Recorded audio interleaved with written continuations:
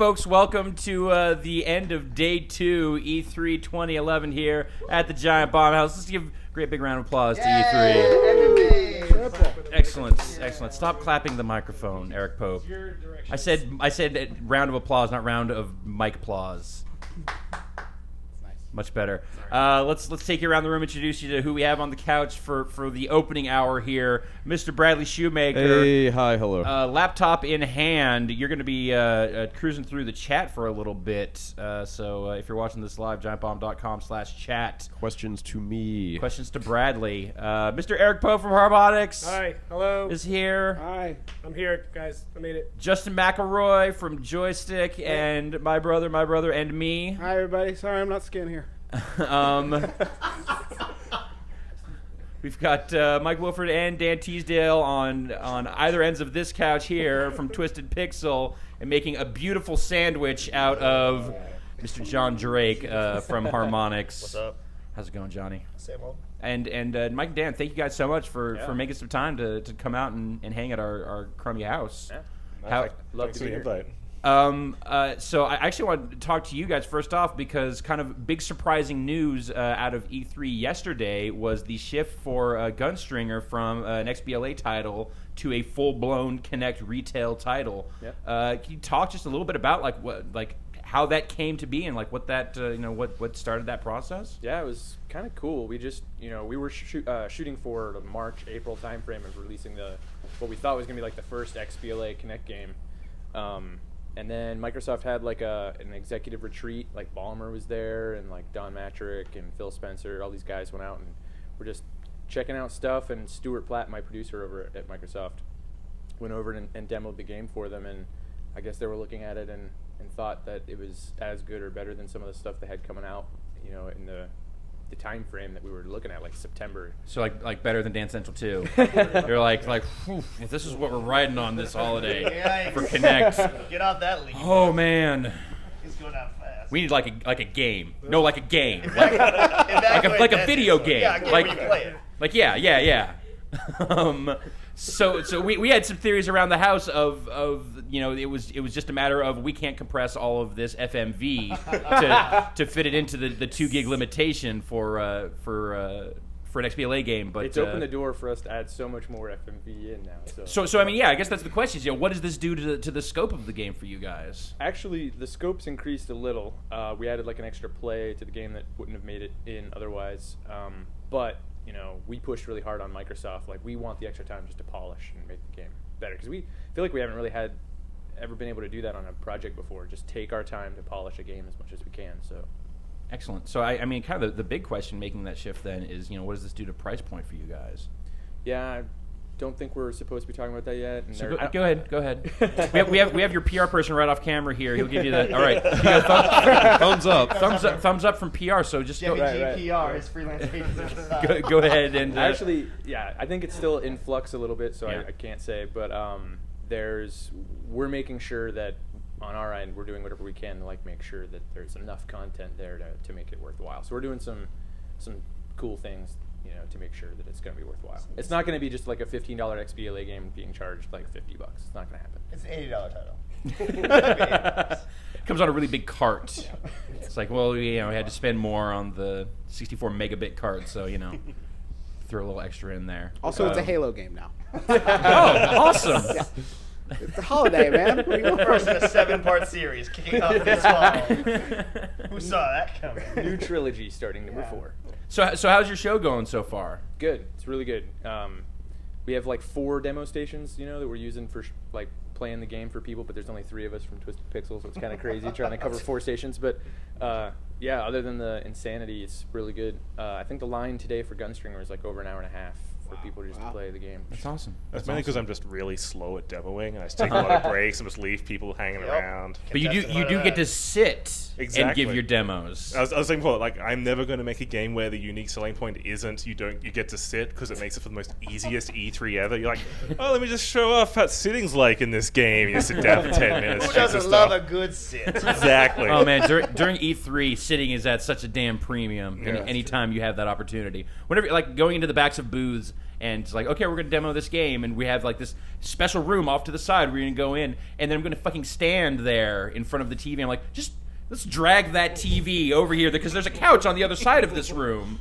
But you're gonna make me stand here. But in their defense, how many times have you gone into a dark room and sat down and fallen asleep in the middle? That's also like that's the danger of all the theater stuff. Is like, you've been running around the floor. It's like, okay, we're gonna take you in the back room, turn all the lights off. It's super air conditioned, and it's like the game could be the most interesting thing in the world, and you're just like, all right, gonna sit and watch this, and you're just gone. You just fall away. But that doesn't happen. That's not a problem for you, John Drake, showing off Dance Central 2. No, we don't What have have your them. lines been like?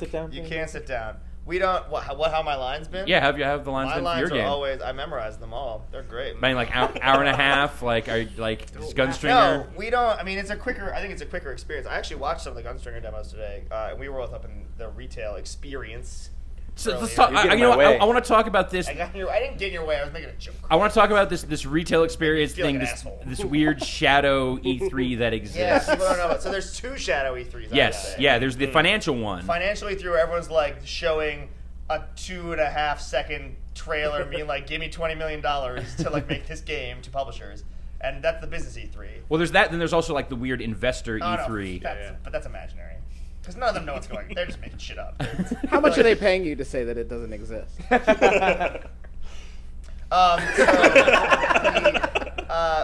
So then there's three Shadow E3s. I mean, if there's three Shadow E3s, does E3 itself become a Shadow E3? That's the real question. But so I would say there's the biz dev. Wow, deep. The biz dev E3. Okay. The investor E3. Yeah. And then the sales E3. And the sales E3 I think is probably the worst E3. Okay. But although we have a cool room, so we're both in the Microsoft retail area, which is actually really nice.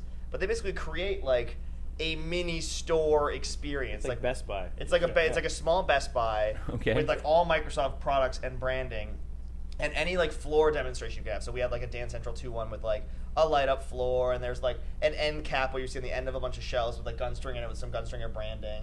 And it's like it's cool in some respects. You think like, oh, the retailers are going to come in and see there's this cool stuff. I want to put that on my shelves and buy a bunch of units, and that's what it's supposed to be like that. And we're supposed to be there to be like show them the game, get them excited. But they don't give a shit. They come in, they're like, I don't know about that color, and I think that we literally saw at one point like there was a Gears of War 3 stand up on top of all the consoles, Okay. like the demo consoles, and one of the guys from an unnamed retailer from the south, Walmart. Walmart, was like, I want to get a good look at this, and he just walked up and took it off the top and like ripped this giant thing down to the floor, and was like, it's not that tall. And I was like, it was taller when it was on top of something else, but you moved it. Perspective. False tallness. Yeah, The exactly. retail people also don't get that the Kinect is a camera, No. so if you walk in Right. front of it repeatedly, it sort of fucks things up. So this is what we did today. So I was watching them give a demo because the folks who came through, who we were all waiting for to the end of the day, and then they sort of blew us off. Actually, like only stopped and watched Gunstringer out of all the titles there. Like Sports was there, we were there, and they walked all the way around. And I guess they sort of like got stuck, and like two of them were really excited about Gunstringer, and the rest of them were all sort of like watching it. Like we're like, this is something. And one woman who was interested in it at first got distracted by like a phone call, and then like just forgot that there was a game going on and kept walking in between him and the stopped. camera. She and stopped in front of the camera. stopped right in the middle of his demo and just like stared at her phone and looked up and just like, I guess. Then she left and he was like, I started about to demo, and then she came back through and broke it again. Like, just kept walking back and forth. It was awful. Yeah, it was amazing. So that's Shadow E3 number 3. Shadow E33. Shadow E3. Shadow E3. Shadow 3-3. I'm turning my gaze over to Eric Pope. What do you do during E3? Gazes. So I usually handle the talent that shows up at E3 and Glad Hand. What does that mean? Glad Hand. What does that mean? Wait, hold on. By talent, Yeah. do you mean like I'm just gonna Ladies. I'm gonna pluck a name out of the air here? Just guess a name. Like Suge Knight? Yes. Oh, okay. Well, that's a pretty good guess. Yeah, wow, that worked out. Nailed it. Yeah. So Tell me your Suge Knight story. right. I've been Unbelievable. Like hours, like within the past few This is like hours. 3 hours ago. 5:30, 3 yeah. hours ago, I Okay. met Sugar Knight. Is that how he introduced himself? He said, my name is Mr. Sugar Knight Esquire. So here's how it went down. It was actually Sugar Knightenstein, and they changed it when they came to Right. Ellis Island. There's a lot of bias in the industry. Yeah. Yeah. QED. Eastern European giant black man. So we're at our stage. Our other community manager, Aaron Treitz, and I are just standing there, and this very, very large man shows up, and I say to Aaron, who is this Suge Knight looking motherfucker? I swear to God, I said that. And he's like, I don't know, some fucking guy. And then all of our dancers who work in house, they're our choreographers. We brought them out here. And they go, hey, Bub, I'm going to dance for Suge Knight now. Watch. I was like, what? That's not. Well, That's not cool to like say that out loud to the guy. Yeah. Right, I know, right. So I'm like, okay. So I sort of sidle over to this gigantic man and I'm like, oh, how are you doing? And he's like, hey, how are you? And he's like, soft-spoken, very nice, like, he's talking to me. He's like, oh, what's the deal with this game? He actually asked me, so what's the deal? Are they dancing? There are 4 people in front of him dancing, and there's 2 screens behind him with people dancing. And it's called Dance Central. Right. So So- like, yes, so is this a yes, dancing it's game? a dance game. When Suge Knight asks you a question, you shut the fuck up. And You're not going to give him any sass Yeah. there. He's going to hang you off the balcony. That's exactly right. I forgot to mention this entire scene was me hanging off a balcony. Are they dancing? Are they dancing? I don't know, Suge. What does it look like to yeah. you? Essential. So they do their dance, and he's asking me questions like, yeah, we're based in Boston. These are all choreographers. And he thought it was actually really cool, which was neat. And then he's like, what's your name, man? I'm like, oh, I'm Eric.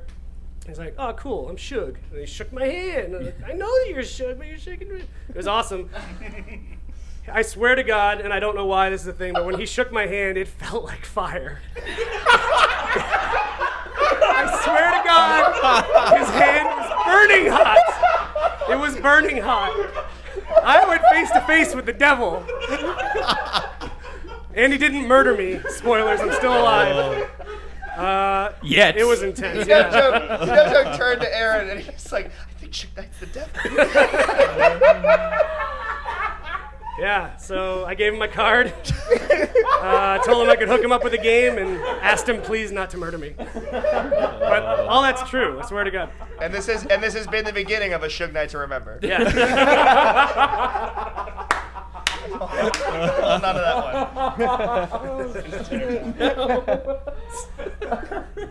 This is followed immediately after I went to. We did a spot on Jeff Keighley's TV show Majig, and we went there. And the guys we know some of the guys from Spike because we used to work at MTV, and so we're in the green room waiting. We're waiting to do an interview and demo the game. It's the last thing we're doing of the day. We're super psyched to be done, and they just come in. They're like, "Get out of the green room," and we're like. And they're like, get out. We need you to get out of the green room right now. Find a seat and just go. Just get out. I don't go. And I was like, what? Are we gonna die? What's happening? And I walk past Jeff, who just comes up stage, and Jeff goes, oh yeah, is T-Pain here? And I was like, no. If you're actually asking me, like, that's a stupid question. I don't know why T-Pain would be here. Is that a code name? He's like, no, T-Pain's coming. And T-Pain just like saunters in with 18 people. Sure. Proceeds to go on camera and talk about like I don't know what. He's like, yeah, iPod app and I don't know. He has headphones. Yeah, headphones. I had heard about this. That he was on TV like during the Talking headphones. big E3 thing. He's like, yeah, here we've got T-Pain talking about headphones. Yeah, and it was weird. And then at the end of it, they're like Jeff Keighley, wonderful networking maven that he is. Said, Yeah. hey, they're gonna play Dance Central. They're gonna play a song. You want to dance with them? And we knew the answer was no. But do you want to dance with them? And I get out there and he's like, oh, what song are you doing? And someone's like, oh, we're playing Nicki Minaj, Massive Attack. He goes, that song sucks. All right, T-Pain. Sorry we don't have your Miami Dolphins theme song. If you don't know, that's the best song. So is that coming up soon? Or? Yeah, confirmed. Anyway, so T-Pain is Suge Knight. Different eras, You just same weird attitude. Look at it straight in the eye and say, well, you have comparatively cold hands. So there.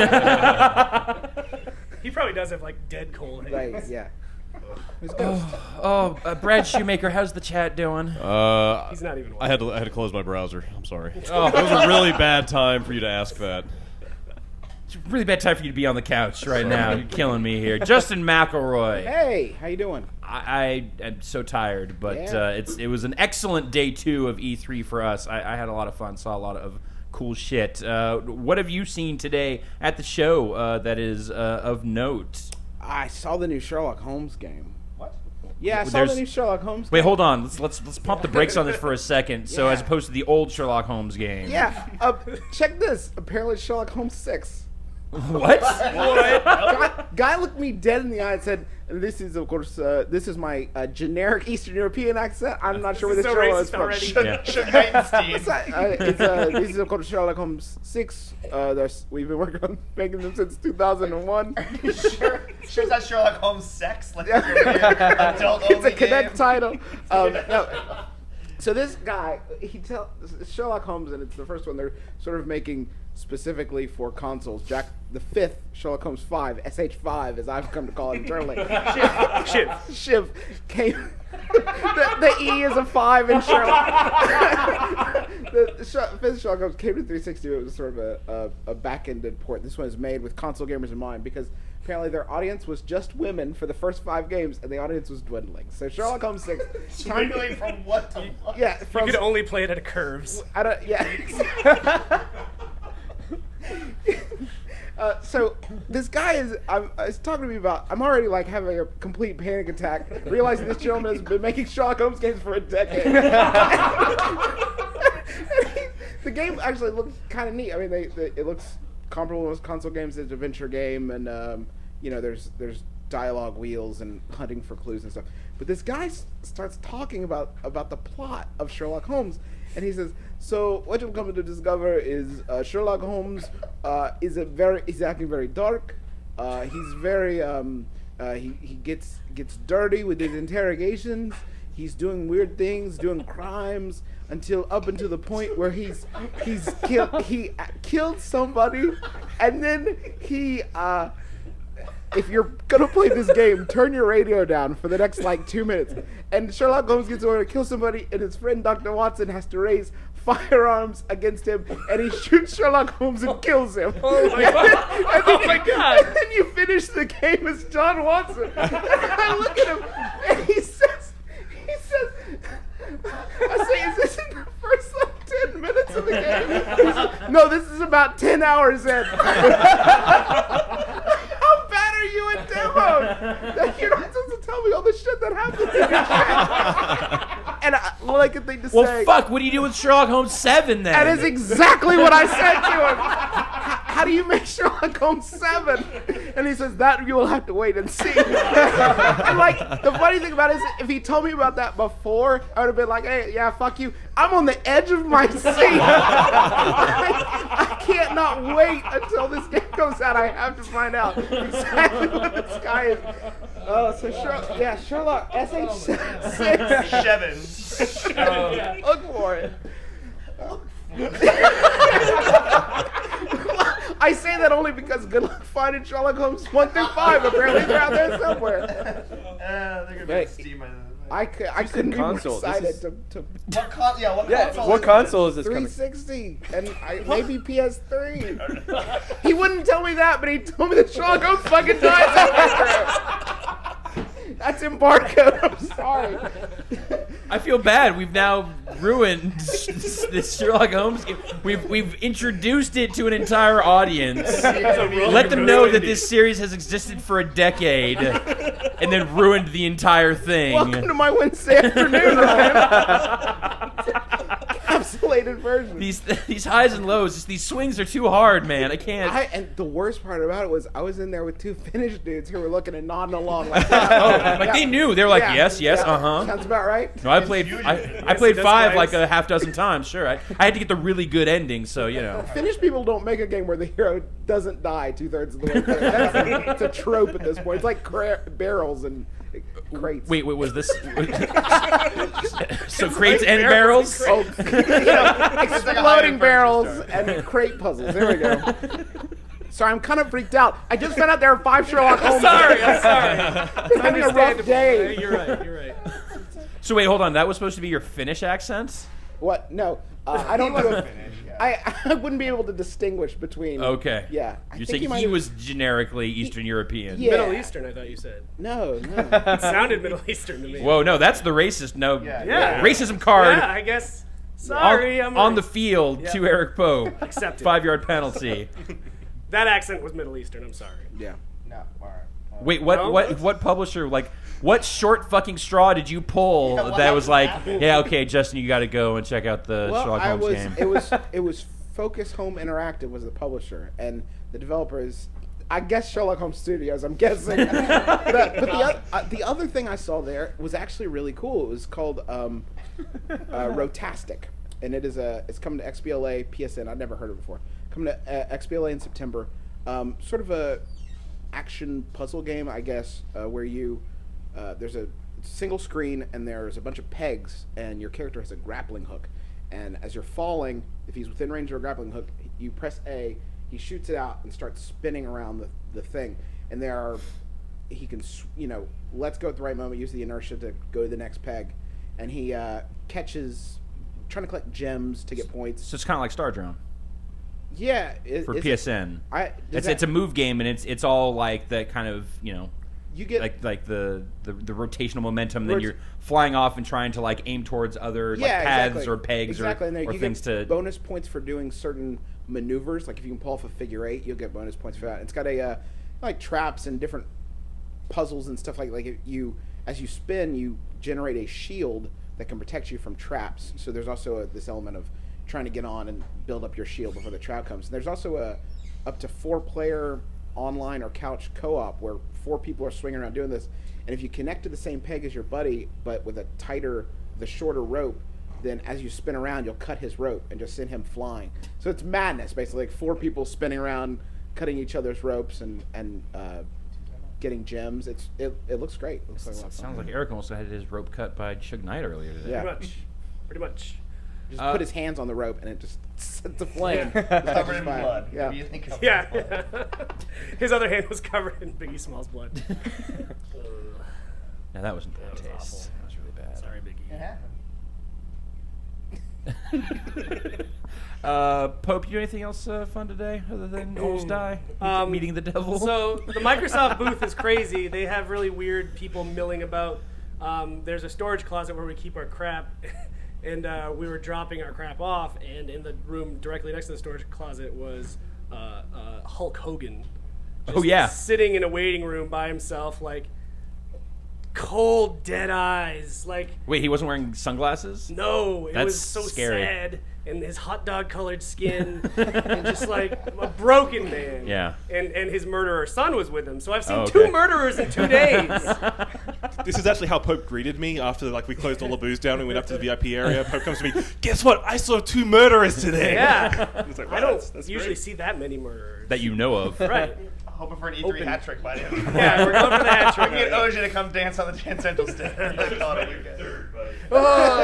So that's always the weird thing, like when you walk into booths during E3, like, just you randomly see weird ass celebrities, and I have to imagine that happens more often and in a weirder context for you guys demoing the games of, especially with Gunstringer and Dance Central 2, of just random ass people. And anyone other than T-Pain that you ran into today, John Drake? Today was pretty mellow because I was in that retail room, which is like, the limbo between society and hell. Right. Where I was trapped for a couple hours. Yeah. But I don't know, this week's been pretty Spielberg quiet. was walking around. Yeah, Spielberg was walking around. I heard all the buzz about Yeah.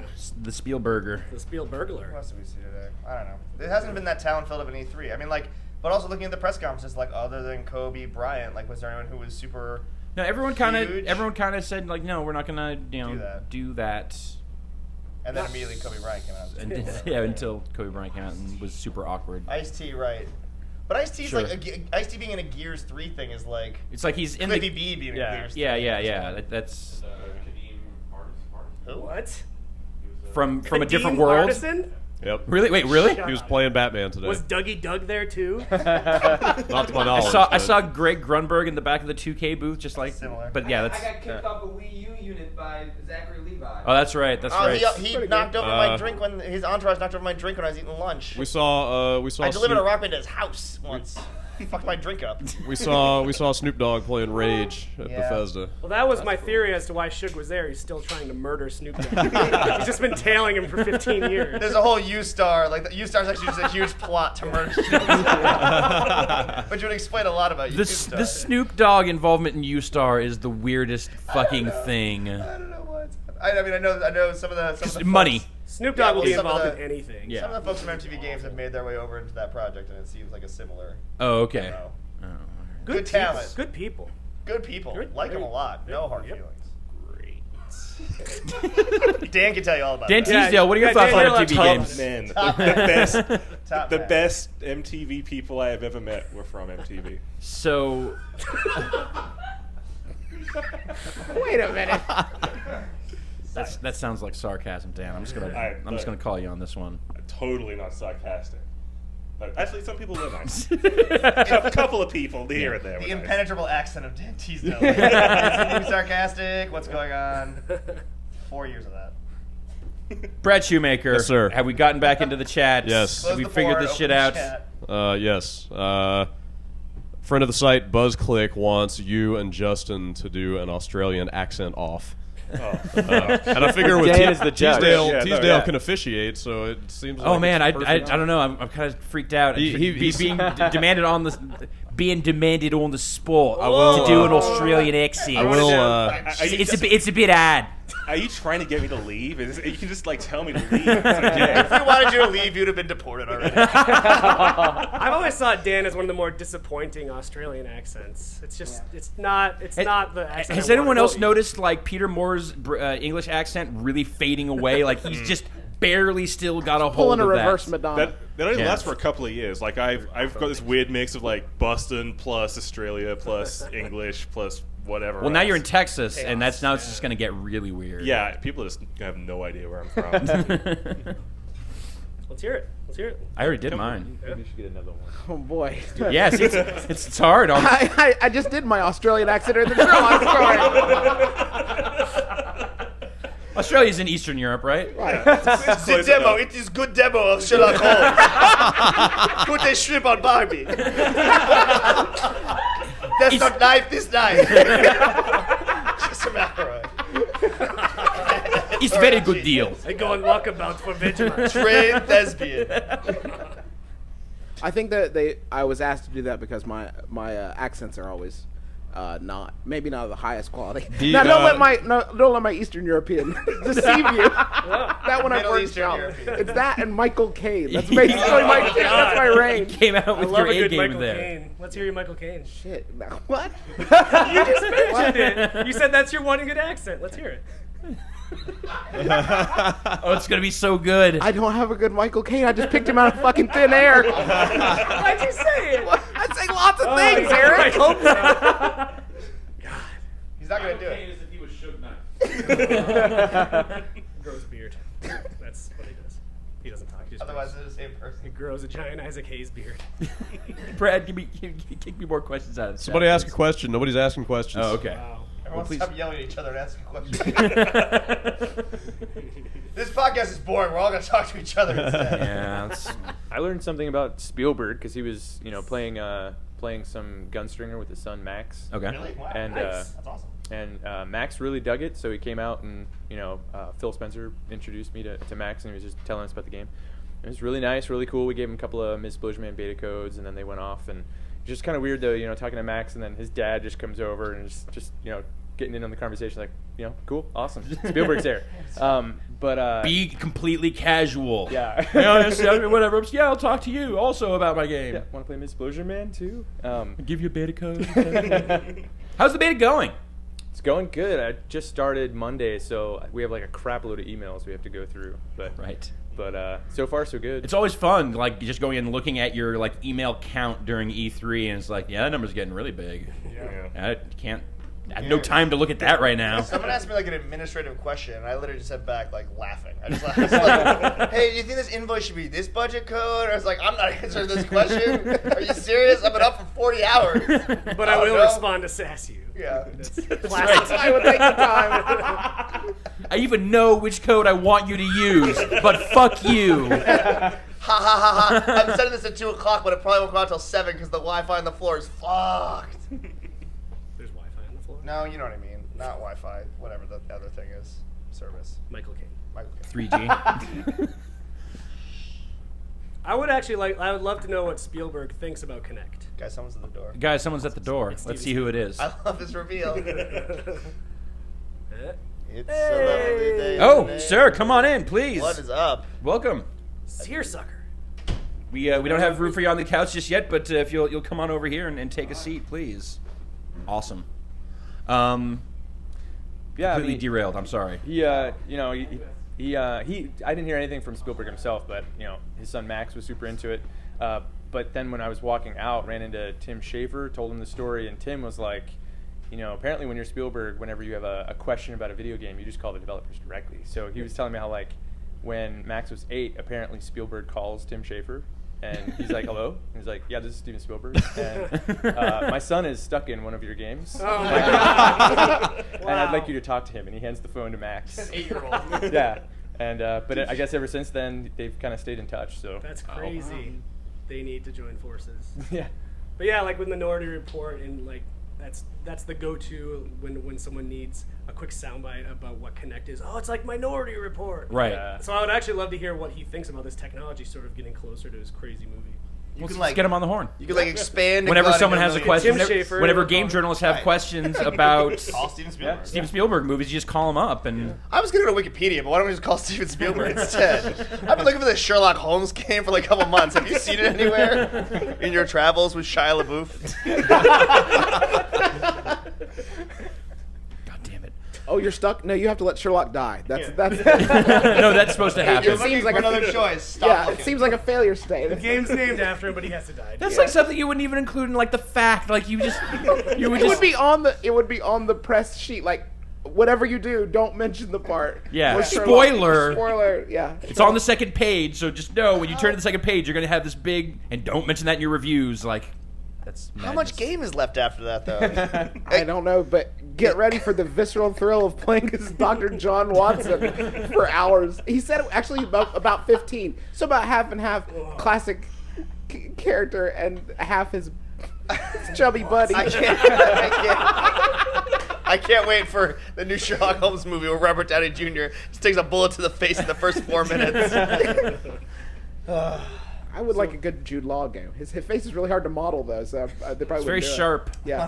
The only thing left is Watson's got to die in Shevin, right? That's the only thing left. Like 10 hours in, Watson dies. It's just a freeze frame. We don't know where to go from here. It's just done. Justin, what else have you seen today other than this insane Sherlock That Holmes? is the only game you've talked about. Blocked so much. all memory. of other games. Flushed everything out of your mind. I went and saw the Bioshock Infinite demo. Yes, Which- yeah, I which went has been- and managed to sit in on that as well. It's dense. There's so much shit going on in that demo, and it's like a maybe 10-minute. Is it gameplay or is it just Yeah, a it's large someone. trailer? No, someone is playing that game. Although you wouldn't. God. You wouldn't. Hey, everyone! Alex Navarro's here, Ah, shit. I just He's- made this thing. and he's wearing a name You tag continue for to, some reason. continue to be a disappointment to everyone. You wouldn't know. I mean, like if I was a developer making a first-person shooter and then I saw that demo, I'd be pretty freaked out. It's pretty crazy. There's like even just like the basic idea of all right, you're in Colombia. It's this turn of the century flying city, like Yeah. just that very notion, and then all of the like just how much of the aesthetics are thought through for like every tiny fucking detail Yeah. to fit this weird fantastical setting that they've established, and all this character stuff, like your character that you're playing as Booker DeWitt is like there's a ton of dialogue for him and for Elizabeth, this girl that he's trying to protect. And they had someone come up and talk briefly about the game, kind of give you a little bit of setup about what's going on in case you hadn't seen anything else about BioShock Infinite before. But then like after that, like there's these crazy powers that are being used by Booker and by Elizabeth, and there's the Skyrail stuff happening, and there are these like Madness. fighting factions inside of Colombia, and it's bananas. Yeah. And like we were talking outside a little bit, Justin, beforehand, and kind of one of the crazy things that's hard to parse out of that demo is there are things happening you can't really tell like what's triggering it. Like Right. like you kind of like are looking over to the side and you see something, and then dialogue kind of just starts happening. One of those game journalist things you wish you could like shut off in your head, but that's what you see, and you think, well, wait a minute, how are they? I didn't see a button prompt for that. How do they? Like they'll look at Well, you're if you- thinking about like how do I play this game? Right, Is how- like what would it- once I actually get my hands on this game, what is this experience actually going to be like? And when they're flying around this, like they're in the middle of a fight, and then this Zeppelin shows up. There's like just a ground fight with a bunch of guys shooting machine guns and RPGs and shit at you, and this Zeppelin comes flying up over the horizon, and Booker's like, all right, give me a second, I'll be right back. hops up, jumps on one of these sky rails, and just fucking flies off. As you do. Right, Yeah, right. that's Like what not we even do. explaining what this whole sky rail system is about. And it's like he just jumps on, and there's other dudes flying along on these sky rails, like towards him and alongside of him on like parallel rails, but then there's like big shipping containers on some of them, so he's got to like jump off, and I'm just like, I don't know how you would know like where the fuck you're supposed to be going in any of this. It seems like so detailed that when the guy playing the demo finished, he would have just set the controller down, raised his hands up in the air like, did anyone see that? Did anyone see everything I just... Oh, thank God I was filming. This is our demo. perfect run. Yeah. I mean, it sounds like a lot like the BioShock demo that they did, like for the first time they were at E3. Like that whole thing had like a lot of similar things where. Oh, Dan Riker from Game Informer is here. Oh boy. Just the disappointment after Show disappointment. us this classy shirt that you have wrapped around your neck. Oh, it's my rim job shirt. Your what job? Rim. Oh, Oh, it's just, come yeah. on. Fuck that shit. So what about your rim job shirt that you brought? Go get a rim job from Alex and come Okay, back. very good, very good. Dan Riker, ladies and gentlemen, we'll have him in a little The bit. one thing I haven't seen yet that I really want to see is Gunstringer, especially because I am... Sucks. Just No, stupid. it's very... I want to take this opportunity, the bully pulpit, as it were, to request a full FMV game, like a completely FMV game. I'm probably the only Night person... Trap. I've been Get in trying. line. We've been hassling people. Actually, over at Double Fine, we've been hassling them for a while. But yeah, we want a new Night Trap game. I'm about 2 titles short of having every Sega CD FMV game in my collection. It's the only video games I really like. All the other Including ones the are just- Marky Mark game? What? Do you have the Marky Mark? I only got 2 of them. So I got Wrapped, and then I got the one I got to play. you Right. know? Good Right. vibrations. But yeah, I'm not bullshitting you. That's Seth Green is in that game. Whoa.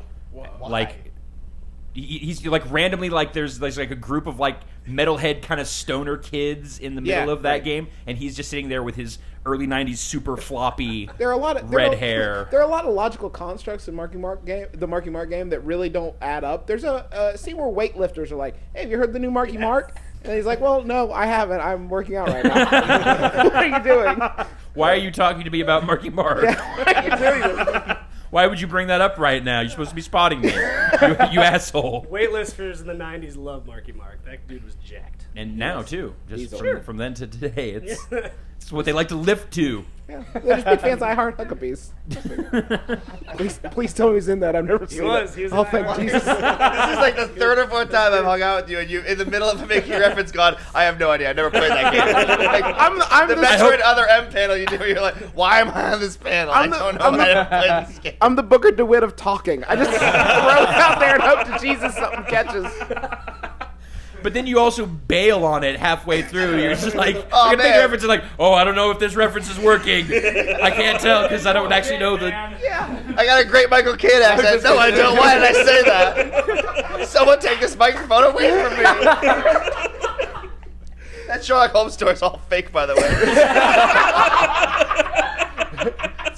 You'll find out this fall when Sherlock Holmes 6, the 6th one comes. Oh man, Look Game for it, Informer's look gonna be for mad it. when you steal that cover from under that. So I mean, yeah, Twisted Pixel, you guys kind of have, in a way, brought FMV back into vogue. Like, no one was touching it at all, and then you guys said, "Yeah, fuck it, Explosion Man. We are going to have insane amounts of FMV in this game." It just like- yeah, I mean, it just started out as like, you know, we had a camera and, you know, it was just we actually didn't have time or money to make a proper ending. So we just grabbed a camera and went into the backyard. that it ended up working out smashingly. Would you entertain the idea of doing a full blown FMV game? I can guarantee you 5 stars today. Editorial competence. It's called yellow journalism. It's muckraking. That's racist. I don't know what that means. What's?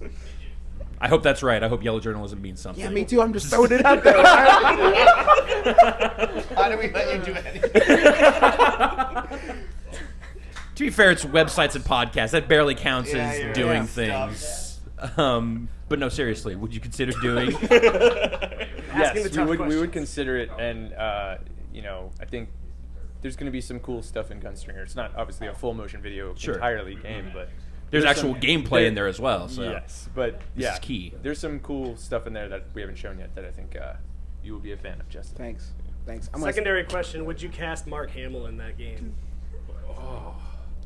Now we have to. John He's Drake's got to be never played- cheap. If you right? say his name, he'll show up and expect a check. Actually, if you say his name 2 more times, he's going to appear no. here. So be careful Nobody wants that. what you read. He's just gonna talk about Corvette Summer all night. Any? It's a Mark Hamill movie, guys. No, This is not the Scream I'm familiar podcast. with. Shut up. I'm familiar with Corvette Summer. An obscure ass Star Wars. There you go. That helps. Oh, Han Solo. That's it. I was thinking Joker from Batman animated series, but That would Yeah, also absolutely, work. He'll do that voice for you. You ask him. You don't even have to ask nice. no. You just say, "Hey, Mark, do the fucking Joker." Why are you threatening? But don't ask for his Michael. Because I'm Caine. hanging He out with doesn't have Suge one. Knight, and we want to make him dance for our amusement. Do Michael Caine right now. He's had it first. Any other than Wing Commander? Then I guess any other FMV series you'd like to take on, Dan? I mean, Night Trap is the one that keeps coming up. Yeah. I mean, that's the brass ring of Yeah. FMV games. And I think if you gotta go all the way if you're gonna go with full FMV. I think it has to be full Night Trap. What was Like- the one that starred Christopher Walken? Anybody? Anyone? Justin? It's not, Check the it's chat not real Sega quick. Jeffrey? CD, I don't- Yeah, anyone in the chat? Wasn't it like Under the Killing Moon or Does something anybody in like the chat that? know this That's answer? a Tex. That's a The Tex Avery. Yeah. Yeah. It was- Tex Murphy. I want to say it's like one word, like stalker or chunker or Bone. creepy or Journey. Sherlock. Face. Overcast. Dead Zone. Dead Zone. Pulp Fiction. Star Wars. Star Wars. That's the one, right? Yes. Well, so who would you cast in the Dana Plato role? May she rest in peace. I think we have to go with Josh, like our Chief Creative Officer. Okay, fair enough. Fair Like enough. he- Can we I get him mean- on the horn here? Can we start Like it. working out the details here? I mean, we can. Yeah. We'll talk to Sega. We'll get them in here. We'll get them on board. They're on a party right now. I just want to get this No, second let's Night Trap game start. made. Let's start This is this a biz right dev now. meeting, right? Yeah, we are. This is recording. Shadowy We're 3 number recording. 2. Say number Yeah, two. this is true. We're recording this biz dev meeting for posterity, so that when you try and back out, we could say, "No, you said We yes." probably have Finding- enough money in our wallets Finding collectively to agreement. finance this project right now. This is what Anybody have a Kickstarter- camera? We can just go make We it. have 2 cameras here. Yeah. We have a room We have full a third of. one in the car, ready to go. We have a room full of people that are as good of actors as anyone that was actually in the original Night right. Trap. Brad, why Brad, are start you working on laughing? that script. Why, yeah. Why are you laughing hysterically at the chat, Brad? That makes me nervous. Somebody just sent me a link to every Sherlock Holmes game Read them off. ever. Read 'em off. Let's see, what do we got here? We got Sherlock Holmes versus Jack the Ripper. 5 SH5. You know what? I've heard of that, and I hear fighting that it's game. good. Metascore Yeah. of 73. Yeah. Yeah, pretty good. Super Giants, Greg Kasavin, actually a big fan of one of the Sherlock Holmes games, but he loves like those really intense, very hardcore and punishing, like that style of adventure game, which I understand those games are. Yeah. Can I interest you in Sherlock Holmes: The Mystery of the Mummy? So do these get supernatural at some point? It's a Scooby-Doo. Does that mean that it's possible that Sherlock Holmes will come back from the dead for Sherlock Holmes 7? He is the mummy. We can hope. Sherlock Holmes Nemesis? Most of these are pretty dumb. The Mystery of the I Persian... hated when Sherlock Holmes runs around and yells Nemesis and shoots rockets out of his arm. Twisted Metal Sherlock. Ooh, the mystery of the Persian carpet. You can get all of these fine games in the Sherlock The Holmes mystery of the collection. odd shirt stain. $54.99 will get you every Sherlock Holmes game on Steam. Sold. Oh man. So Sold. you can have 5 Sherlock Holmes games for the same price they'll probably charge for one new Sherlock Holmes game. Or I could save you some time and tell you how the series ends. He dies. The end. All right. Well, other than doing some really excellent research on Sherlock Holmes, has the chat brought you any sort of questions Yeah, here? I think the guy's name was Tyrax wants to know why Justin was embarrassed to tell Peter Molyneux what his favorite game was. Oh yeah. He asked me. Wait, set the stage here. Okay. What is story your time. favorite game? I'm there to see Fable the Journey. Yes. And the first thing he says is, all right, first thing I want to say is it's not on rails. Like, okay, Wait, that's your Michael Caine. Yeah. He opened with that. Yeah, He opened with it's that's- not on rails. First thing I want to say, it's not on rails. And he writes on the wall, I'm going to write up here, it's not on rails. And then I'm going to mark each time I say it's not on rails. Then I want you to sign it at the end. I'm not shitting you. So, Like not like a whiteboard, just like tagging up the walls, just Peter Molyneux. just Pete putting up his feety. And so he says, so he goes to Pete's feety. Pete's feety. So he goes to the demo, and there are parts where when you get out of the thing, out of your horse and carriage, like you can sort of steer the horse and carriage. When you get out of your horse and carriage, the movement of your character is not decided on by you, and you occasionally can choose a path one way or the other. And I honestly, at the end of the demo, he said, so one more time, it's non-rails, everyone agrees, and sign up here. And I leave the demo, and I look at Nick Chester from Destructo, who's there, and I said, is that fool fucking with us, or does he not know what on-rails means? No. It's a monorail game. It's on rail. It's on rail. There's, yeah, like, so it's like Wicked on Rails, Pete. Like you made this like it's on rail. Like I get what So you're saying. did you refuse? Did he like press the issue of like you're gonna sign this thing and you're like no? No, I can't. No. My ethics won't. Threatening people with a Sharpie as they leave his demo. Yeah, Sign the wall. sign it away. You know Names. the one time that I did meet Peter Molyneux, he was very nice. He's super nice, But I could also see it just turn on a there's dime. there's a definite reality distortion field going on. By the end of it, I was like, yeah, okay, I can see. It wasn't until I left the room that I realized, wait a minute, that was on rail. What are you talking about? Tell me. Stockholm syndrome of Peter Molyneux's demo. Exactly. He must be right. I guess he's in charge. So in the middle of the demo, he looks and he says, so he's going to illustrate a point. So what's your favorite game? And I panic because Peter Molyneux asked me what my favorite game was. And I told him the truth, which is Oblivion. And like I realized like I just told the guy who made Fable Oblivion is my favorite game. A, bad. B, it's not like he looked at me like, that's kind of a shitty answer. Like, oh well, you're right. I should have gone with something like fun or creative or not like a game that came out in the past 5 years. Like, what am I, 8? Yeah, that's my favorite game. Halo. I love Halo. Wait, whatever the new Call of Duty is, that last one. Yeah, that was my favorite. Call of Duty Elite's my favorite game. Madden 12. I love social networking. Twitter's my GOTY. But yeah, that was why I was embarrassed. I wish I'd lied. Of all the times to tell the truth and not make something up. But then did he like take you to task yeah, for well, that? or Why did they anything, even or- ask that? It's a weird thing to ask in a demo for a new title. Yeah, well, I Well, think this isn't game, that not game, this so he was oh my god, this is like a serial killer movie where I'm like realizing at the end all the shit that happened. He was using that to illustrate the point that this game is an emotional experience because you whip your horse. What was he talking about? Like, why am I just now realizing how messed up this demo was? Don't use we. Don't say we. You know who did it. Yeah, that's why he wants you to whip your horse and why it's whipping your horse instead of walking, because he wants you to have an emotional experience in the game. You're whipping a horse. Like, what is he talking about?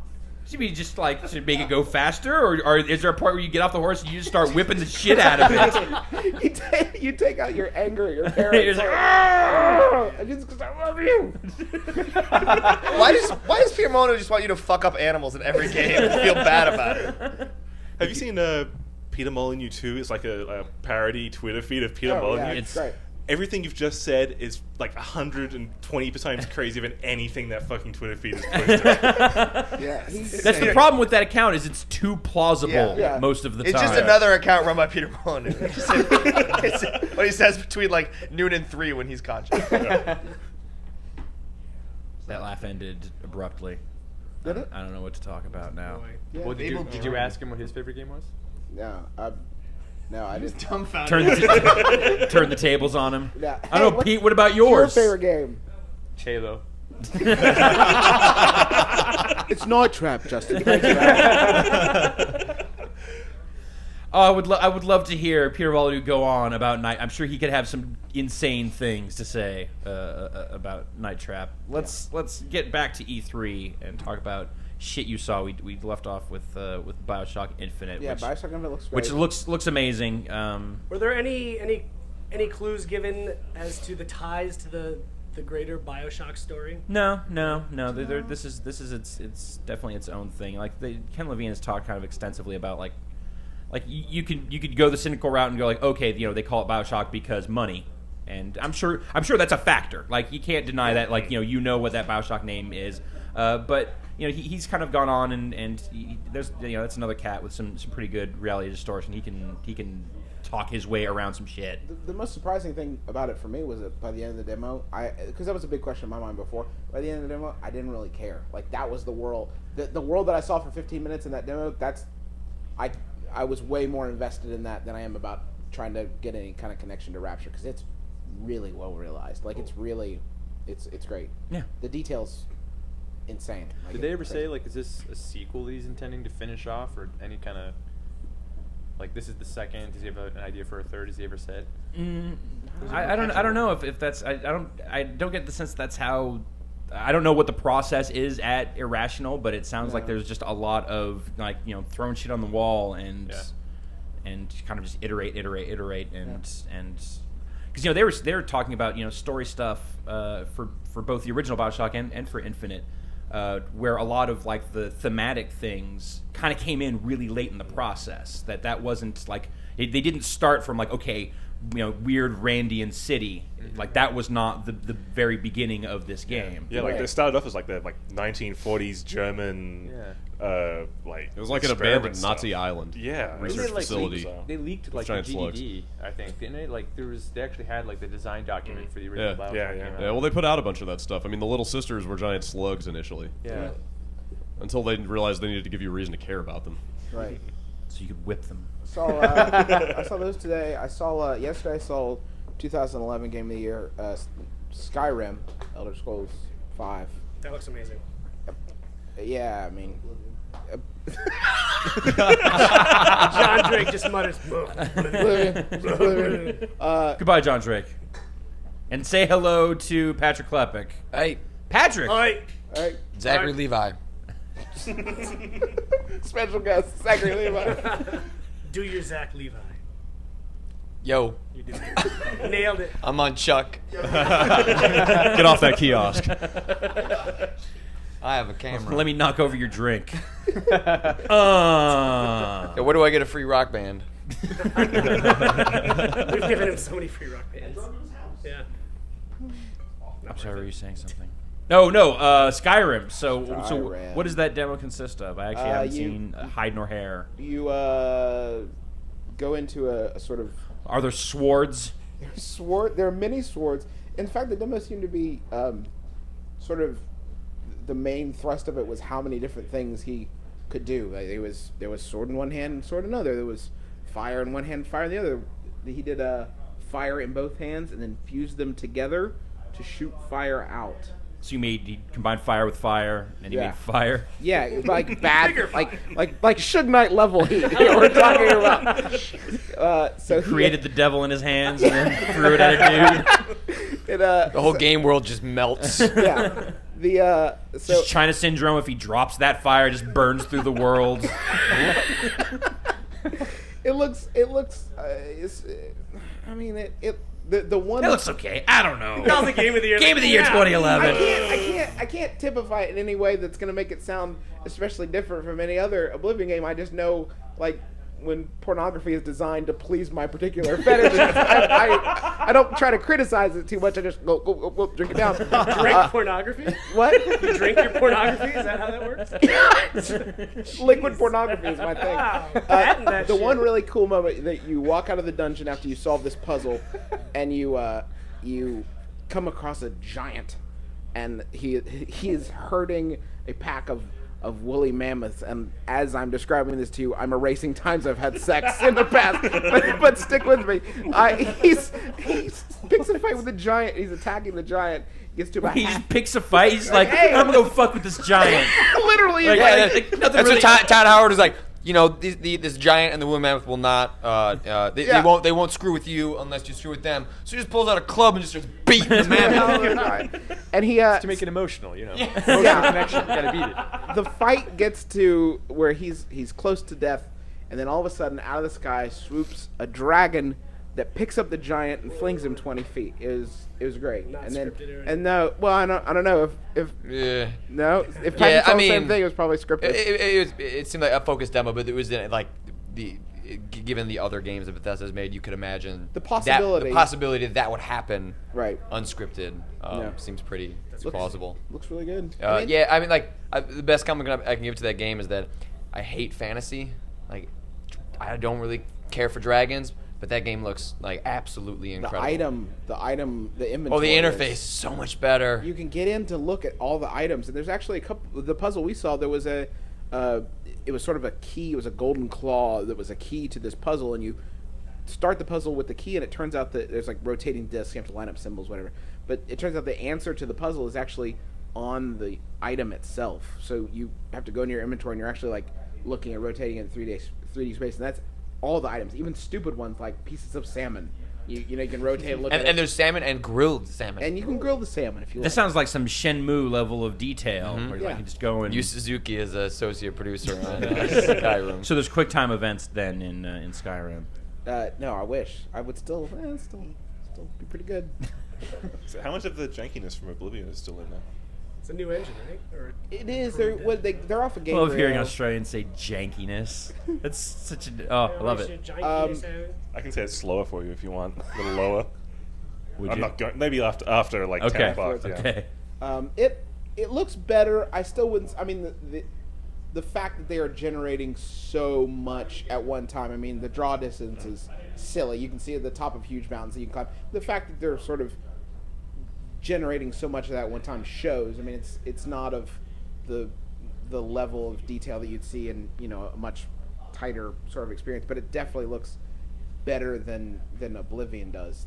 Faces still don't look like great. They still look a little. The mouse weird. are a little odd, odd, but but at least the interactions with the characters are like less weird and they're zoomed out more. Like when you're talking to somebody, it's not like They don't do the... yeah, exactly. It's kind of like you just go up, they kind of come into frame, but it's not really awkward. Yeah, it's not. Yeah, it looks like a little more cinematic, not like a weird talking head on. I also love there's this throwaway moment. I don't know if it's in all the demos, but where Todd Howard is walking through and he's talking about how you can interact with the different villages you can go through, and in small ways, like just hack everyone to death if you want to, but in a kind of like really like messed up, like insidious ways. He's like, so there's this guy who's like hacking up some lumber, and like that's his job, and like this NPC is programmed to like hack up the lumber. That's part of this village's economy. You can just like light the lumber on fire and destroy that village's economy. So just plunge it into doom and like ruin that man's life. Not interact with him at all, not kill him, just burn the fire, and that man will go into poverty and you've killed his family. Yeah. Like, what? That just that little bit, like him chopping up the lumber, it wasn't like a canned animation. He was taking pieces of lumber, splitting them into logs. In Fallout, it'd just be like, there wouldn't even be wood there. Axe, it would be, axe. Yeah. He's chopping invisible axe. It's like the Pirates of the Caribbean ride. It's just up and down. He would just be saying axe, axe, axe. My family. Speaking of the Bethesda booth, Patrick, you and Bradley had an exciting experience there today. Bradley's already making like stress face over this. Speaking of not being able to stay awake during demos. What? Whoa. You almost fell asleep during the XCOM one. Wait, we're talking about Bethesda. Bethesda. Oh, Bethesda. Sorry. Yes. Looked ahead to 2K. I'm glad I'm not the only one that constantly Damn it. mixes up 2K and Bethesda. All right. Though. I don't know why did, that happens. I did that in my brain earlier Yeah. today. I managed to keep that internalized up until this very moment, but yeah. No. Yeah. Oh, yes. Oh, yeah. we didn't see any demos at Bethesda, but So we you guys walked we had a walked moment. in hoping to catch a demo that you hadn't. we actually were just trying to scrape some random interviews Yeah, together. and I hadn't seen Prey 2, and I was like, It I'd was like like to he was going going to see Prey 2. I was going to try to do a Skyrim interview, and we get in there, and like 30 seconds later, the PR runs up, and they're just like, "Hey, you want to go interview John Carmack?" And like, I was like, and holy at that moment, like Brad's face goes white. I was just like, Stark White. "Dude, I can't." What I also learned. couldn't. And, and he's like, I don't know. And I was like, yes, we'll interview him. I'll get you through this, Brad. What I loved about this, so I talked to you about this, and then we were in the 2K booth. Yeah. When we were, maybe this is Bring why. to bring a full maybe circle. this is Yeah. why. But we were in the 2K booth when you were telling me this story of the John Carmack Brad Shoemaker freak out. Feeling a little flushed again. Even just thinking about John Carmack. So, I mean, just so it's in no unclear terms. John Carmack is your video game hero. Like that's your main. One of them, yeah. I mean, the guy has done some pretty cool stuff. But I can't think of anyone that I would think that you would hold in higher regard as far as game designers go. Sure, or programmers. I mean, sure. He makes engines, or rocket builders. Yes, also that. Any of these things. So you were telling me about this, and you were describing Brad's moments, and Brad going like, I don't know.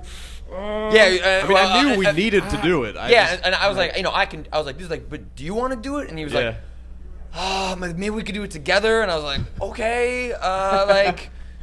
I can just ask the first question, and when you feel comfortable, Brad, you could just jump on into that interview. And so we ended up sitting down. And like the thing that's great about Carmack is that like it's not really an interview. Yeah. You just like mention a topic, and he just talks for 15 minutes. So it's really you're just there to listen to him. We only got 3 questions in right. a lot of time, and like each answer was like 5 minutes long, and he answered 8 other questions that you didn't ask in the same period of time. But I'm excited to see this video interview that we have with Carmack up on the site at some point. But what I love about this story specifically, so you describing Brad's reaction, and then I met Vinny at the 2K booth a little bit later, and we picked up some interviews, and that's when we went and saw the BioShock Infinite. And then he was telling his side of the story, and he started like telling like your reaction to Brad, and you and I realized. I watched this chain of command of Giant Bomb staff members doing impressions of each other in this moment of Vinny trying to talk like Patrick and Patrick trying to talk like Brad. And all I need now is if Brad can do a decent Vinny, and we can just bring it completely full circle. And Vinny can do Michael Caine. Well, it can't be any worse than yours, so... Wow! It's got weird. It came out more mean than I intended. That was intentional. If I had chuckled along, it would have helped the flow. That would have. Just let that just land. Just sad face. You're right. My Michael Caine's no good. My Michael Caine is actually more of a personality impression. I just act like Michael Caine would act in a given scenario. Fantastic. Yeah. We should take a break. We're an hour in here. We're gonna trade out some personalities. Get some more guests rotated in. Justin McElroy from Justin McElroy from JustinStick.com. Let's joystick with a Q. Justin Stick with a Q. Eric Pogue from HarmonicStick.com. With a Q. With a Q. Mike Wilford and Dan Teasdale from Twisted Pixel. Thank you guys for coming through. We're going to take a quick break. We're going to have some more guests in here for our Day 3 E3 2011 wrap-up. Stay tuned if you're watching this live. If you're just listening to the podcast, you'll hear this in like a second, so stick around.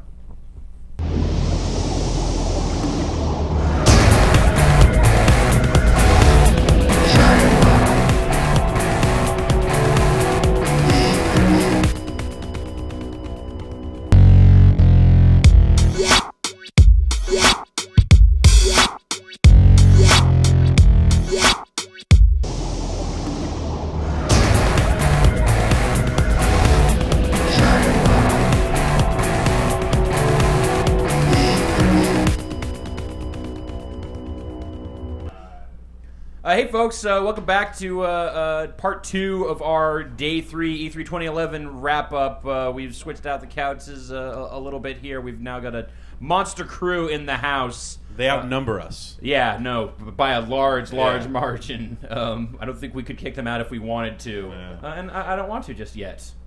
Just yet. Jeff Gerstmann's here. Alex Navarro's here. Dan Reichert from Game Informer is here. Genova Chen is here. This guy, Patrick Klepek, is here. Zach, thanks for blanking on my name. And well, I didn't want to call you Pat. It's all right. You could have called me Zach. I could call you Tricky. All right. I really want that to. I really want that to stick as a nickname. And then, and then Adrian's here as well. Adrian, come on in. Come take a seat. Sorry, I'm not a stripper. Sorry, I'm not a stripper. Go to the night. Did you bring hot dogs? Same thing I said when I came in. And Eric Pope is here as well. Hi, still here. Still here. Warming the couch. Doing it well. So I hear you met Suge Knight Creepy today. intros. I want to talk to Dan Reichert first and foremost All right. about pranks. We're getting right into that, are we? Well, we're going straight for it. Oh, I want to Lord. get it out of the way here All right. as quickly as I can. So This is the Let's end thing. this. I did not want to put this on the internet at all, and if this gets out, I'm probably going to be murdered in Minneapolis Well, you're when on I the get internet back. right now, so good luck So with that. great, I'm doing this right, Yeah. I guess. Na- Okay, nailing it. all right. So I mean, just for a little preface here, Dan Reichert is maybe known for a passion for pranks. A jokester. There's a video that you made that has like 100,000 views or something. Of Oh, the dad Pranking water your company. dad? Yeah, it's like 250,000 That's views. good. Me That's fucking a with my good dad. prank. Yeah. Yeah. Okay. So we're talking about the new one. The new one. Let's talk about Okay. the most recent Dan Reichert prank. This literally happened on Saturday, and honestly, I think I'm going to get murdered for this one. Like now that we're putting this on the internet. So basically, okay, you're familiar with OkCupid? Sure, yes. yeah, dating The site. free dating site. Yeah. Okay. Was I single once? So, Yes. Yeah. All right. So this is a repeat of a prank I did in college, but back then I did it with Facebook. But anyway, we used the same fictional girl we made up. Me and a couple friends made this profile. What was her name? Heather Patton is her name. And Believable. Yeah, plausible. Good Blonde, plausible brunette, name. like give me Very some I American. was details. scanning my DVD collection and I saw Patton and Heather sounds like a hot girl name. So we made this profile. George and C. Scott. That's where I really want to pull from for my Yeah. hot girl name. There Oh, I we have go. such a boner right now. Okay, here Kind we of go. into the idea of girls named George, though. Yeah, I don't know what fair that enough. means. Gorgeous George, WCW. Anyway, okay, you know, okay. Anyway, so we used the same pictures we used for the Facebook prank. Yeah, we went on MySpace like 5 years ago. Just generic hot girl internet photos. You know, the mirror pictures, the duck face thing, and everything. Right. And we used these pictures for this fake girl, and we manufactured this profile to be just the most generic, stupid. Like, you know, the only reason somebody would message this girl is to fuck her, basically. Okay. So it's like, you know, it's just generic. Like her favorite shows were Glee and Grey's Anatomy. You know, a bunch of dumb inspirational quotes and all this shit, and like, you know. But we Were wanted they to. misattributed inspirational quotes? Like, were they the Oh, wrong Martin person? Luther That's King. I the, should've- that's oh. the extra layer right I there. should have done that. But we wanted to make her seem easy, but not too overtly slutty, because then it would make it too obvious it was a prank. So, like, she talked about she liked boys a lot, but we didn't put that she was interested in casual sex. She just wanted dating. But, like, if you dig a little deeper, she seems like an easy girl. So, anyway, I made this Excuse me, profile. what's on, the like, motivation behind this? Just fucking with people. I don't know. Okay. He's a Straight prankster. goofing. I like it. But anyway, so we made this on like Wednesday, and within a day we had like 250 messages from like total like douchebag guys, like, you know, shirtless dudes posing in front of motorcycles, and like 40-year-old dudes named like his name was like Over My Knee, and like the first message, yeah, the first message was all caps, nice curves, and it's like, wow, you're obviously like, these are the guys I want to fuck with. I don't want to fuck with the nice guys. So anyway, I had like these templates basically that I would say like, oh, hey, no, sorry, my phone broke, so you can't get a hold of me or whatever. And like, oh, but no, you seem cute, blah, blah, blah, or whatever. This is still going. So much more to this. So much more. Okay, I'll No, cut keep it going, short. but Okay, I'm just amazed Okay. at the detail. It's elaborate. I do these elaborately.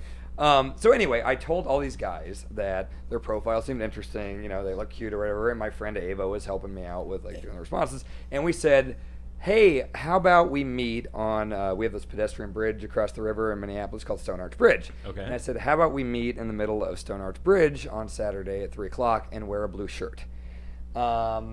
And so myself and two other Game Informer editors, Tim Turry and Ben Reeves, we wore Way blue shirts. to implicate your coworkers. I like this. yeah. Good touch. them. Good So touch. I'm not Hey, the with only. last So, names and everything. Yeah, I'm not- on the internet, so that's good. I'm not the only one getting murdered over Does this turn into a flash mob?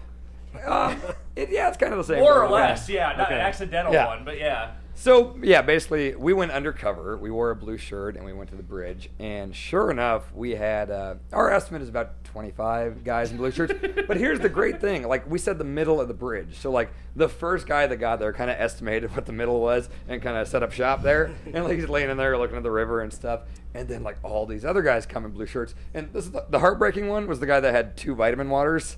Like he brought one for the lady, but anyway, they post up like 5 feet apart. There's like 6 dudes, like dude, all in blue shirts, just standing there looking at the river, and no one's getting this.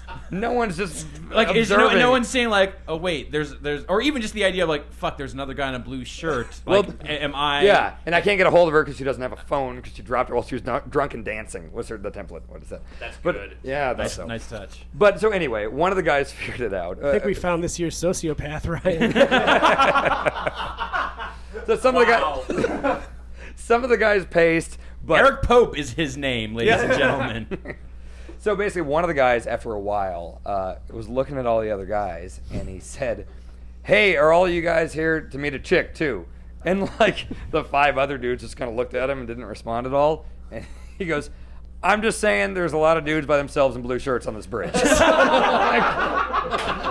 And there were a few responses. A couple of them laughed and they got their joke and everything. One dude like just sprinted off the bridge, like not like into the river, not into the river. It was like, oh no, left. entrapment, Yeah, you. yeah.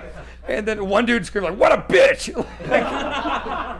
And I went home and I checked the OkCupid messages, and some of the guys were still like, "That was a good prank. That was really good, Heather." So like, when are we getting our first real date? It's like, really, dude? Like, you were clearly pranked.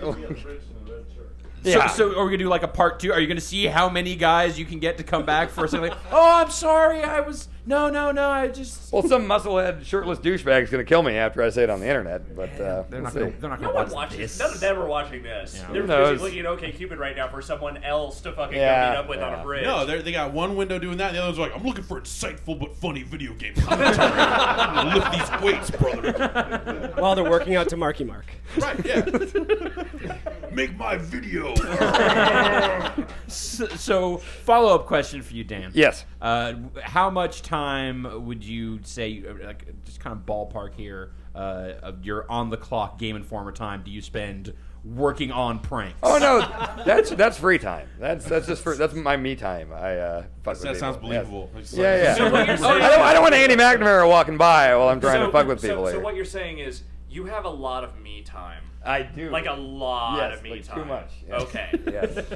And that's what I choose to do with Copious it. amounts. All right. Yes. Well, Dan Reichert, thanks for coming in, spending some time on the couch. You can go now. That was all I wanted was the one anecdote. No, I want to talk to one of our special guests here tonight, Genova Chen, creator of Journey.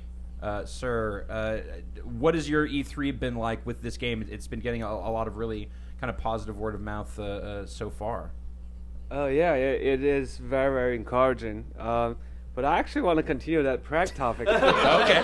Yeah. Fair enough. Let's Bring start it back. there, and then we'll come back to Journey. Yeah, we can come back. Would you have like prank aspirations? Would I you was like a to... victim of a prank. Oh really? Yes. Would you Are you weren't comfortable wearing a blue, discussing Wait, this? you're wearing a blue shirt right now. Well, you can say that's a brute, but I think it's very inspiring. But you know, it's not a Inspiring? good story for me. But I was on this dating site, which is similar to OkCupid, and I get to know a girl. Well, she's like way older than me. Actually, she's probably over 35 or something. And so we met, you know, and you know, not attractive at all, right?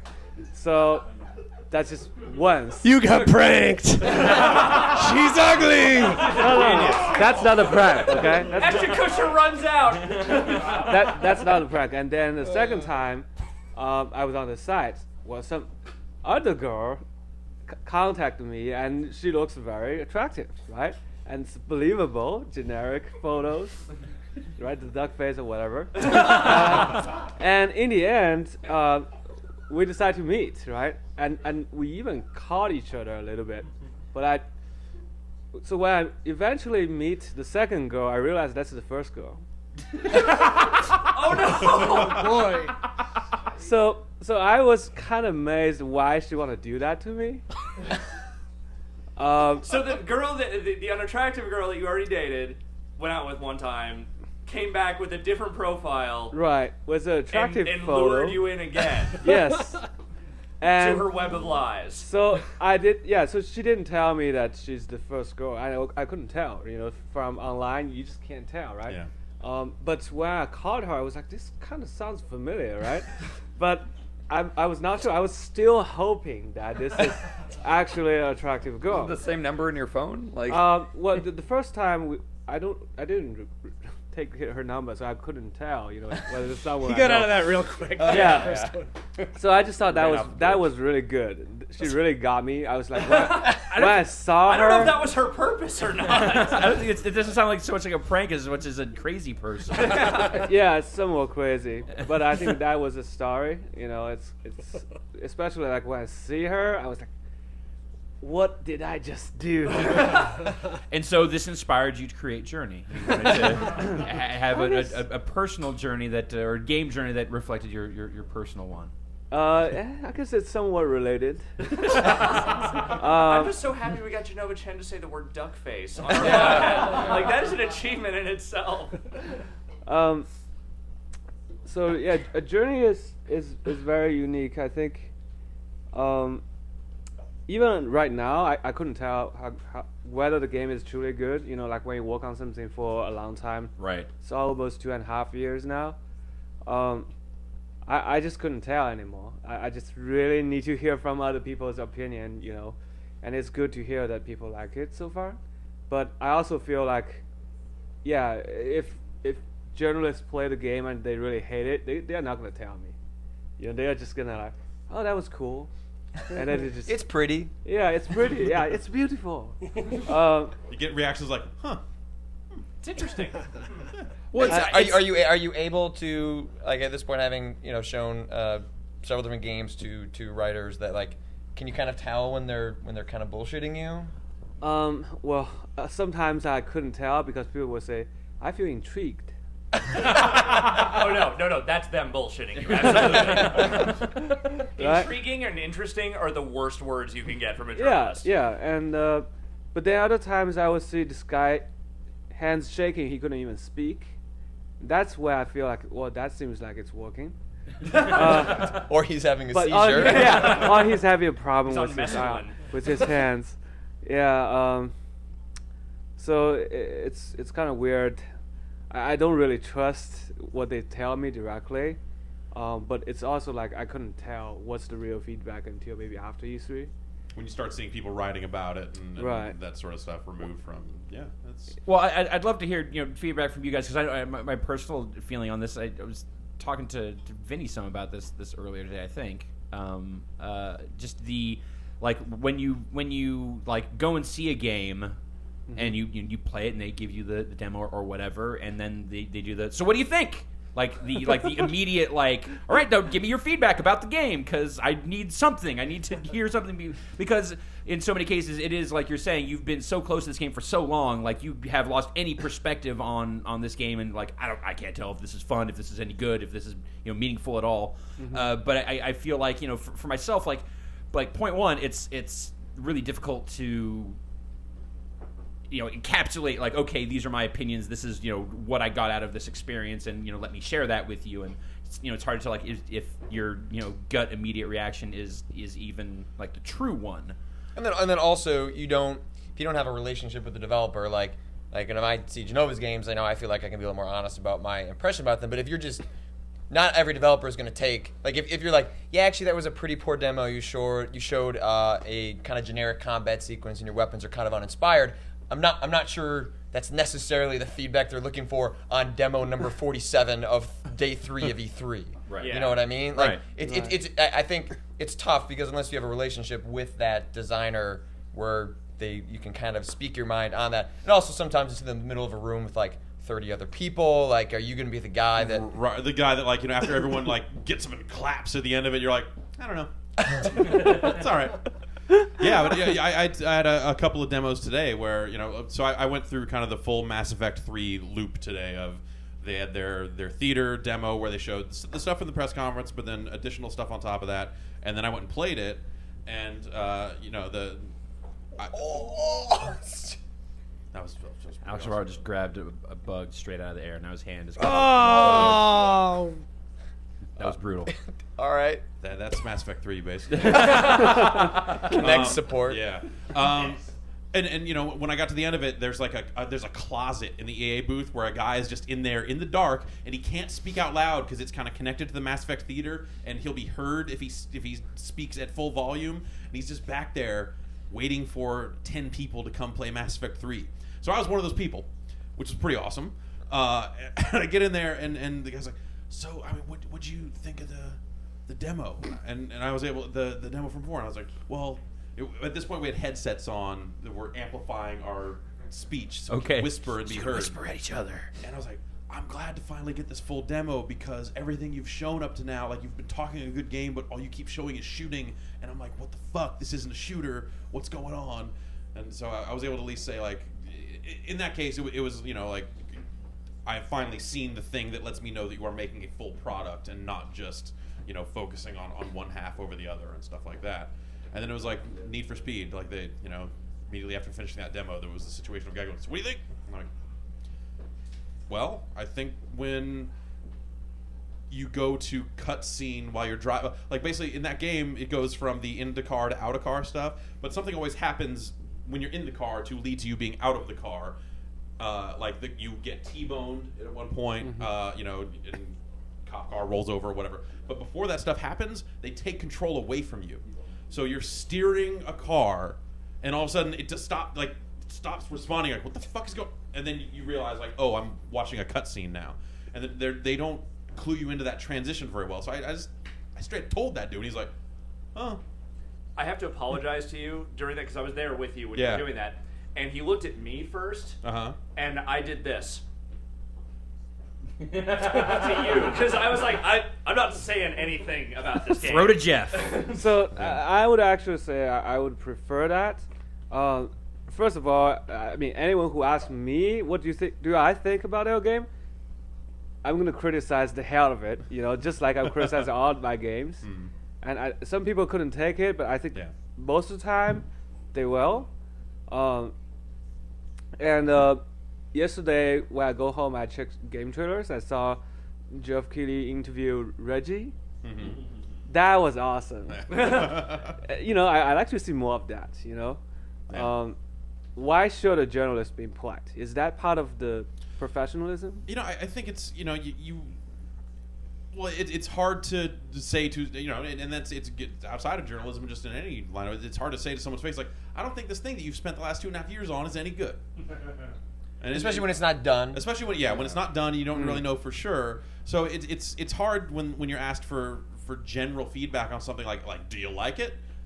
And after you've played it for like 4 minutes or something like that, most of the time I don't know yet. I think it works better. Like I know when I played Journey a couple weeks ago, when we were talking about how they're kind of still working out how the camera mechanic is going to work. You know, right now. The version I had played, it was you tilt the camera using the 6-axis stuff, and you're used to doing that in games of his. You know, it's used in Flower, and it makes a lot of sense. Right. But when your first instinct is to use the right analog stick. Now, to give general feedback after just having finished his demo, that's difficult because I'm still processing what I'm going to do. But ask specifically, well, what did you think about the camera controls? I was able to come up with much more articulate description of what how that worked. I think it's that general like. What do you think of the game? But if they were to ask, like, so what do you think of our, in Need for Speed, like, getting out of the car sequences? Like, you might have a better opportunity to actually validly critique that. But at the same time, it could be really hard, I would think, for a developer to ask for specific feedback about certain systems, because in some cases they're probably worried that calling attention to that is just going to get them dinged in write-ups after the fact. Oh, by the way, the developer admitted it's kind of crappy. I went and saw a game today with someone who is.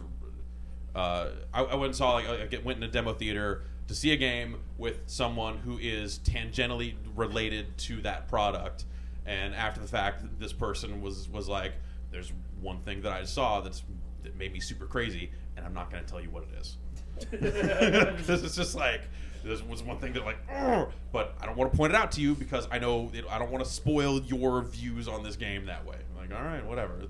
So I imagine that the fear of opening up that door and kind of creating this ongoing thing of like, oh well, you know, the camera controls horrible, you know, like you don't want every write-up to say that, I'd imagine either. I think for my case it was a little bit special because you know Patrick was here playing the game in an isolated room, almost the same as a playtest, and we gather playtest feedback, you know, just like that. Right. It's also different because, you know, for instance, you know, you're the creative head, you know, of that game. Like, he can tell you something, and you can actually affect that change to the game if you want to. Most of the people who are running demos at E3 are like, you know, random artists and programmers and producers that are just sort of like, you know, thrown into the mix.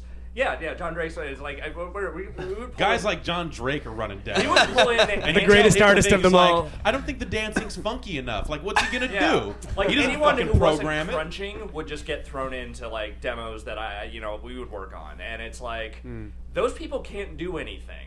So like when they're asking, you know, for like, you know, what do you think of the game?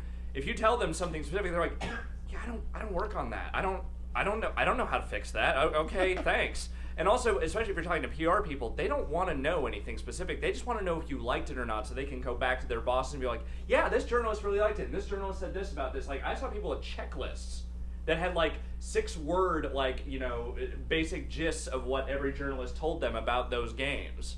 Some companies take that to extremes, like, you know, as you're... They're asking you to fill out cards. And yeah, like we really? Yeah, Patrick. Well, yeah. There's definitely been that, but I mean, like even like Patrick and I were at a meeting not too long ago where every time we asked a question or said anything, like someone was furiously taking notes about what we were asking, like a stenographer what we were asking. I was in an interview today where I sat down and there was a recorder there. And I was like, oh, you know, the last person must have forgotten this. Or like, oh, no, that's ours. I was like, all right. Wow. I was like, I guess I'll just set mine here next to it. Can you just send me a copy? That'd be yeah, I was like, can you just email me the MP3? Like, transcribe it later? Yeah, so there are a lot of different ways that developers collect feedback from us when we're doing this stuff. And, you know, and in our prior job, we kind of had a blanket policy of no feedback. You know, with the thought being like, we don't make games, we don't know how to make games, so why should we tell you how to make them? That's kind of not our job, and we don't want to open the door to. We don't want to become playtesters. Well, like, no, that's not, there's that, but you run into the situation where, and I've worked with someone that did this very blatantly, and it was disgusting, where you make a bunch of suggestions to a developer, they don't take them, and then you get on a rampage saying that game's bullshit because they didn't take my advice. Like, I don't ever want to be in like, I don't know how to make games, and I don't ever want to be in that position. Or the flip side of, like, they take your suggestions and they're horrible, and you're like, oh, the game comes out and you're like, yeah, I don't like this game. They're like, but we did the thing that you said that you wanted in the game. You know, yeah, it's. But yeah, I think it's less for me it's less the playtest thing, but it's more the like I've never gone through the game development process, so I don't know like if the feedback that I'm going to give you is going to be meaningful at all. Like if it's going to have a net positive effect here. So, you know, it's right. You know, every feedback counts. Yeah. But sometimes you might become the part of the minority. Sure. The vocal minority. Yeah. Yeah. Yes. I mean, I don't know. So you want, your general preference is you want developers to just come up, or journalists to come up to you and say, like, you know, this is seriously what I think about your game. Like, this is how I feel. So actually today, there are journalists who see the game. There's also other developers in the Sony booth come to play the game, and the developers will tell me, oh, this thing, this part, this texture is missing. Yeah. And that's not really what you're. Well, that's still very useful to hear. Yeah, that's free know? QA, man. You know, and there will be people saying, you know, I wish this waterfall has a little bit more shadow on it. Mm-hmm. And actually, I care about those things because I have to fix them. So I like those things. I mean, do you find that you get different? I mean, that those are some pretty, you know, like specific things like, you know, textures or waterfalling different. The articulations you get from developers, how much does that differ from what you get when sort of writers see the game and talk to you about it? Writers almost never comment on those little flaws, and I think writers mostly have questions. Yeah. You know, how is this gonna be? Yeah, really. So like I actually had to ask you the question to collect feedback because, in the end, it is something I am not quite sure about. And I've collected a lot of normal testers' feedback. I want to hear more, literate gamers' opinions. So I think you guys are perfect person to ask for. I'm trying to collect a sample because internally we are debating a lot because certain people think no, we have to do it this way. Other people think the other way, and this is the first time where I feel like my gut's reaction is not necessarily the most right one. So I want to hear more opinions. Well, I know for myself, whenever I see like the minor imperfections, or it's like frame rate's bad, texture popping, camera controls aren't very good. You're seeing these games in this incomplete state, and you always hear that this process, all the parts don't really come together until kind of like the very last moment. It's kind of like okay, the idea is there, and yeah, you get the gist of it, but all of those little kind of QA bugs, basically, just like you have to take some sort of when you're seeing it, you have to take that leap of faith. You have to assume if I saw that the person who's running this demo definitely fucking saw it because they have run this demo 100 times over the past 3 days. So. It doesn't seem fair to like come and say like the texture is not there. What's going on with that? And to that point too, I think the play for a lot of games, the play testing process hasn't even begun yet at E3. So for the developers who are staffing these booths, a lot of the time they are actually pretty invested in seeing. This is actually maybe their first time seeing people that aren't QA playing the game out in the wild. So I think a lot of times if like. The John Drakes of the world don't want to hear about it, but if it's the devs staffing, John Drake, you need more Kanye West. You don't give a shit about your games. Why is there no Kanye West in Dance Central 2? What the fuck? We turned him to drinking. More Diet Cokes. As someone who makes arguably fairly non-standard games, games that are can sometimes be a little bit perplexing, maybe to someone who just plays a lot of first-person shooters or something. Mm-hmm. I'm honestly curious, and maybe this isn't something you have stored in memory banks, but what's the weirdest question you've ever gotten from someone about one of your games? I got someone stalking me, not stalking, but stalking me on the internet, telling me how Flow is, I think it was ethically unsound. Ethically unsound? Ethically unsound. Yeah, because I did not follow the true evolution, something about that. And you did not follow the true path of evolution? Yeah, something like that. And he was saying this is wrong message to spread. And I tried to argue with him, at least over 20 emails, and it gets pretty intense. And, was it a religious thing? I don't know. I mean, it's just I care about my games, and so if he really don't like it, I need to defend for it a little bit. But then it actually just fueled the fire, and eventually people have to tell me this guy's crazy. You have to stop this. Let's go. Yeah. At the point that you're at email 20, maybe I should I gotta right. By the way, that person was Dan Reichert. Just so you know. He told me he works at the LAX. Oh. All right. So you fly into Pasadena then? John Wayne from here on out. But then, from journalists and writers, no. I mean, it was. I feel pretty, I guess, honored just the fact that everybody seems to be all very polite and smart. Y'all get it. What we're trying to do here. The most pissed off questions I have is. While demoing Journey, and they will say, so how long the game is going to be? How many times can you replay this game? How many trophies do you have? And that's when I start losing my... I'll tell you, Genova, just a little inside here. That means that they have run out of questions to ask you, but still feel like, oh shit, I still have to come up with something. I said, what's your price point? When are you coming out? Yeah, price point. How are the competitive multiplayer modes? Yeah. It's that's when you've reached that point, you're. How do I shoot? You're panicking. You're like,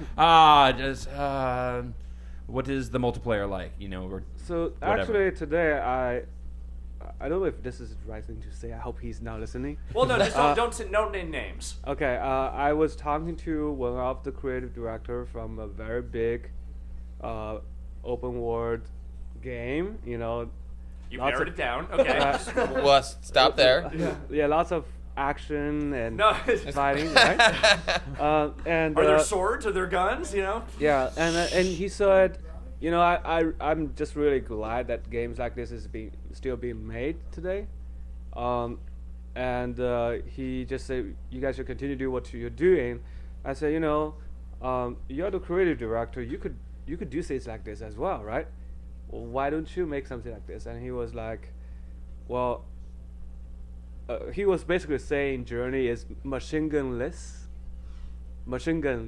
right? Yeah. And he's like, machine gunless. But I couldn't make a game without machine gunning it because the higher up decide it has to be there.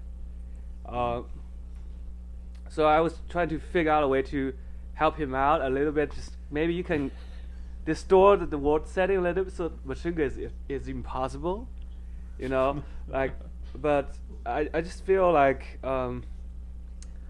why can't you make Blockbuster without machine gun? I was like, well, you can use swords, but yeah, swords is the same as machine gun, right? But I mean, there was definitely like I think whoa, cell phone.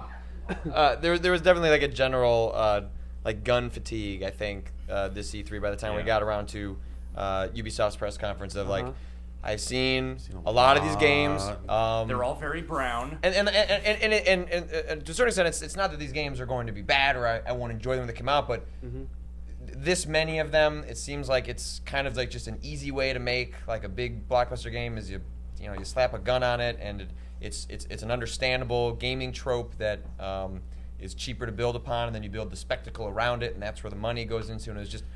Isn't there like another way? Like there's got like. Well, I think the depressing part about that is that all these guys working on these games think they have a shot.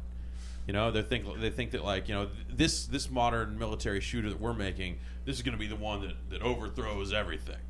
You know, and it's like World of Warcraft. It's like you just keep throwing something different, and it'll topple the king. When that's not the way that even Modern Warfare became the king. Like there were probably some people at some point somewhere along the development of Homefront that thought, we're doing it, guys. We have it. We got it in the bag. Call of Duty's dead. Actually, I was just talking to Patrick. I was like, what's up with all the invasion towards New York this year? There is a lot of that. Yeah. I think that people... it's all directly in response to Modern Warfare 2, where it's like they got this huge response from people with like, all right, we're gonna take the action to U.S. soil, and it's gonna be this the White House, and you're gonna see these places that but it's gonna be this chaotic sort of setting, this crazy thing that's happening there, and everyone's like, yeah, we can do that too. I don't want to be the one to say it. I'll say it anyway. The South Park thing was right. We're now 10 years removed from 9/11, so it's okay to blow up New York again. Yeah, right. Like that's actually okay now because we're now that 10-year mark past it. So it's like, okay, no, it's no longer a sensitive issue. It's just fine. Yeah, so everyone do it. So it's like everyone blow up New York like now. everyone all at once, apparently. Wait, no. Yeah. One thing you guys were talking about gun fatigue. I also have D&D fatigue. I also have physics gameplay fatigue. I just recently realized that like 99% of the game today, whether it's a platformer or a shooter or a puzzle game, they are all physics gameplay. And I was thinking, man, the early games like chess and all these other things, they're not really about physics, but today, all the major games are about physics. But what if you could add physics to chess? Yeah, I mean, they did that, right? Finally kicked that up a notch. I have actually. Yeah, I just in general I have a little bit physics fatigue. So you want to stop physics? Well, we're gonna build it. We're gonna go back in time and stop Half-Life 2 from being released. Just fix this. It was those crates puzzles and Half-Life 2 exactly. that started a lot of that put this stuff. crates on this end of this seesaw. Like, and they're really hard to get there because this is a physics engine, and they don't just snap to the spot where they're supposed to be. Well, so for instance, like, what's something? Is there anything at E3 that you've seen so far this year that like actually felt like it was something that you were excited about? I think at GDC on the Indie Game Festival, there's a game called Maquette. Mm-hmm. It's very similar to Portal. It lets you to see the world in a different perspective. This is the 4D game? No, it's like you're in this tiny little room. There's a miniature stuff where you can kind of move around. Oh, right. And the entire world is changing, and that really makes me to look at the world differently. And I thought that was intellectually stimulating for me. You know, like I really want to try it out. This E3, let's see. This E3, surprisingly, I'm actually quite excited for the Tomb Raider. Really? Because when I play games, my most impressive game is always the very first in its genre. That's done very well. Like right now, if I'm thinking about horror game, I'm thinking about the first Resident Evil, when the dog jumps out. Yeah. My heart beat so fast. I cleared the entire clip and I didn't get the dog, and he killed me. No one kills that damn dog. Right. No one. And just run to the other room like, go back. That's what I remember. What I noticed is that the first time I had a very strong emotional response from a game, that game stays with me with my entire life. You know, if I try to remember what was the game, I remember Command & Conquer. That's the first real time stretch with all the FMV. Right. And that really makes me feel like I'm there. So when I saw Lara Croft, and this is very different. You know, she's not that expert, whatever, beast killer or whatever, but now she's a survivor, and the sense of survival is there, at least in the pre-rendered promotion videos, and in the gameplay video it looks also pretty good. So I feel like I have never played a game where I'm really struggling trying to survive. I don't remember, and I think if this game can pull it off, and so far it looks good, I think it will be a memorable experience. I actually got to play that opening sequence that they were showing today. The opening sequence that they showed at the Microsoft press conference. I got to play that today, and it's. I mean, it is that it's a lot of quick time events. That you're kind of moving forward through it. It's not necessarily highly interactive. There's like the one puzzle where there's the thing you have to lift up and set the things on fire and kind of clear the path. And it's all just about like you're trying to escape from this place.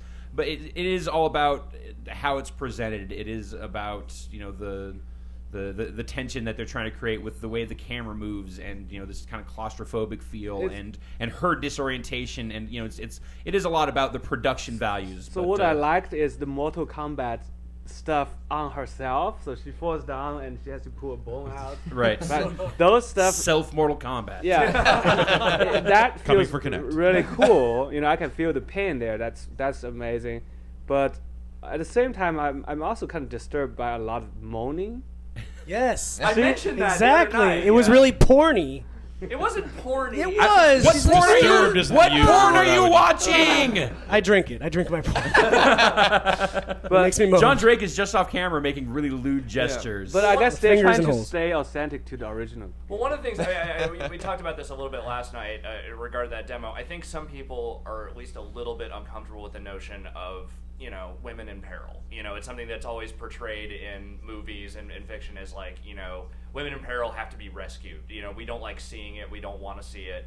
So when you have someone like Lara Croft, who has previously been kind of a preternatural badass, like writhing on the ground, like pulling out her rib and like just like screaming in pain, you're just like, this is really uncomfortable.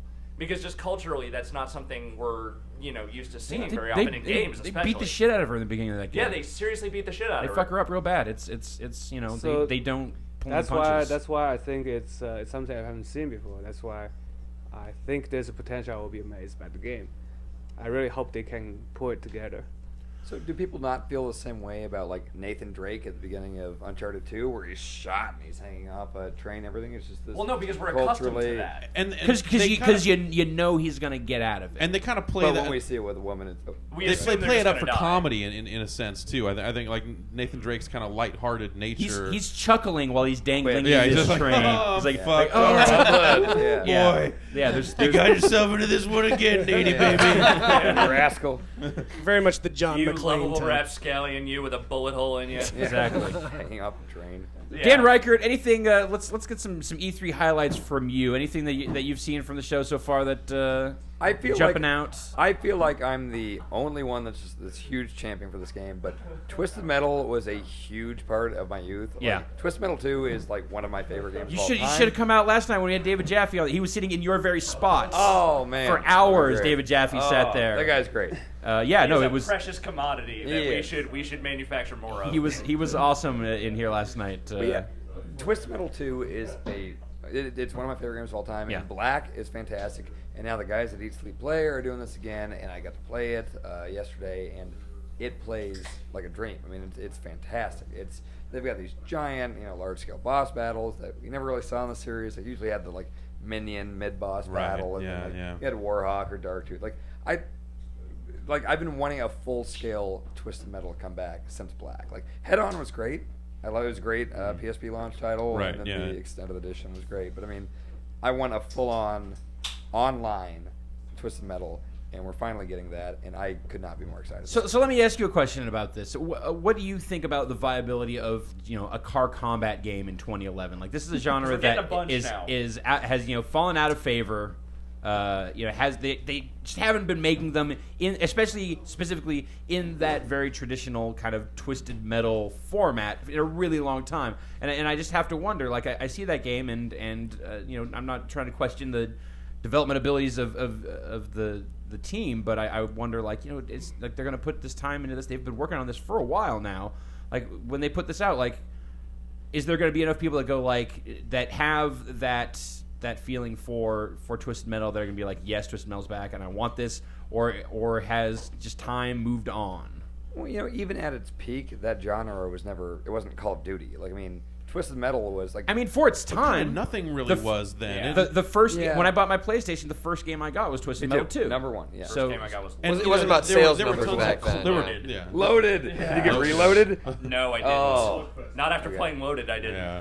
But there were knockoffs of Twisted Metal. You had your Vigilante 8s and that sort of stuff of the world. And Well, the Wasn't there Carmageddon a thing Star in full Wars swing one? around But that time? it was never... that's a little different. It was never Which flooded, one? though. Like, I mean, you had Twisted Metal, you had Vigilante 8. I mean, how many others? Like, WWE like, Crush Hour? Oh, Yeah. my God. I made that joke. There was what was Star- there was one where you were underwater in subs. Critical Depth. Critical Depth, yeah, it was single track. there was the Star Wars one. Oh my god. I don't remember. Yeah, there was a Star Wars There one. was I a can't Star remember Wars the name one. of it. Jurassic though. So I'm Park gonna too? push back here, Dan. Warpath. Yes, All the right. market was flooded with Jurassic car Park. combat games. So, Dino but, car battle. How many people bought Rogue Trip? How many people bought Homefront? I mean, just because, Yeah. Sick burn. Yeah. Sick burn. Yeah, guy from THQ. Fuck you. Dang it. You By caught the me. way, I have some people from Chaos coming in tomorrow, so Okay, sorry great. about that. So actually, because it's a David Jaffe game, I have not played Twisted Metal, unfortunately, and I overheard someone mention when David Jaffe was directing the first of God of War, it was related to his life at that time. So there's a lot of rage and anger in the game, and I'm He's an angry man.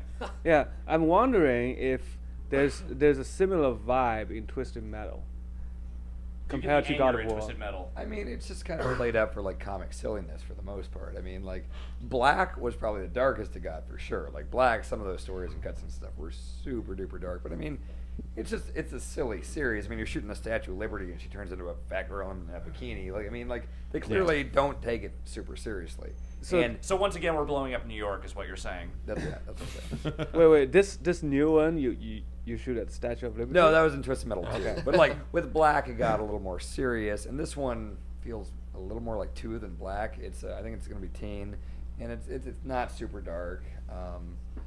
It feels like 2, very silly arcade like mayhem. It's kind of like what they did with Warhawk. It's pickup based arcade gameplay. Everyone starts on the same level. You pick up weapons. Can you still tap out like button combos to shoot freeze and They, stuff like that? instead of doing Oh like, my god, I totally forgot about yeah, those. left, right, up for freeze. Yeah, I remember all those. But now it's all one tap. So instead of doing right, left, down to shoot your fire missile behind you, it's down. Okay. Which I don't know why they just didn't do that in the first place. Yeah, But well- They should just give you the option to still do the really painful way to do it. Because you didn't have an analog stick on some of that stuff, and you were using this thing you steered with to do it. Exactly. Yeah. Yeah. And so now it's like if you want to lay a mine, you hit left. If you want to do the freeze thing, which is now an EMP, you hit up. So is that literally the only game you like from E3 so No. far? Everything looks great. Like Uncharted, I'm super thrilled about. Yeah, I saw that today as well. No, I actually played Skyward Sword for a while, and What'd you think? Some of that Motion Plus stuff is pretty good. Huh. Like every enemy encounter is kind of like a miniature puzzle. Like there's these Skulltulas that hang from the ceiling, and you got to cut them down. But then like they've got this shelled back, and you have to like use the Motion Plus to basically put your controller down and like flip them up over, and then you got to stab them. Like every enemy kind of has that motion control stuff that actually works though. It doesn't seem super gimmicky, but otherwise it's still you're finding keys and fighting bosses. And Do you think that's differentiating stuff enough from Is it still a damn Zelda game? it's a damn Zelda game. Do you get a boomerang? I have not seen the boomerang yet. Were you in a water? I had stars bombs and can a you bow and collect? arrow. Okay, all Yeah. right. Do you get a super boomerang? I have not seen it. Is there a hook shot? A tornado boomerang. Yeah. What? They have that in Twilight Princess. Yeah, probably. Yeah. I Okay. don't No, it was good, and like I'm a huge Zelda fan, and it did enough different to get me excited about it. Like, Cool. Twilight Princess, like the wolf thing, didn't really do it Yeah. for me. Yeah. And the implementation of the Wii stuff was pretty. Yeah, base that at game point. felt like it was for me. That game felt like they had reached like very close to the end of the number of times they could just remake that exact blueprint with I don't know, now you're wolf and yeah. There'll be like 9 dungeons.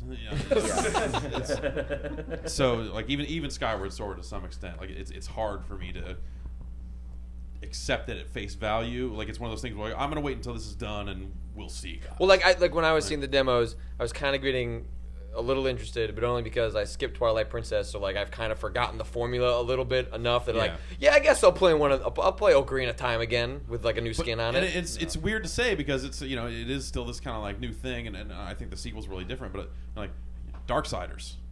Yeah. Like out Zelda for me in a lot of ways. And like it's like seeing the stuff that you guys have been doing about Darksiders 2. It's just like yeah. Like, But I also super like wanna even play that. with Wind Waker, like gamers at least at first like completely rejected that game. Well, the last assholes. Like, the Wind last Waker the last was time awesome. Waker's great. I love every time Wind Nintendo Waker. tried to be progressive like about it, like Luigi's Mansion, like people immediately go, no. I know Luigi's Mansion 2 is great. Let me finish my Give point. Mario a No, jetpack. I'm being silent. But I that I think like Reggie actually made a point about that like in the press conference. Like we try to do something different. You ding us for doing something different because you wanted the same. Then we do the same and you ding us for doing something different. How are we supposed to win this I think battle? he just should have come up and said, "We discovered that you guys are real assholes." Grass is always greener on the other side. It is. Yeah. I can't blame you for getting into the kind of nostalgia thing this year because I honestly like one of my favorite games of the show is Luigi's Mansion 2. I really was. So seriously, that game is so much better than it has any right to be. I mean, it's. I'm sorry. It's the fuck. Jesus Christ! Someone Adam. disagrees with me apparently. It was a ghost. Stop, Adam. Just stop. You're not turning the gas back Quit on over there. grab-assing over there, would you? Grab-ass. Too much grab-ass. I played a bunch of 3DS games today, and most of them are 3DS games. Yeah, Hey, check yeah. it out. It's Mario Kart, but it's on a 3DS. Yep. But that was the one game I actually played where it was like the 3D actually did something for me. Because it's all on kind of a fixed camera perspective. Right. And the way they have the depth with, the way with Luigi running around, like catching ghosts and stuff, it actually looks really, really fucking good. Excellent. And it's fun. I mean, it's like, hey, did you like Luigi's Mansion at all? Yeah. Well, I mean, it's that's Was that like a crowd like yeah? That's me going yay. So that's a real like Luigi's Mansion. You The turn into original Gabby Luigi's J Mansion over there? is a weird game to me because I remember that's a GameCube launch game. I remember getting it with my GameCube, playing it, enjoying it well enough. Yeah. But it was a fairly simple game. It was. And one that at the time a lot of people were kind of like this is okay. Like there was a lot of like. Yeah, but it was more because they were pissed because there wasn't a Mario game. I wanted a Mario game. Smash Brothers but that- a few months but that's- away. like every time Nintendo tries to say, "Hey, let's do something different," like unless they shove it down your throat, But their legacy bites them in the ass. So I found it really weird that when they said, and we're doing Luigi's Mansion 2, and everyone was like, fuck yeah, Luigi's Mansion 2, I loved Luigi. I'm like, that's really not the response I remember hearing when that game came out. Like, I enjoyed it well enough. It wasn't one of more my like AT&T. all-time, not one of my all-time favorites, but, kind of something unique. And it had a great art style, you know, and it had a unique thing to it. But Well, and also Luigi in that game was adorable. Like, he was just, like, so freaked out the whole damn game, and it was awesome. I love that. And that's why I actually like Luigi in general. Is there a Mario button in Luigi's Mansion 2? Not in the demo I saw. I don't know. But, We're like, taking a break. I'm not going to sell the game as more than it is. It's like Luigi's Mansion. It's Sure. a fairly simple game. You were running around, you were catching ghosts, you were collecting coins, they're finding keys and stuff. It's a damn mansion and there are ghosts. Yeah. But it is fun. there's like 8 mansions this time. Yeah, and it's fun. It's So why not super call it fun. Luigi's Mansions? Well, was that the first game that really gave Luigi a personality? Because he was just No. a palette swap for it. Well, but I mean, He had a voice in other games. well, then like the Mario and Luigi, like the DS RPGs or the Game Boy Advance ones, he's Yeah. hilarious because everyone's just shitting on him the whole time. Right. But like, He's when the did that ineffectual start? brother. The Japanese version of Super Mario Brothers 2. He could jump higher. Done. All the personality you need. There you go. That's where it all started. Yeah. Mario is missing. That was it. Oh. That's where it began. No, I think that's a valid point. So I have a question. When's the last time Nintendo started a new IP with a new character? Oh wow. Pikmin? Oh. Oh, Miyamoto does claim that the Wii Fit balance board is a new character, and that what's the island in Wii Sports Resort? Woohoo Island. He claims that's a character too. Oh, also, You're Me. No, Money is the new character Yeah. for Nintendo. But Pikmin is probably the last Only if new they go IP. and make a follow-up to... If they like go with Sega and make another Fighters Mega Mix, and then you play as the balance board in a fighting game, then they can call it a character. If an island is on one side of that fight, it's like, here's this girl from Fighting Vipers and an island. Go! Then they can call Woohoo Island a character. But Jeff, Island versus the balance board. Who wins in a fight alive? Yeah. Oh, you can stand on both of them. I don't know. Ryan, I've got one for you. And Okay. It's the way we started talking on Twitter. Yeah. Waluigi.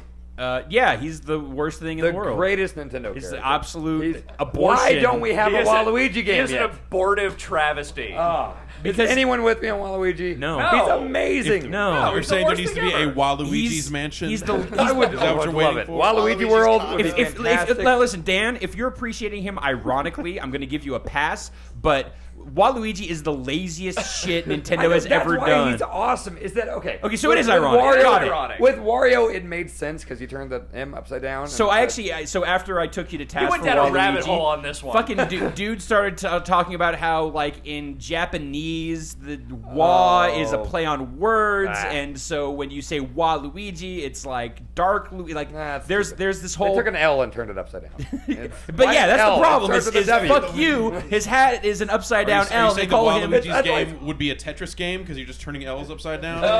Is it? If you're turning L upside down, call him Raw Luigi, just, No. or whatever. What I'm saying is that Waluigi's game would be fucking suicide fuel because no one would play that. It's the worst thing ever. I would be first in line at the midnight launch. And you would be the first person hanging yourself an hour later. Well, finished Waluigi's game. Guess there's nothing left. Been waiting for this since Mario Tennis. The first time I played Mario Tennis on 64, Yeah. I seriously went through the character select screen. They're like, "Who's this purple guy over here?" And I went over and I saw his name was Waluigi, and I was like, "What? What's the Really? first Like game I've he loved appeared him in? since Mario Tennis 64." Was that it? That was Yeah, the first that one? was the first one. And have you seen the intro for Mario Power Tennis on GameCube? Yeah. It's amazing. It's like 25 minutes long. It goes on And for a it's while. Yeah. It's ridiculous. And it's Wario and Waluigi. And it's the best. He Are they- needs a game. He needs a Are game. they, so here's my question: like, are they brothers? Like, tell me more about Waluigi. Like, is there any sort of backstory Have you here? written any Waluigi fan fiction? Slash fiction? It's under his hood. Yeah, but it's Mario Waluigi. it's slash Waluigi fiction. That's slash the weird Birdo. part. Ugh. Yeah, it's under Dan Wycart. Well, I don't know. It's Mario. We've never heard that it's Wario. Like Mario is Mario's. I'm just, I just want to know, like, the movie's not canon. I just, I think. Yeah, is that yeah, the yeah. official To explanation? Miyamoto. So actually today I had a talk with Ariel. She's a producer from Q Games. She was demonstrating Side Scroller next to us.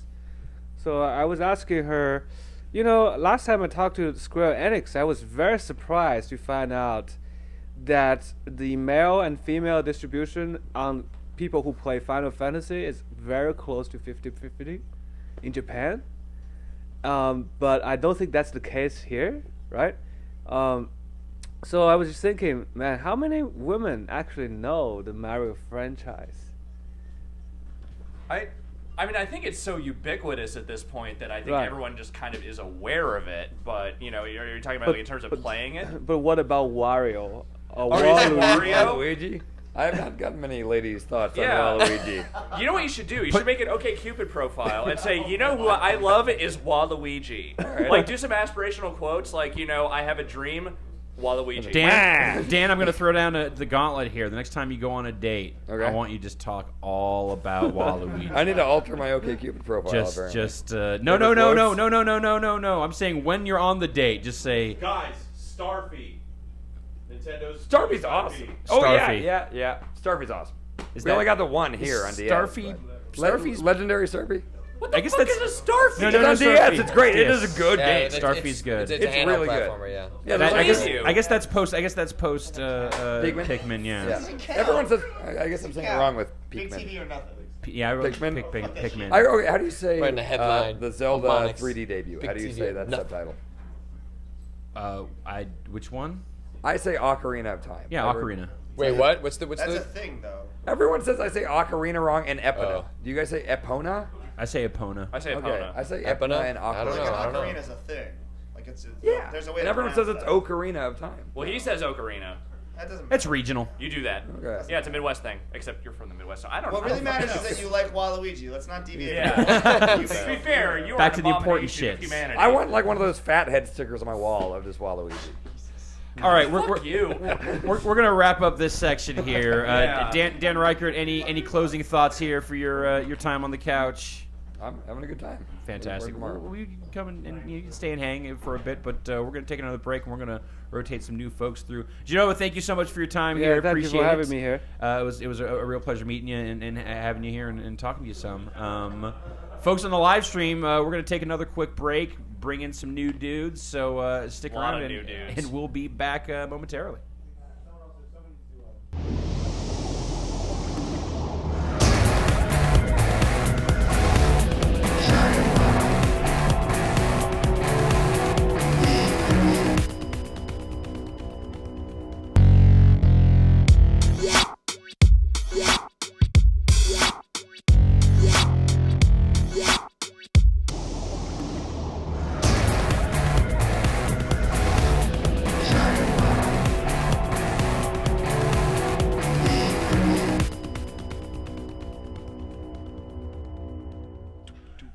And welcome back to part 3 of our Day 3 E3 2011 live wrap-up featuring some hot beatboxing. Canadian beatboxing, the deadliest form of beatboxing. Vanilla beatboxing. I am too tired now to even introduce everyone here on the couches. We've got a full, fresh crew. So everyone, let's just run down the line here and everyone introduce yourselves and say where you're from, please. Yeah, you have to pick who's gonna start. You are, you Swedish, Alright. you Swedish fuck. Yeah, Dude, I'm Ulf Anderson. I'm actually with Overkill Software. I'm just a dude, man. Just a dude. Yeah. And next to you, even dutier dude. Dutier dude, Dave Lang from the Mighty Iron Galaxy. So you guys have changed your name then? You've added Mighty? It's trademark. We're working on the trademark. Very good. Yeah. Craig Kuyava, formerly of the band known as Microsoft. Chris Charla, Microsoft. Currently of the band Microsoft. Currently. Stuff's being thrown around. Over here on this couch. My name is John Vignac. I work for Disney. Over here we got Adam Boys. I work for a company called Beefy Media. That's horrible We make beef jerky. You guys make awful beef jerky. Yeah, it's terrible. It tastes like salt and Satan. Right Contains beef from one or more of the following sources: Argentina, Australia, Brazil, Canada, New Zealand, they're Uruguay, really and close. the United States. Yeah, it's basically a Canadian version of DJ Ungeralls. Is what it is. Closer to dirt than dirt, basically. Anyway, I'm Simon Wickland, and I'm with Ulf on Overkill. Yeah, I don't know that guy. I don't know what he's talking about. Disavow any knowledge of Simon Thicklin. Gentlemen, thank you guys for coming in here Thank today. you. Not least of all, John Vignacchi, who has had a terrifying journey. I got married, man. Past few weeks. No, that was the. Holy cow! Terrifying Oh, journey. you're talking about the part where I almost died. The part where you almost died. That was. Yeah, marriage. Can we talk about that Yeah, now? we Are can- you comfortable enough to talk about your near-death experience? Yeah, I'm comfortable enough to talk about it. But the gig basically is this. I just wanted to say I got acute pancreatitis from... Cute? Acute. Oh, okay. From I thought you meant shipping really NA cute. ballers, pancreatitis. phenols. Right. Anyway, key so fact. long story short, though, I think what's actually the most important thing I want to say about this, if I even had the chance, thank you very much, is thanks to everyone, Ryan, Jeff, all the guys at Giant Bomb, the entire community. You guys have been super awesome. All the tweets and forum posts and messages from everyone. I just, as sick as a dog as I was, to get all that stuff meant the world to me and helped me recover even quicker. So thanks to Giant Bomb community. Thanks to all you guys. It was such a crazy thing though, because you were just coming off. So you just got married, literally had just gotten married, had gone off to the Bahamas for your honeymoon. Yep. And it was like everything went off without it. So I'd actually been at your house. I was crashing at your place like the weekend before you got married. That's true, right? And I was there in your living room watching you like rehearse your first dance for the wedding. Which did not go exactly as planned. It was still fantastic. But it was about. but I even- think to his wife, it but- was like 35% accuracy. It was like after like That's what she told me. She told after me. like 60 drinks, they're Yeah. like, now do the opening dance to Dirty Dancing. And I'm like, I had the time of my life. It was a it was a wreck. Anyway, E3. But there was We're not changing the subject yet. But there, like, it was a big fucking deal. Like you guys put on a huge goddamn production. And I was just thinking, like, this is. Yeah, we spent $6 fucking grand in dancing lessons to do that. What? Whoa! Worth The every wedding penny. must have been way more, Johnny. Like how much? No, I just want to tell you how much money I flushed down the toilet on that. No, it's not flushing down, I Johnny. hear it Johnny, now you're married. to this You're day. married. No, You're I married. you can see it right there. It's not flushing. It's like investment. wow. And I'm like, well, we had a great time learning how to dance. What's I hope you're 35% proud of yourself. I almost feel like we have to give Adrian mic so she can respond to this stuff. Like you having a mic and her being in the room. Not when she's drinking. It's not fair. No, I'm just kidding. I'm just kidding. I'm just kidding. My stories are better. Yeah. Right. But I was just thinking, like, there was like a fucking choir, like all this crazy shit happening Yes. at the wedding, and then you go off to the Bahamas for your honeymoon. And I was thinking, like, okay, it's obviously bad news that the pancreatitis happened. Yeah. But I was thinking, like, God, this could have happened like a few days sooner. And just how many more crazy things this would have completely fucked up. Like you're saying, a lot of money got spent on this whole giant production. Yeah, so. we had Mario and Princess Peach cake toppers too. Yes. I'll just So throw that in there. How much for those? Let's ballpark. Actually, we got them on Etsy really cheap. Someone custom made them. Right, honey? $18. Huh? Not 18. So that's where the difference was made up. It was that was going to be like $6,000, but then you're like, well, we were able to get this for now like you guys $20. make me feel so dumb about saying that. It was just I should have just said it was a lot of money for the dancing lessons and yeah, Arthur Murray Dance Studios. There it is. Actually, it's so funny. This is okay. So now I have something to tie this into video games, right? There's a bunch of dudes from Respawn that dance at the same dance studio that I dance at Sherman Oaks. You heard it here first. I swear, yeah. So I'm like sitting there. We walk in there, and there's a bunch of dudes wearing So you're like selling them up the river. PlayStation and Respawn shirts, and I'm like, oh, what's this? And so I asked my dance instructor, like, oh yeah, I guess something happened with their company. They like made the biggest like shooting game ever, and then they got in trouble, and so they all left and formed their own company, and now they And now they're dancers. And now they They come got here. dance No, lessons. like They wanna dance extracurricular, about they come it, and yeah. dance. They express So- themselves through dance. Right. and- Yeah. They can Is waltz it like no one's therapeutic? business. Like, is it a company mandated thing? I haven't asked yet. Okay. Maybe we'll see like a dance game from Respawn. Well, no, it's a sci-fi shooter, so. Okay, with dancing With elements. Connect. Yeah. Charlos got Dance Connect, therapy. right? You must have forced that down their throat. Spoiler alert. I'm just kidding. I'm sorry. That's it. Now he's don't like, think that's- see, I can see him plotting right now. He's like, I'm gonna fucking get you, Vinny. I don't think that's really mean, You are the Charlie's- controller. No, That's Because not Charlie at does not all. run Microsoft. You know that, right? He's not the whole. Charlie, you want head to of Microsoft. explain to both, I guess, Johnny and the audience, because apparently he needs it as well, what it is that you do at Microsoft? So I'm the portfolio director for XBLA Okay. for Microsoft Game Studios. So Not that's Connect Worldwide. So specifically, Okay, that means sorry. that you're finding games to publish under the Microsoft Game Studios banner. Exactly. The curator of the XBLA Museum of Wonderful Content. So does that include like is that like finding like outside independent developers or like kind of Absolute- like growing stuff internally or Mostly external, and so literally scouring the globe to find the best developers to make cool games for XBLA. Are you doing indie stuff or just other publishers and stuff like that? What's that? Are you doing indie stuff too? Yeah, or? everybody. Okay. Not like Xbox Live indie games, but indie developers in terms of small developers making cool stuff. Cool. Did you find Space Draft? That was before my time. That also, by the way, sounds like the coolest job in the game industry. It's really fun. I used to be a developer, and by developer, you mean quotes. Let's go quotes. Oh, there were no quotes there. Oh. I did a lot of shit in a developer from. You're a being press guy. Press guy. I was a press guy. And press guy means developer now? No, I was a press guy, and then I was a developer, designer, producer, biz dev, everything. And so you'd always hang out with developers at shows, and they're obviously super cool. And then you would pitch to publishers, who are very nice as well. But not as good as Microsoft. Not as good as Microsoft. But you just hear about all these cool games. You're like, oh man, I hope you get to make that game. I hope you get to make that game. And you had nothing you could do. You just had to try and make your own cool games. And now that I'm on the other side, on the publishing side, I get to meet with all these cool developers in like serious meetings and take them out to lunch and dinner, and it's fun. And then Kill their dreams. we don't It's not gonna happen. We don't get to say yes every time, but when we see something awesome and we get to say yes, and you help these guys realize their dreams and get rich and famous and do awesome stuff, it's kind of sweet. I love it. I'm so glad, Simon, despite your anger, we were able to find a great deal and buy a Commander Realm with Capcom, who we did that deal with. So cool. Thanks. Yeah. Throw that in there. What kind of plug?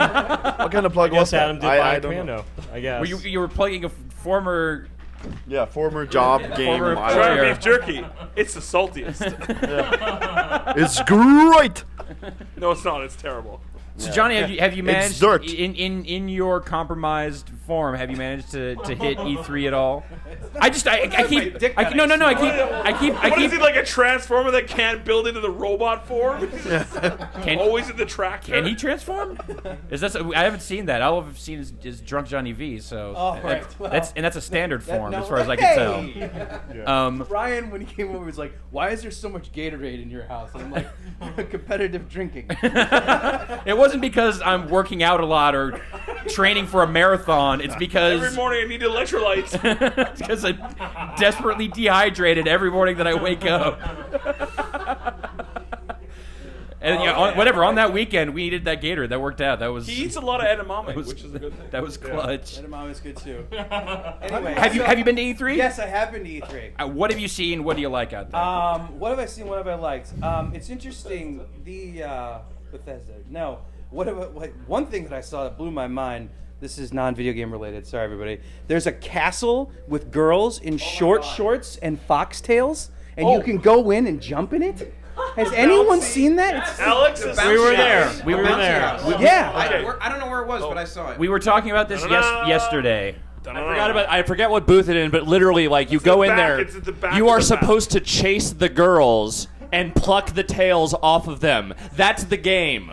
You know, the worst part was the line was empty, and then they turned to us like, "What's wrong with you? You can't come in here and bounce with us?" And we're like, Because that's what I want to be doing. If I'm too embarrassed to go into that, I want you to insult me. No, and then That's what's going to get me horny for you. You don't even have to bounce. You can just lay there. One guy just laid there, and we bounced around him for like 10 minutes. Oh my god!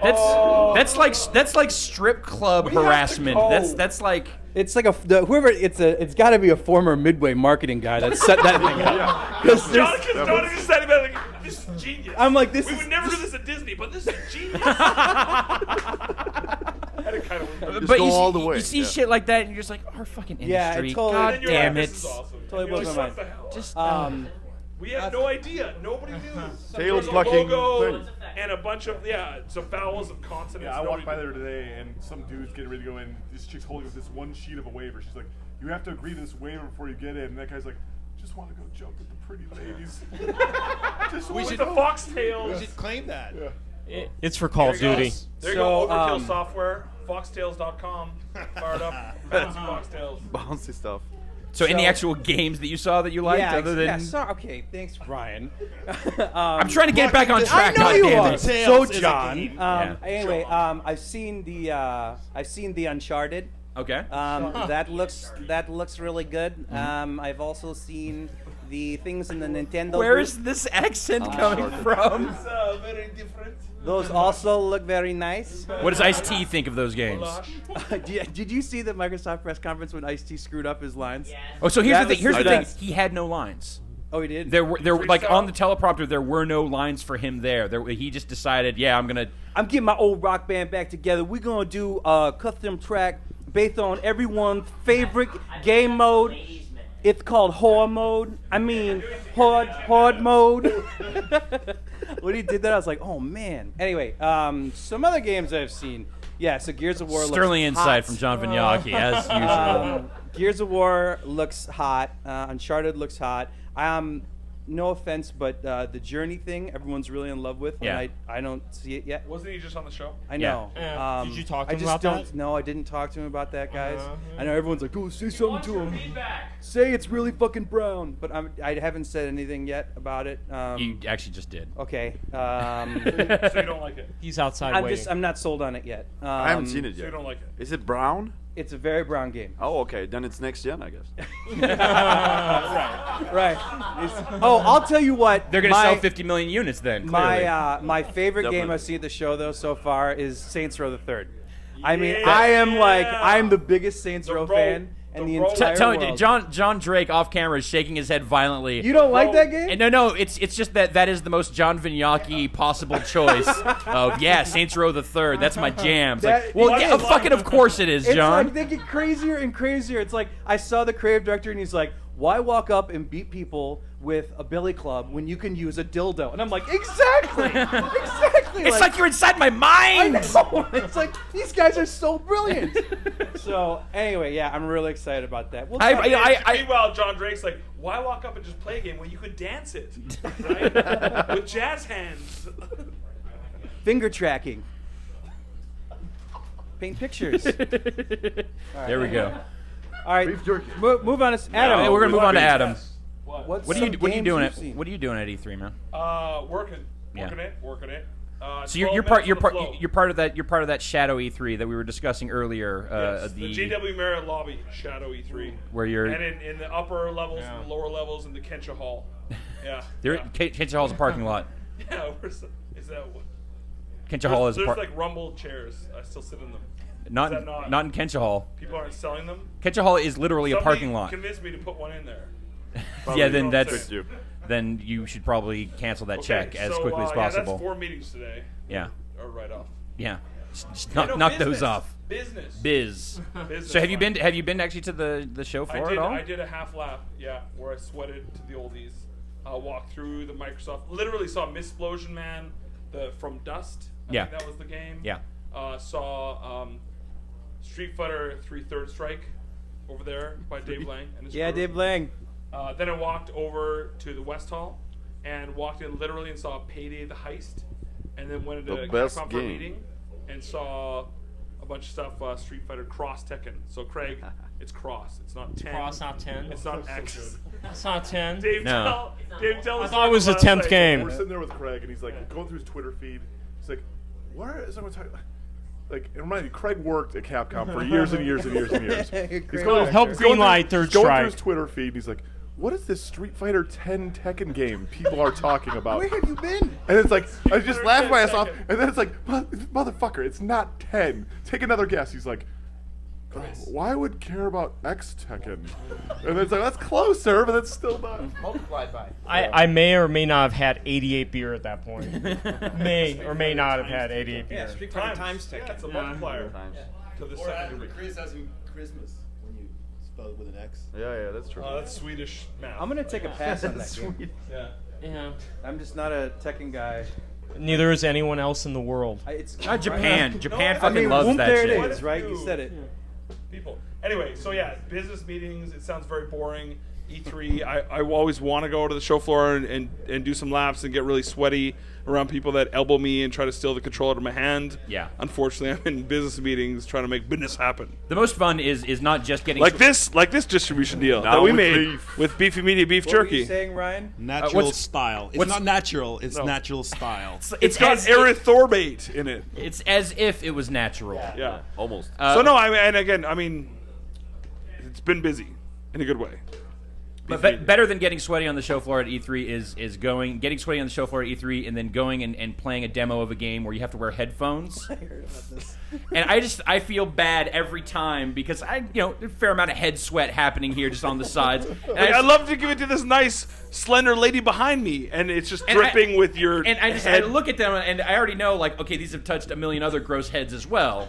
But now I'm going to put them on, and I'm going to step it up a notch here and put these things on. I'm going to stand there at this station and focus on this game and know that just there's sweat pouring down my head into and absorbing into these headphones. I'm like, they should just throw these out after, obviously after the show If is they done. can do it on airplanes, surely they can do it for 2 days of being on the E3 floor. They should just toss them out. I agree.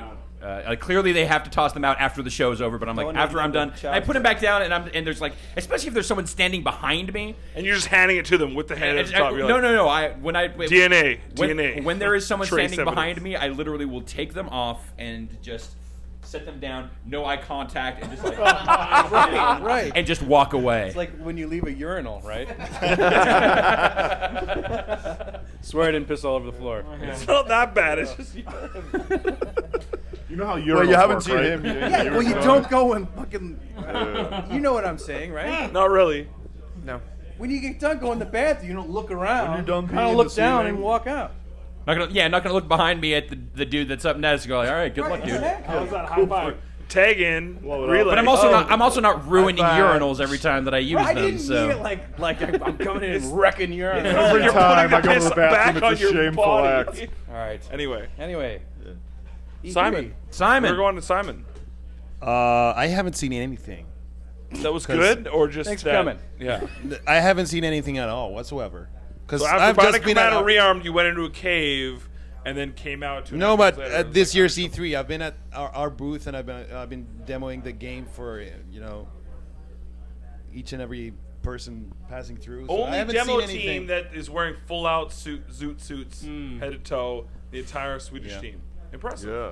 We're next to the Capcom booth, so I've seen all the trailers from the Capcom. That's what I've seen. Yeah, Sure. and From we've seen afar. like the outside of the Nintendo Fortress. Yeah. Yeah, full of crap, I've heard. but- Out of the Capcom trailers, I like the one for Street Fighter 3 the best because it has That's my 'cause you music did the in music. it. You did the music. I just want to say it's an honor having Simon Vicklin here in the house because the soundtrack to Bionic Commando Rearmed is just one of my favorite things, just fucking ever. He It's did cool. the Third Strike soundtrack for Dave Lang. Yeah, the whenever, guys too. when everyone gets to hear what he did with the remixed themes for every character and everything at the main theme, it's incredible. He did a great job. It's gonna be Awesome huge. stuff. Awesome. Don't forget, he actually directed Bionic Commando Rearmed too. So. Absolutely, and also I'm not saying Bionic Commando The Rearmed sequel? 2, but Bionic Commando What Rearmed happened with that one? 2. Bionic Commando as well, yeah, Right. exactly. As well. Simon Ulf, tell me about your damn game. I actually don't know a single thing about what you guys are working on right now. Go! Oh, Pitch, go. pitch, Go. pitch. Final Fantasy. Well, For Square basically, Enix. we just Go. sat down Ride a couple of Chocobos. guys and went like, okay, let's make the games we want to make and just like don't care about anything else. Uh-huh. So we play a lot Like of a cooperative publisher. games, No. and we like heist movies. So we made like a heist cooperative game. Yeah, and we spent like 18 months in development under the radar.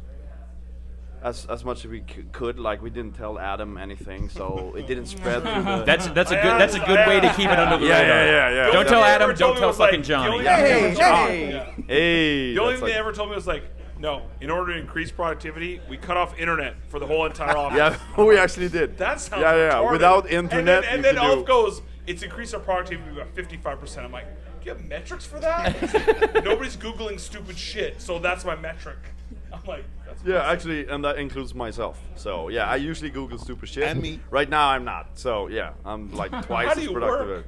I mean, How do you in work? America, that's crazy talk. Well, Internet? you YouTube produce is our stuff. fuel. I mean, use your mind. You don't need Google. don't Google know is how that like works. new. Like in Can you in Google Rome, on your phone, they or do you guys didn't have like a fucking dampener? Google. Do you What? have like an EMP grenade that goes off every morning at 8 a.m. and then dissipates at 6 p.m.? You know, there's Do just a people use cable their in the phones? wall. You just pull it out. Simple. Just pull it out. You should try that That sometime. sounds like pull it out. communism. Yeah. Yeah. It sounds like communist. Yeah. So who are you guys publishing with? Sony Online. It's not as much a publishing thing as a partnership distribution deal. Okay, so, yeah. okay. Because I was going to ask, you guys are doing a heist game. Sony Online spent, I don't know, let's say 5 years with the agency. Another kind of, not a heist game, but there's a kind of maybe a similar tone there with that game, and that an MMO, so also completely fucking unrelated. Yeah. But Completely. that was one that just dragged on and on and on. But if it's a different kind of situation where you guys are just have a publishing partnership. Well, we're gonna release this year, so it's just You guys have done the work. You actually Yeah. unlike the agency, you actually have a game. We pretty much had a game when we showed it to Sony. Yeah. Okay. We worked under the radar for everyone with our own cash and just made the game we want to make. Very cool. Well, Yeah. I mean, after the fantastic news about Square Enix, if I'm a publisher, I'm thinking, what better partner to work with than a group that will not throw me under the bus at the first. Can you talk? I'm about sorry. Square Were you Enix? talking about throwing under the bus? What?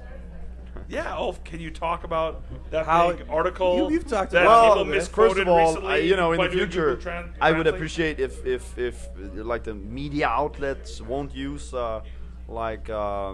Babelfish to translate shit. I was amazed. That would I be was really cool. amazed. Yes, There were that's some a- major media outlets. So recently, I don't know if you guys read, but Bonolf did an interview with Aftonbladet, which is a big, huge Us Weekly of Sweden. And You can't pronounce that for shit, but Aftonbladet. okay. Aftonbladet. It's like Vogelbais for you. Yeah, but Vogelbais. Yeah. Which is Numerol. bird shit, but yeah, Right. okay. Anyway, whatever. But they had used Google Translate to translate the article, and then they wrote a whole entire article where the pull quotes were Google translated and said, Bo said this. Yeah. Out of Google Translate. And I was like, In Swinglish, like Yeah, it was translated. It's like translating the Swedish Chef. So And Bo it's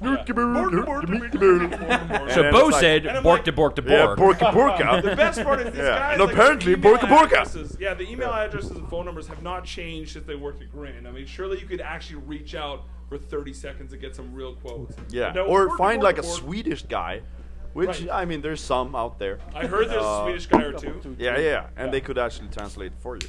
But And then a lot of other people, then other bad press outlets started saying that, well, if you make 3 terrible games, you deserve to go under. Ulf. yeah, well, maybe that's the reason. Yeah. So set the story straight here. You were misquoted. What was the actual gist of this interview? We started a new company now, and we sort of want to just go from that. So, I can tell you as much as we had a contract going with Square, and it didn't turn out that well, and we apparently had to use our fax machine a lot. So when we didn't have a fax machine, So that part's true about faxing the code. yeah, so You can ask him, yeah, he's right so there, Johnny. In the future, Come to just the sidebar buy a with me. giant fucking fax and use that. Yeah. That's So a, fax that's a tip machine I have. key to game development. 10010. So about how far in development were you guys? I won't say money-wise, but like time-wise. How much time did you put in the game? We put about, what was that? Like 5 or 9? Yeah, 9 months. What is this Price is Right? 3, 4, 7, 7, 6. Yeah, 6, As I recall, baseball or something. as I recall, it was 9 months. Yeah, but okay, I'm not yeah. sure. Well, it was the time Under of my non- life where I under spent most of the contracts. time in meetings. Were you guys You know, at and the first I'm- playable yet at that point? It was a very confused situation. I wouldn't call it first playable. What we tried to do was we tried to sandbox the whole game, do it quite differently this time instead of like having to do internal demos and stuff. So yeah, it sort of went along fairly fine, but then stuff happened. But at the same time, the Japanese economy was really bad, and it turned out like it did. So sad. Japanese I would have fault. liked finalizing that game because I think the concept was fucking awesome. So, Really? yeah. Was there anything from that game that you brought into your? No, probably not. Probably not. Right? You can rob banks with stealing chocobos. Chocobo riding heist game. No. That's what you're trying to steal is a chocobo did you egg. did you let Chris Charla have a shot at it? Did you show it to Chris? No, I didn't. No. Why? Why? Why? Because I don't think Microsoft has the rights to chocobos. Maybe that's step one. Well, the general opinion about Microsoft right now is it's really hard to sign if you're not hooked to a publisher, in my opinion. So I guess that's one of the reasons why we didn't go for Microsoft first. Yeah, that's about it. But yeah, so Chris, you want to push back on Chris, that? any response? No, we're signing stuff. What? All right. We're signing stuff. Yeah, apparently. So yeah, that's cool. That's why I asked about the indie stuff before. Yeah, it's great that you're signing stuff. But also, I mean, all the MGS stuff is independent. I mean, they don't sign stuff that has a publisher already. No, like Twisted I Pixel, love that you stuff. know. Yeah. I mean, meetings I have is apparently shit. So yeah. I'm badly informed. Hey, so Charla, That's not what with anyone was Twisted saying. Pixel, so Gunstringer is going to be retail. Any like insight you can give us on how that happened? Because that comes out of your group then, right? Yes, it was done by the XBLA group, but we decided to make it a box. That's really cool. I mean, I think that's like the first time like an XBLA developer has had a game, right, that actually came out as a retail. Is there any other developers that have been out there? That No, I mean it's the first game we've developed. I mean we've done compilations of games that Right, come out, but it's the first game we developed that we ended up putting in a box. But like, I mean, I think any of our games, like I think it's bold to say like, oh, it's retail quality or XBLA quality. Like all the games we do, we try and make awesome console games. It's mostly just the scale and the size of the game. And Gunstringer, as it was coming through, was like, you know what, this is actually pretty big scale. It's a pretty big game. It's almost bigger than the allowable limit for an XBLA game. You know, there's a size limit, and so What's the size limit right now? Is it 2 gigs? I don't know if it's public, but It's 2 gigs. When we did VCR1, it was He's like looking off camera. Yeah. Price is right. 2, 4, 4, 7, 7 gigs, 7 gigs, audience 5 rating. gigs, 5 gigs, 4 gigs. So 6 yeah, gigs, and 2 so gigs. it was right. It was bouncing up against that limit, and so we kind of saw an opportunity to try it and see what happened, and so. It's pretty sweet. I don't know if everybody's got a chance to play it. But it's, everyone I've talked to that's seen it and played it, it has a lot of great things to say. I have not had the opportunity to touch it myself yet, but It's fun. I love the Twisted Pixel. The sensibility is always just ridiculous in a really awesome way. And- I love that we had Dan and Mike here earlier, and I love their use of FMV nonsense is always fucking fantastic. Did they tell the story of how they came up with the main character? No. No. I mean, I think it's been out there, but I'll tell it. So they We're getting positive nods off screen that you can tell this. So Deep-ish. So they were meeting with the business development person for XBLA, and they were at lunch, and they were saying we had this vision for doing like this game, like a Western themed game, and it's kind of like a theater and marionette and stuff like that. And she was like, "Oh, that sounds great. What's the main character?" And they're like, and she's like, "Hold on a second. I have to go use the restroom." So she got up and left, and I guess they didn't have a main character. So they're sitting in a Mexican restaurant, the Matador in Redmond, and they were looking around going like, Love Matador. Yeah. she's gonna come back. And like, we're gonna have a main character. And anybody who's ever worked at a developer has been in a pitch like this, where you start to go down a road and the publisher asks a question, you don't have an answer, and you're just like, please go to the bathroom. yeah, Please go to the bathroom. Hopefully you have a burrito, so it's a long bathroom break. So is your I have cell phone extra ringing? time to think about I it. think you need to go and check your so I BlackBerry guess, some more, please. One of the Twisted Pixel guys is looking around the Matador, and there's a stained glass skeleton above the bar because it's like a tequila bar, like wearing a cowboy hat. And she came back and they're like, "It's a skeleton." And she's like, "That sounds awesome. Better than a Matador." It's a gunslinger. So, I mean, that's how great games get made, right? Yeah. Like, I mean, not how they get made, but that's how they get conceived. Yeah. So. Skeleton. All right. In just random ass pitch meetings when you don't have an answer. My imagination is sort of going off of where that could have ended. Wingernan. Like it's Your salsa tequila bottle. Yeah, it's a fork. It's just a very nice looking fork. You're a nervous developer trying to give a pitch. Yeah. Yeah. Turns out. Your girl going to the bathroom. So anyway, we're definitely having a launch party there at the Matador. You're all invited. Sweet. Yes. Bring it back full circle. We'll be there. I dig it. Whoop, David Lang, Yes, sir. How's it going, man? It's going great. How you doing? I'm excellent. This has been an awesome E3, having all these people come through the house like this and getting to talk to devs and Underhanded shenanigans. At least for tonight. That's what tonight's been all about. Tonight's the tonight's nonsense. Beef Media, beef jerky. God damn you, Adam. Sorry. No. Let's talk about Dave Lang. Finally has a game announcement. He's been in business for like 17 years. Thank Christ. I have no idea why one game would take that long. Wait, what about you don't know Adam Jack? signed a PR deal with me today, so he's doing all the talking. I want to got pump. 13 bucks I an hour. wanna- I think he's doing Street Fighter 10. I want to pump the brakes here because I love Street Fighter 10, right? 10 Tekken? Cross 10-3. I love Adam's Congrats, Adam's congrats. willingness to throw absolutely everyone under the bus, but no one has tossed any barbs Adam's way of the, Adam, let's talk about the Dark shit, Void. the shit that he can't. Oh, wow. Best game of all time. or just the shit that he can't talk about that everyone knows that he can't talk about. Scream on iPad. Scream 4 for iPad, iPhone. Buy it now. 99 cents. It's great. Woo, we make fire beef sale. jerky. That's all we do. All right. So, So Street Lang, Fighter 3 you've Third got Strike. you've got 3 Third Strike coming. Yeah, Street Fighter 3 Third Strike, XBLA PSN. Yeah. It's I haven't announced a ship date yet, but it'll be summer this year. Super excited about it. You sound like it. Yeah, it really sounds I'm really very exciting. comfortable with this stuff, aren't I? Like, hey, it's gonna be arcade perfect, GGPO netcode, hey, blang. That's what most PR people sound like. Apparently the For music sure. will be incredible, however. Yeah. Music's fucking dope. Please don't tell me that there's Why didn't a, you plug the music in the trailer? Huh?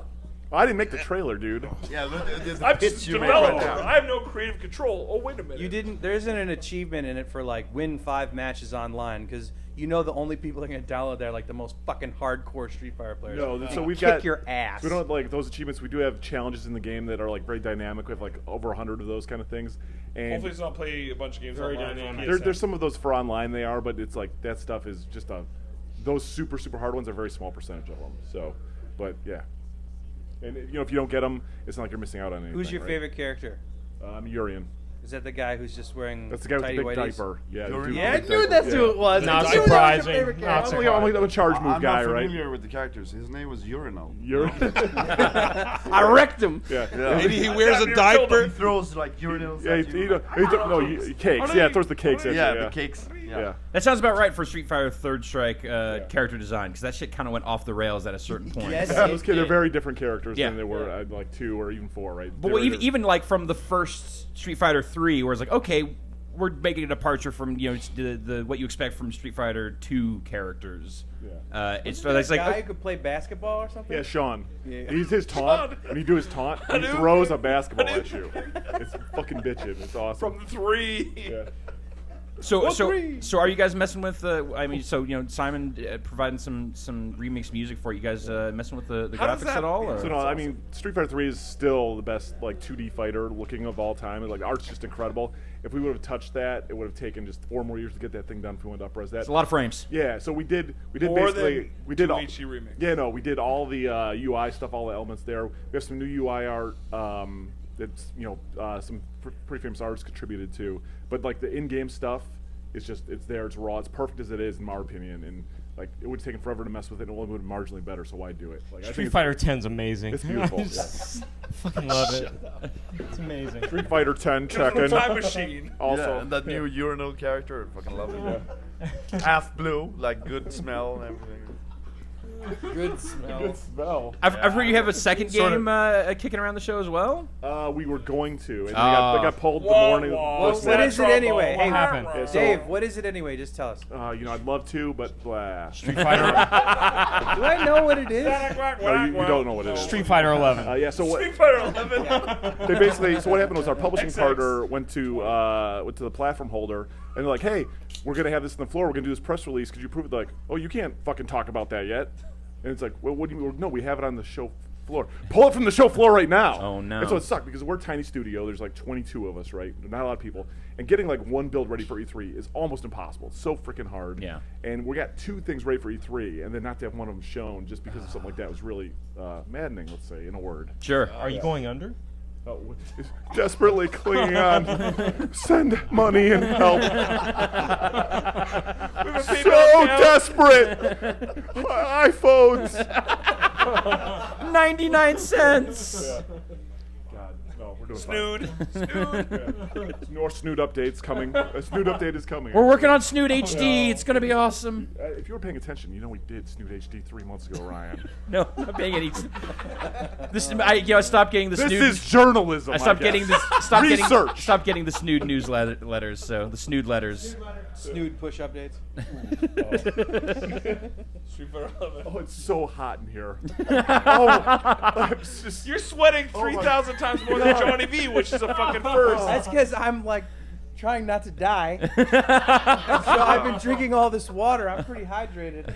Actually, Could you hey, just tell me baby, when it's where's my- Craig's turn? Hey, where's my 'Cause I gotta wife? pee. Your wife left. Your wife had She your left? fucking fill. Will someone give me my blanket? She's making sure your insurance is still My valid. blanket and my wife. That's what I'm looking for. I need my thank you. blankie. Of Oh, course, some yeah, of you this might is- remember this. Get away, Adam. I'm holding it up for you. Nobody can see it. You gotta hold it up to the camera, dude.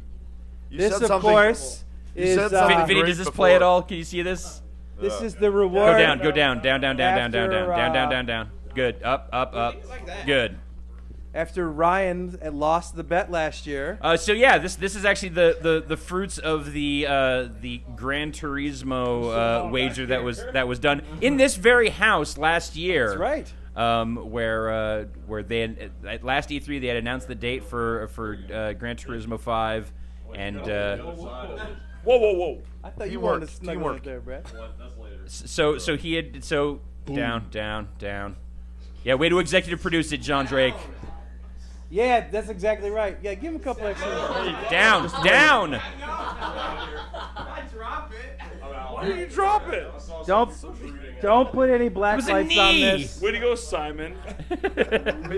Anyway, so there was a Are wager. you really cold? What the fuck? There was a wager Not that the Johnny V that I knew. that GT5 would not still make its release date. And even though you got raped on that bet. You got horrifically destroyed.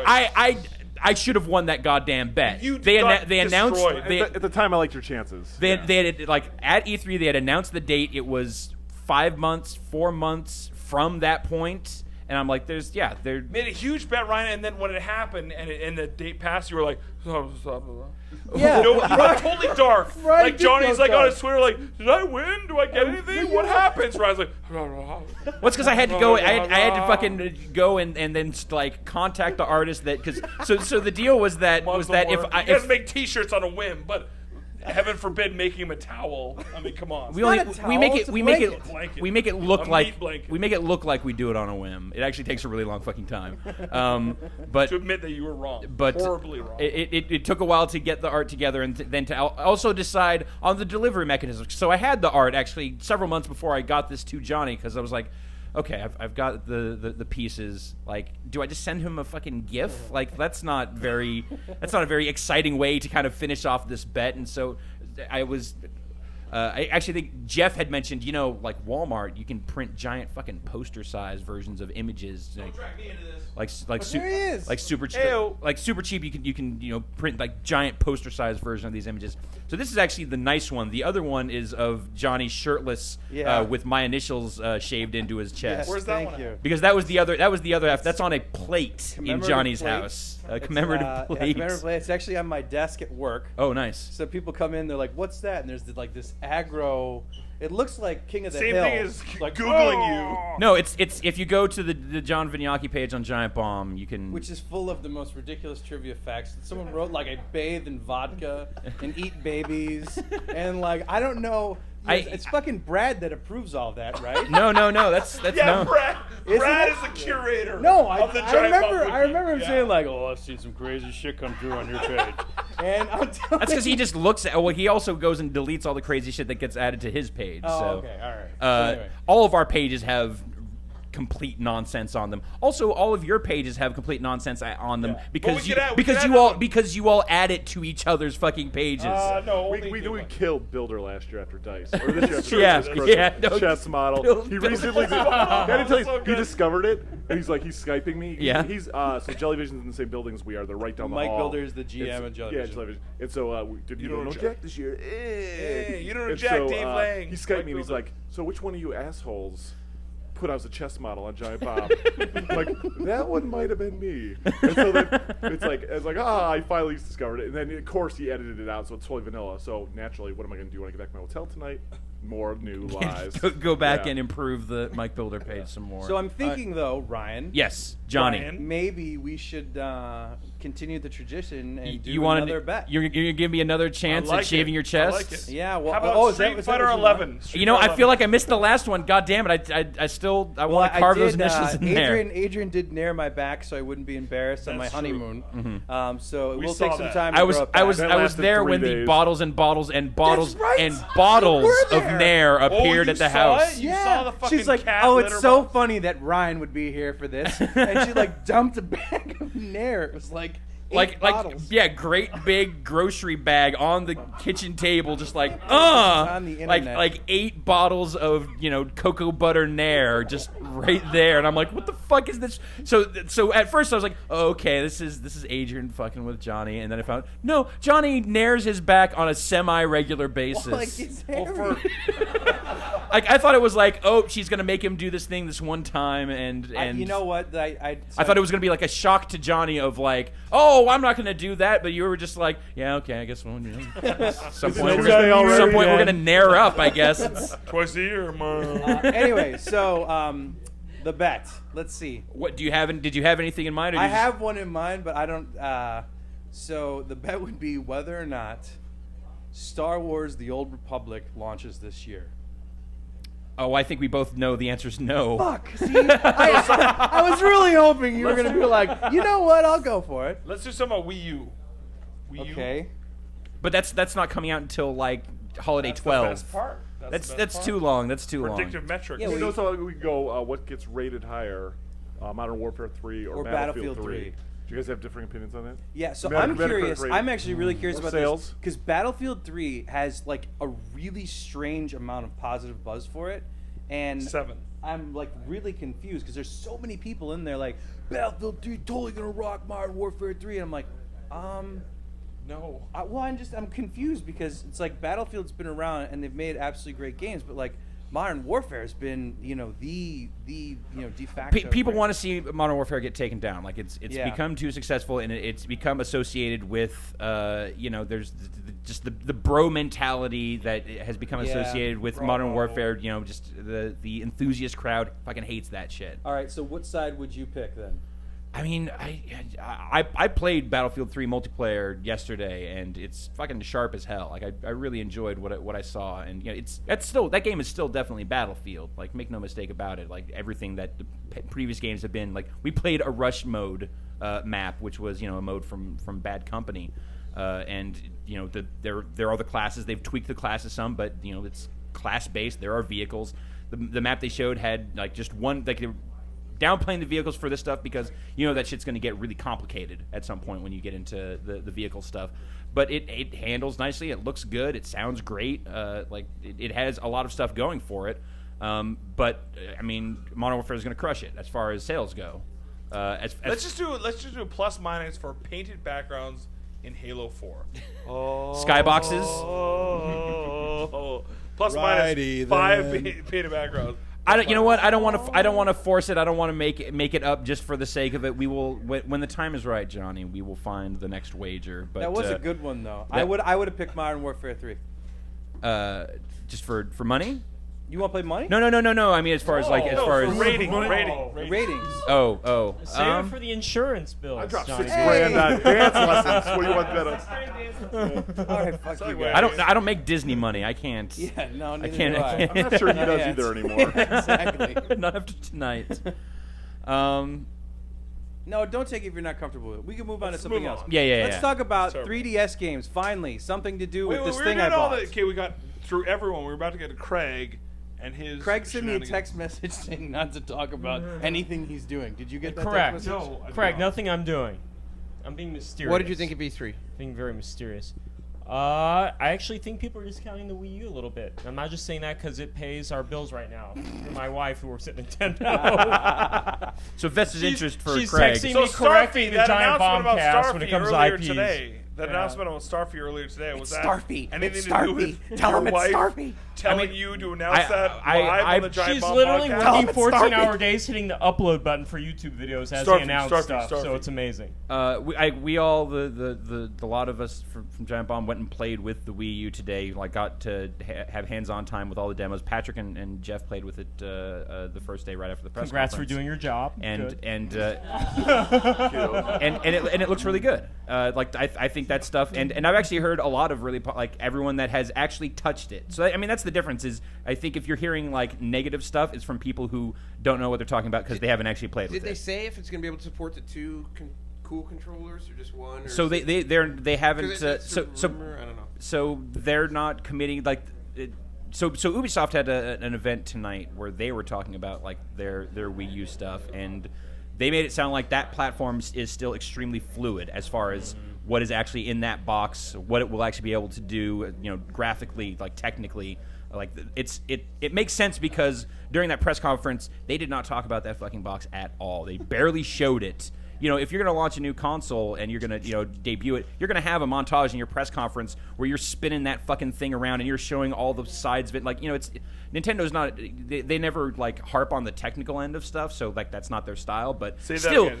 They never harp on the technical side. But they still will show you the thing. But they were concentrating entirely on the controller because that's the thing that seems to be finalized at this point. I actually is it nice? Yeah, it feels really good in your hands. It's light. It feels. How's this? Is the screen like iPad quality? What is it like? No, it looks. Microsoft wants to know. It's not. It's not. This is their deep research. We're on a podcast. Let's find out more info. Maybe you should sign them for Xbox Live. This could They be hot. actually could use This could be your hot. help, Charlotte. Figuring out I can't get into their cafeteria anymore. I don't so. know, guys. A plumber jumping over pipes? This is bullshit. I don't know if this is going to resonate with the Who core. can relate to this? It's not Street It's Fighter. not Smiling Star? I digress. Skews too young. I've only seen the trailer for the Wii U, but to me it looked like a piece of Fisher Price. But hardware. doesn't kind of all Nintendo hardware look like that? I mean, it's kind of their style. It's really clunky and there's a toy quality to kind of all their stuff, but like it feels good in your hands. You can hold it with one hand, and because there's a stylus in there. There's stuff where you're drawing on it, and when you're holding it with one hand and using the stylus, like it's not so heavy that it's uncomfortable. It's not inconceivable that you could hold that one-handed and be using the touch screen and for extended periods of time. Is it weird though that the Wii was like, we're gonna go super minimalistic? We're like, we want to take it as far away from the controller as possible. And now they're like, we want more controller, bigger in your hand.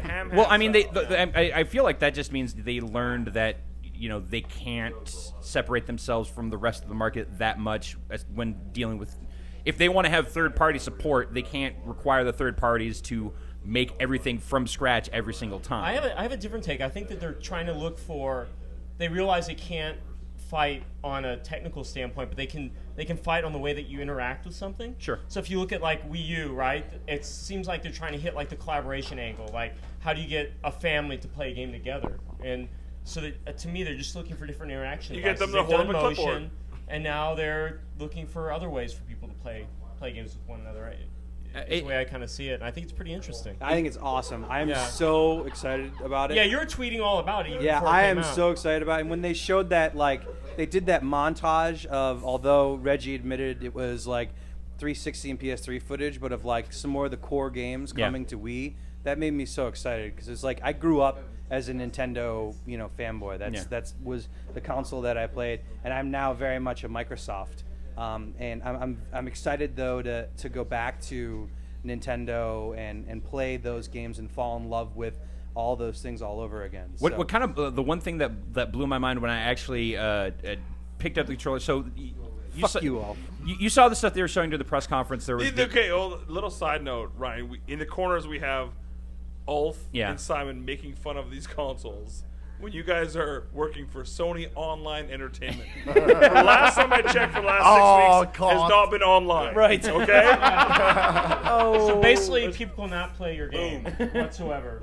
But so you guys saw during the press conference there was the shield pose thing where it was the Yeah. Like hold it up, and it was just kind of this rhythmic thing. The thing that blew my mind when I actually picked up the controller for that demo. So like when you hold it up, like the system fucking knows, and it it actually like on the large screen it zooms out and then puts the focus on the screen on the controller. Right. But what was crazy was like, okay, now you're gonna look up and you're gonna see, okay, there's the moon up in the sky, and some arrows are gonna come from there. And you look down, and there's straight ahead, there's a ship there. You turn kind of to the right, okay, here's another ship. You turn kind of to the left, there's another ship there.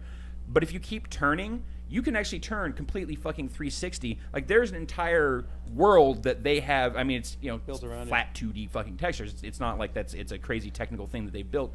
But the notion that like when you're moving around like this, like no, there's this whole kind of virtual space all around you that they're. So I guess all they have to sell now is a spinning couch. Well, I mean, it is wireless. Couch peripheral comes God soon. damn it! I love the Swedes. Well, that's. Well, I feel Next piece of hardware. Yeah. IKEA. You guys already fucking have I know the guy. Yeah, I know the guy. Nintendo definitely big on peripherals. Yeah. So they can build a big Fisher Price couch that you can spin around in. Big Fisher Price. Fire 10's gonna be so amazing on this thing. For the record, I incredible. love Nintendo The stuff. So. spinning roundhouse kick, amazing. But I mean, I don't know. What would you expect from a new Nintendo console? They're not just gonna go bleeding edge fucking tech on everything and say like here's a DualShock. Like that's not Nintendo's style. And then like, I read they're gonna go and throw some crazy shit out there, and they're not showing games today. They're showing tech demos. They're showing like proof of concept. Like here's an idea. Here's a crazy thing that you could do with this, and I don't know, like maybe someone, like that's as far as they have gotten, at least for showing externally with that system. So it's to say it's going to be genius or a complete piece of shit at this point, it's far. Stupid. Nintendo's Every like, time here. a new thing, every time a new thing comes out, we're like, "This is the most terrible." Wait a minute, it sold 10 million. Yeah, that's units. what everyone Idiots. said about Awesome. Connect. Everyone said that about Connect, and I was like, I think so. I it's mean, gonna be pretty big. I've stopped pre-guessing after the DS because when I saw that, I'm like, oh, it's gonna be what? 2 screens? Are you out of your fucking minds? Yeah. And then because Who needs an interactive pad that they sit in their bathroom with? Every fucking one. That's at the time it was the PSP DS thing, and everyone's like all in on PSP. Clearly, look at the screen, look at the tech, like it's got the PlayStation name. Movies that take 3 hours to upload. It's well, you didn't know that beforehand, but you look at it and you're like, yeah, PSP clearly, and then they both hit the market, and you're like, oh, then DS runs away with it, and PSP kind of languishes. So after that moment, I'm like, okay, I clearly can't. I do not understand the marketplace. I can't. Yeah, everything will do awesome, amazingly. And no one, and no. More importantly, clarity is Chris Charla. Probably he can probably Bing it. Will it work? Xbox. Xbox, Bing, Nintendo DS. Will this work, Chris Will Charla? Microsoft release? I really enjoyed the Microsoft press conference. I thought it was. I did too. It was I good did too. comments. It was I good think it's comments. awesome that Bing needs to be integrated into NXE in order to find DLC, right? And all the other stuff that's in Did there. you say Bing to the NXE to the DLC?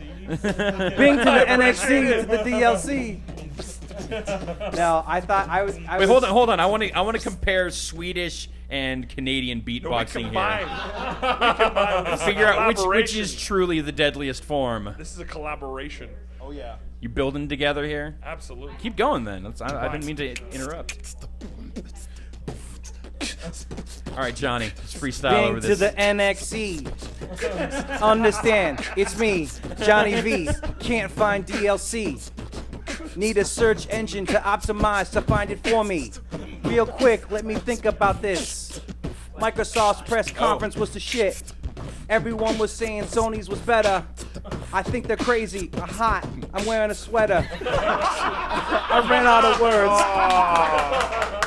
Yeah! Word. All right, brown couch, drop a beat. Brown couch. Who says Johnny isn't better, right? He's 110 percentiles. Brown couch. Brown couch. PS This is a Vita. battle. This is a battle. PS Vita. PS Vita. PS Vita. Brown couch. How many minutes comes with that? Yeah. It's like it sounds like the names. So it's actually funny. One of the Well, I mean, projects- let's just let's clear the table because we talked about this repeatedly in previous nights. Like fuck names. Like names don't matter anymore. Like we are in a post names world as far as products go. Like. Wii U, Super awful HD, name. Street Fighter Ultra, PS Vita, awful name. Kinect, pretty awful name. What's the name of the next Nintendo console gonna be? Like them? They got Wii A, they got us? Wii I, Wii? No, Wii U. They're going to change it up. Wii Them, U and over there, or like. How about Nintendo? Because 3 nights ago it was Nintendo. By the way, in this house, 3 nights ago, was Nintendo's the new name. Well, that was the rumor kicking around And then from, it was Game Informer, and well, whatever. And That- which press guys actually believe that? I mean, they We- spent we- millions making a Wii brand, and they're going to change it all of a sudden. Hey, really? we're just gonna I call mean, it come on. Nintendo. We had hoped. We had hoped. Wii U had hopes. Because that's such a crazy fucking move Yes. to just say, all right, it's just called the name of the company. Oh yeah, whatever. Which everyone calls it anyway. Well, I mean, you would think Like the second album from any group. Like, wouldn't it be, like, wouldn't it be cool if they just go back to when you were a kid? You're not playing video games. You're playing fucking Nintendo. And Ultra like let's 64? tap back into that. And it's like let's go play some fucking Nintendo. Let's play some Street Well, Fighter that would 10 be like doing a Tekken. sequel to Toy Story called Ralph. I mean, you're not going to do that anymore, right? I mean, the sticking with the name, I got after the fact because they are keeping a lot of that same functionality. I'm like, okay, marketing sense, yeah, that still carries. But also, there's elements of the Wii still in that system. They're supporting that stuff. So it's like, okay, this is an extension. This is kind of the next step for that. So keep the name. I get it. But I don't know. I don't care about. It'd be way better. I don't care about how bad the names are because I don't think either are particularly good. But you know what? A week from now, we'll all be saying Vita and we will forget about it. Well, we all said Kinect after saying Natal for a fucking year. So I like Natal better, but Kinect I didn't think was that bad. They pay an agency a ton of money to come up with those names. I know. I mean, that's the thing because we actually Everyone ends with Satrum. There's a project that I'm working on. They're like, we're gonna get the same company that named Wii and Kinect to come up with the name for the new game you're working on. I'm like, great. What's this thing gonna be? My favorite story about these. You work for Disney. You're talking about Dong. My favorite story. About this. I was talking to one of the guys at Vicarious Visions before Marvel vs. Capcom 2 came out, and when they first announced that game, it was called Marvel vs. Capcom 2 Fusion, which had to do with like the gameplay system they had in place, whatever. And so I was This was the first time they were showing it as just Marvel vs. Capcom 2. I'm sorry, no, Marvel Ultimate Alliance. Fuck, Marvel Ultimate Alliance is what I meant. Jesus. Marvel Ultimate Land the Alliance. fucking plane, Ryan. Jesus Christ. My point, my Marvel Ultimate Alliance 2 was being called Marvel Ultimate Alliance 2 Fusion. So you're making it so much faster, Adam. It's your fault. I'll wait. I thought you said Mua Marvel. Mua 2. So I was asking, I was talking to one of the guys at Vicarious Vision, like, so what happened with the name? And they said, well, so we were calling it this, and then we hired this company, paid them, tens of thousands of dollars to do research and help us figure out, what is it that we should call this name? And they came back and said, yeah, we really think you should call this game Marvel Ultimate Alliance 2. Give us our money. I was just like, what a fucking scam this is. Of course they're going to call the sequel to this game Marvel Ultimate Alliance 2. Right. But no, you have to pay someone a shitload of money to figure that out, apparently. Right, to confirm. Exactly. I thought you said Marvel Ultima Online first. That would have been cool. Like you versus were in Marvel Ultima Online. Yeah. That would be a versus game. Like go play as Wolverine. Yeah, you're gonna go kill Lord British and And it flips into isometric, like, and you get the click shit and stuff. Pitch it would to be awesome. Pitch it to SOE, man. Yeah, my favorite. It's All right. a feature on the box. We're gonna wrap up this segment here. I've had enough of you sick assholes. Unless you have anything else insightful to say, John Vignacchi. I don't think we can top anything else insightful to say. Hey, Dave. Dave Lang, do you have anything insightful to say? Never. Okay. I'm actually. So the one thing I'll say is this: for Easter, I bought myself a 3DS, and I texted Jeff. And I was like, You hey. did the traditional self-Easter presents. Yes. That's what you do when you're Catholic. For Easter. After a long Jesus died for our sins. I'm going to buy myself a little You guys trinket. are such assholes. So, what? Yeah. So Adrian's there. So I texted His Jeff. wife got nothing. I texted Jeff and I was like, hey, what game should I get? Uh-huh. And he's like, he's like writes back ... and then I write back, Street like, Fighter 10. I'm like, no, like, hey, what game should I get? And he's like, there's really no games. Yeah. And so seeing all the games that are coming to 3DS has actually made me really excited. I'm excited to see the level of support. I know, like, earlier you guys were talking about Luigi's Mansion. That one, not so much for me, but Yeah. the Super Mario, the new Mario 3DS looks cool. Yeah. Star Fox, I wish it was more new content rather than a rehash of 64. Than just 64 again. Yeah, but the Mario Kart looks awesome. I'm super excited about that. Does anyone have anything else to say? Do or they am I just have a gonna new fucking Advance talk about Wars this? by chance? What's that? Any new Advance Wars? They have nothing they've announced so far. Yeah. They kind of fucked that up with the last one they did for DS. Yeah, which- Days of Any Ruin. new Days of Ruin. Professor Layton?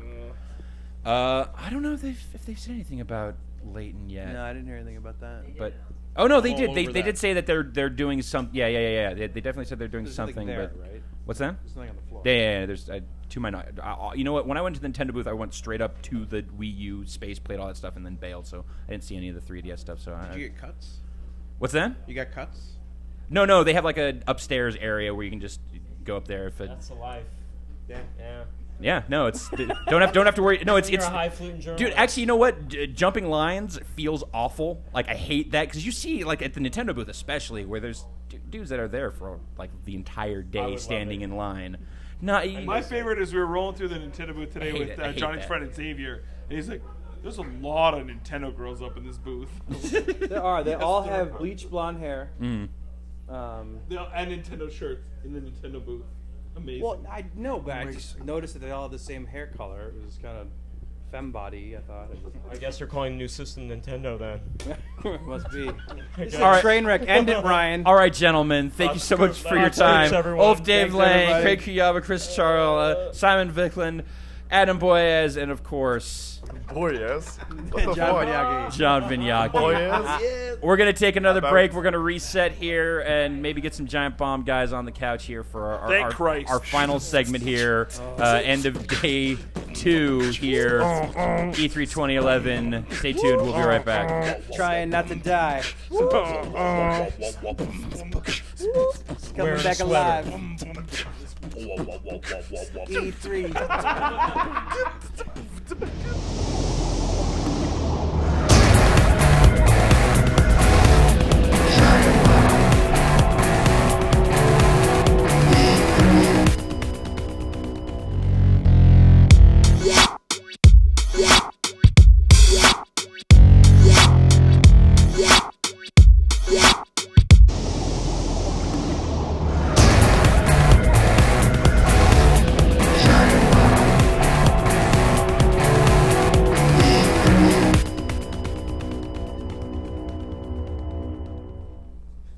All right, and we are back now here at the Giant Bomb House, E3 2011, day 2 in the books. Our final hour here tonight.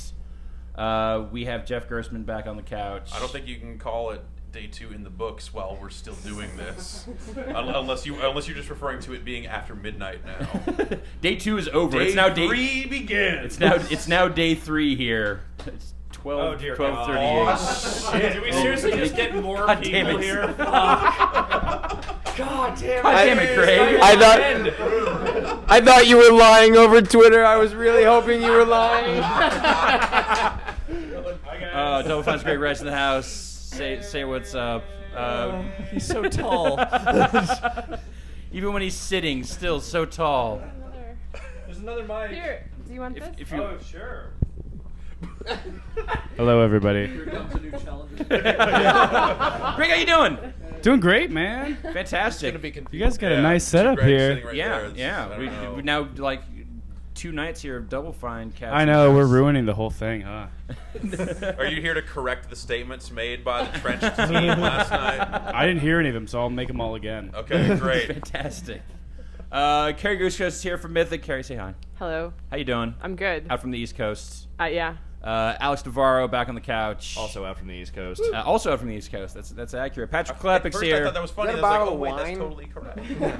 Yeah, it's a bottle of wine that someone came by the house and dropped off. Pretty tempted. A fan. Wait. A Giant Bomb fan. Patrick Klepek is a bottle of wine. No, that bottle of wine. There is literally a bottle of wine. Literally a bottle of wine sitting right next to the camera there. Really tempted to just open and just.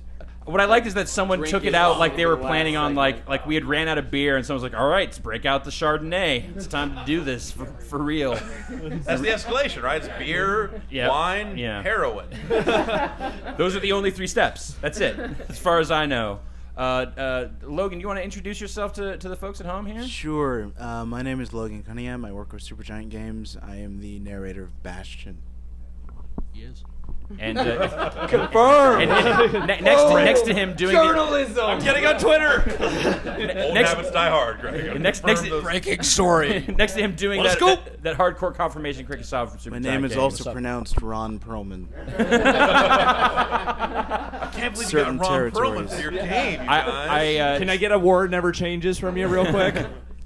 Why? Why never change? That was not at all what I was The expecting. likeness is startling. It's weird. No, I saw him on the street in New York recently, and I wanted to go up and go like, "Great job on Bastion, man."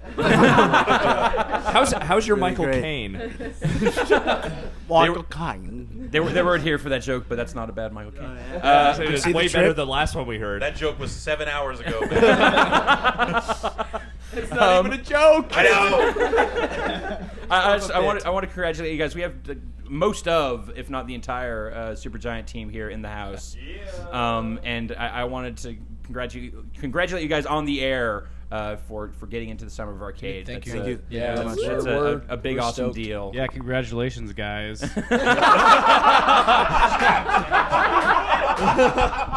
Can I have a different couch? That's why Greg Ray showed up. Oh, that's why they said the tall one. He's a monster. And then you guys get pushed out of cert. You're all dead, so you get into the game. Trench is ready to go. I don't know, guys. We'll slide right in there. It's perfect. Well, I wanted to congratulate Dolphine on getting through cert with Trent. Yeah, a while ago. Oh, Jesus. And It gets Charlotte's so still here. We passive-aggressive. just get him back. Charlotte, what the Jonathan fuck? Blow back. Solve all these problems here tonight. That's the whole plan. So how has the show been for you guys? You're in the It's Warner going Brothers amazing. booth. Yeah. You're also obviously, since you're part of Summer Arcade, you're also in the Microsoft booth as well. Yeah, it's really good. We're some of it's kind of shocking that like we can get any kind of attention at a show like this with like Battlefield 3 and like Batman Arkham City like right next to us. But it's I guess it's different enough for something where people are taking notice. Bunch of Australians coming by today and whatnot who haven't seen the game before, so it's pretty cool. So obviously a lot of people seeing this game for the first time at Yeah. the show here. Like how has that experience been? Kind of seeing a lot, like just a volume of people's first reaction to this title. It's really great though. We've sort of had that before at like PAX and stuff like that. Oh, so sure. We've shown this portion of the game before. So it part of it is like we're pretty confident in this part. Like we know where people are gonna laugh and stuff like that. And it's like yeah, got him. So that part is really satisfying to see people like responding well, at the stuff that we try to nail those particular moments. Have there been demos that you've done where people just clearly didn't get it and they were just like, all right, you guys, whatever, and you just like, there's some no, yeah, there are people who are like, some people are way more kind of expressive and emotive about it than others.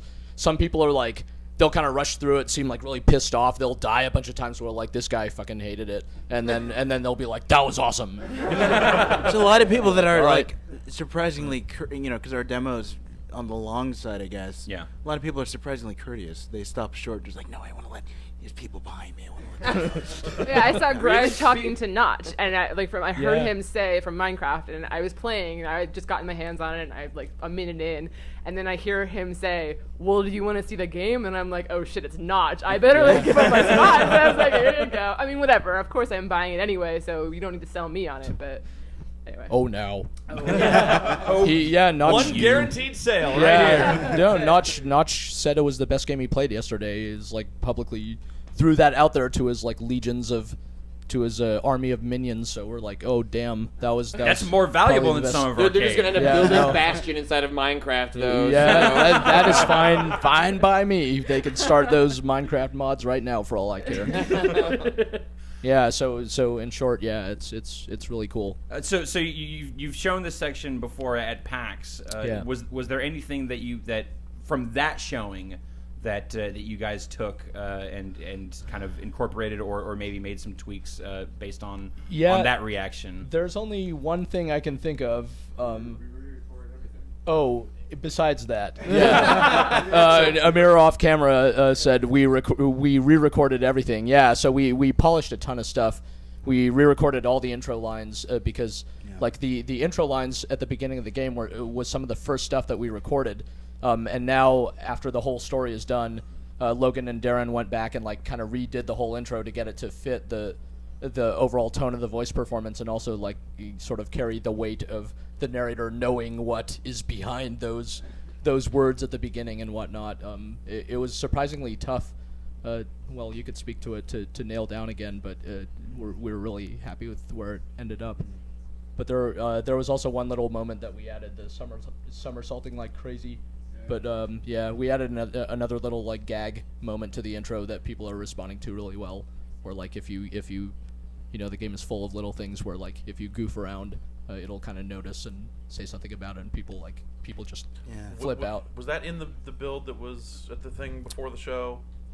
Yes, it was. Okay, because I heard it at that point, and somersault. Maybe I didn't somersault like crazy the other time. Yeah, that's that part of the game, yeah. so. Somersaulting like crazy is a new moment. That we added. So the game is. The game seems to be funnier than I thought it was. Yeah. Ed Boon played yesterday afternoon. He laughed at every single. Yeah, Ed Boon's reaction was awesome. Took him like 3 hours to get through the whole thing. Just could not stop. Savoring it. Yeah. He was just trying to uppercut people. We had to kick him out. It doesn't work. We had to kick him out, make room for the Australians. So I think he's just looking at that for ideas for the next game. He's Exactly. Like, and this head popped out. Yeah. I was trying to get this guy in the next time. Yeah. He's available. I bet. Dude. Put me in a motion capture suit. Yeah. All right. So I know you guys have been content locked for a while, but was there anything from this showing like it? I have to imagine at a certain point that it's hard to stop developing. Yeah. Like, were there any moments during this show where like you were watching people play and you were thinking like there's this one thing, or there's like not so much. It's good. Not that we're going to tell you now that the game is done. Yeah, no, exactly. Yeah, fair enough. Yeah. It's there's no. I mean, especially for this opening part, it's been played. Sure. It's been played through like hundreds of times, so we're pretty sure we've seen most of what can happen there. Some people have like better playthroughs than others, depending on like how they make certain things happen and whatnot. But it seems to hold up. So I say no, you haven't. Like you haven't seen everything. Something no, yeah, will absolutely. happen. Like no, as soon as so we're aware of that for sure. Not yeah, bitter or anything. It's like we. But basically, to the extent that we humanly can play it and test it ourselves, we've seen everything. And then when we release it out in the wild, there's going to be all kinds of horrible shit that we never possibly imagined. So we're aware of that, but we can't find it ourselves at this point, no matter how much we play. So. Well, very cool. So you said Ed Boon, Notch. Any other kind of surprise folks? Yeah, we had the Scott Porter, one of the actors on Friday Night Lights. Oh wow, was. Jason Street. What? Yeah. Jason Street. Motherfucking Street played your game. Yeah, Jason Street. Yeah, it's really. Can't walk. Play our game, man. So he can't somersault like. Yeah. So he can't play Once Upon a Monster, unfortunately. We had J.J. Abrams today. Oh, did you? Yeah. Okay. Wow. That beats up. Yeah. All right. We're not Summer of Arcade, but fucking J.J. Abrams. Yep. Those are all pretty good, but I think Arkham City might have had the best celebrity today. Apparently, Dwayne Wade was, it was Dwayne Wayne, like from a different world, like showed up and started playing Arkham City. I thought he was dead. Dwayne Wade? No, Dwayne Wayne. Oh. From a different world, the sitcom. Dean Hardison. Player. I was like, is he gonna have to choke a bitch like in Arkham City? That's Wayne Brady. Oh damn! Man, you are just racist. What? Damn. Dude, how come you guys didn't get iced tea while he's in town Don't think I didn't fucking try. I'm sorry. Don't think I haven't been trying I'm constantly. sorry that I opened up old wounds Have there. you reached out to Yeah. Mr. T? Mr. T. Wait. No. I've reached out to Ice on Yes. repeated occasions when I saw that he was going to be in town. I was like, He's like replied. He's giving you the time of day on. I've talked to him. I Yeah, called. yeah, He yeah. called me on the phone, We but have his phone number. Yeah, I could call him right now, and that would be a really bad He's idea. busy so. with. Maybe he's filming SVU or something. I don't know. Ice loves Coco. He's always filming now. It's nerve wracking every time. It's like, all right, you kind of got to like amp myself up. Like, all right, I'm gonna email Ice-T, and like, what am I gonna like? How do I open this email? Dear And- Mr. Ice. Yeah. No, it's always You write at the end like, take care. Like, XO here's my XO sig- here's my XO. sig. I look forward to your prompt reply. Yes. No, it always starts with ice, comma, and then go from there. But no, unfortunately, no Ice-T. Yet we still have one more day to go. Anything Never can know. happen. Maybe he'll just walk through this door like everyone Yeah. else has so far this past 3 nights. Dude, just get Cliffy B to show up, and then he'll be your ticket in. Yeah, I guess that would be a good toehold for sure. Greg Rice, you've been a stone's throw from these fellas for at least a portion of the show, Yeah, demoing they're right next to us. demoing Sesame Street Once Upon a Monster, Yeah. which I had the pleasure of walking through the booth and getting to see you do the Oh, God. the large monster movements as the large monster Can that you you do are. it? I didn't see enough of Was it. it Could the- you reenact it? It's the Flapping, shaking was and that the- dirt. Yeah, okay. Well, I'm also demoing Trenched, and Oh, okay, so you're splitting your time between the. Yes. That's got to be a hard swing. well, yeah, it is. And demoing a Kinect game is way harder than demoing a standard game. It's exhausting. Yeah. The Dance But, Central guys as are John nodding. Drake Oh voices God, crotch. yeah. This guy, He's yeah. like, I'll show this you guy's been something going hard nuts. about demoing Kinect games all day. Actually, Like, I we don't even swapped know what today. you're- We swapped, and I was dancing, and he was monstering today for a little bit while. It was great. They should just put you on a loop, just like all the guys demoing Kinect Yeah, games. right? Just be like, all right, ring the bell, and everybody moves one station to the right. That's a good idea. So Once Upon a Monster, like that's an interesting game to show at an event like E3 because it's let's call it a family game, let's call it a kids game, but Yeah. it is not like a game aimed for the kind of the industry professionals that are coming through E3. What has the response been like? Because you're at least in theory, you have to be 17 to get into That E3. is not true. I know. Oh yeah, Patrick snuck absolutely in. not You and I are proof positive that all, law is all- never all gonna I'm, all I'm affect. saying is There that, are signs that say that, and though. I saw Marcus Beer posted a photo of someone who had his fucking toddler with him at E3, which I'm like, that's so awful thing to do to everyone at E3 and also to your goddamn toddler.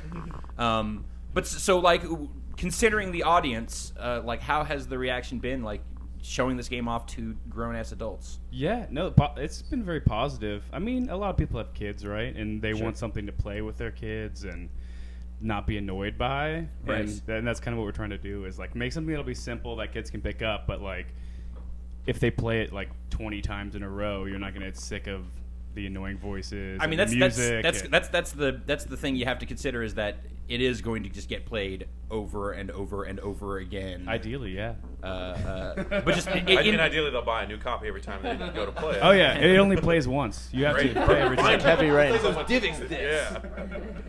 Double Fine's created new technology, or they've just bought the old DivX technology, There's actually- incorporated into their discs. When you beat the game, it's like a little secret message pops up very quickly that says, "Hey kids, take the disc out and scratch it up, put peanut butter on it to free the monsters." It's a workaround. Yeah. Like, oh, you gotta buy another one. This disc got broken. Now, there's obviously tons of competition amongst, like, the various shooters and action games and whatnot there. Are you out there, like, trying to kneecap the kids' game competition? Like, are you walking up to Happy Feet and, like, kicking their screen over? Like, are you It's shanking the hardcore, Kinect man. Disneyland people? Yeah, definitely. Yeah.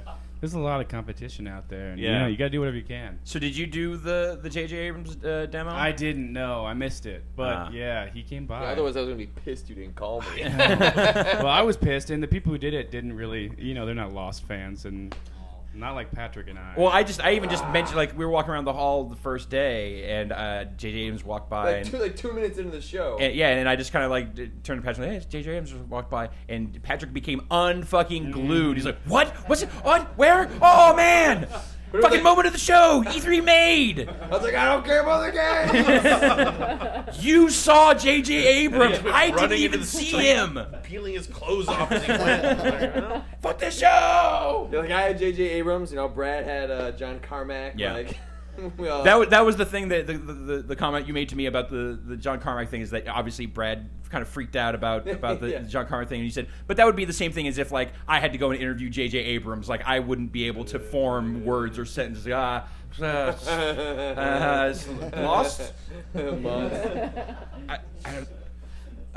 Well, it's good to hear that the reaction's been strong to your game and to both your games. That's awesome. They're work. good games for sure. Warner Brothers doing it. Hey, Carrie. Hi. What are you doing at the show? To be fair, I'm a tourist / like having a couple meetings and stuff. Okay. Like all the business folks come out and you go and talk to people, and it's a good time to catch up with friends and things. Certainly. And hassling all my reviewer friends and being like, just give me a hug really quick. You gotta go write stuff. So. Well, thanks for making time to come out and hang out at the house tonight amongst your busy biz dev schedule. That sounds really lame. Amongst all your PowerPoints, I'm glad you could make some time. Whatever. Rich Gallup was here last night talking about scrums. So,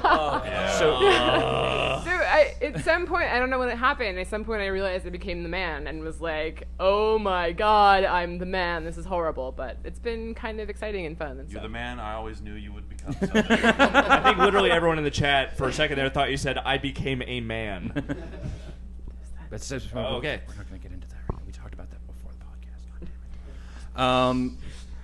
Carrie, have you had time to kick around the floor at all? Have you seen anything? Yeah, so I admit to waiting an embarrassingly long time to see the Wii U. Yeah. What was your total clock in time? See, 2.5, 3 hours. And so I arrived. What time? Yeah. So I arrived. It was the first day at 12 o'clock. Did the the nerd stampede over the nerd herd. The nerd herd, and kind of made a little slick turn into the line, maybe a little bit earlier than I should have, and ended up being much farther up the line, and got about 20 minutes in, so it was 12:20, and the Nintendo guy walks by and goes, "The line is shut for the day." They had filled out 6 hours in the first 20 minutes, and they went, "And it's done." Oh man. So it was a painful wait just because of that screeching bird in the Nintendo booth that is just a little too loud. Did you sit down while in the line? No. Is that Are you bans? against sitting Then down? what? I'm against people sitting on the floor, going through the stuff in the bag that they got while waiting in this line for Why? hours. What's your problem, dude? Yeah, Just I 'cause- don't- I'm sorry. I don't have to wait in lines. No, I'm Jeff Gerstmann. I do damn it, whatever. be professional. Yeah.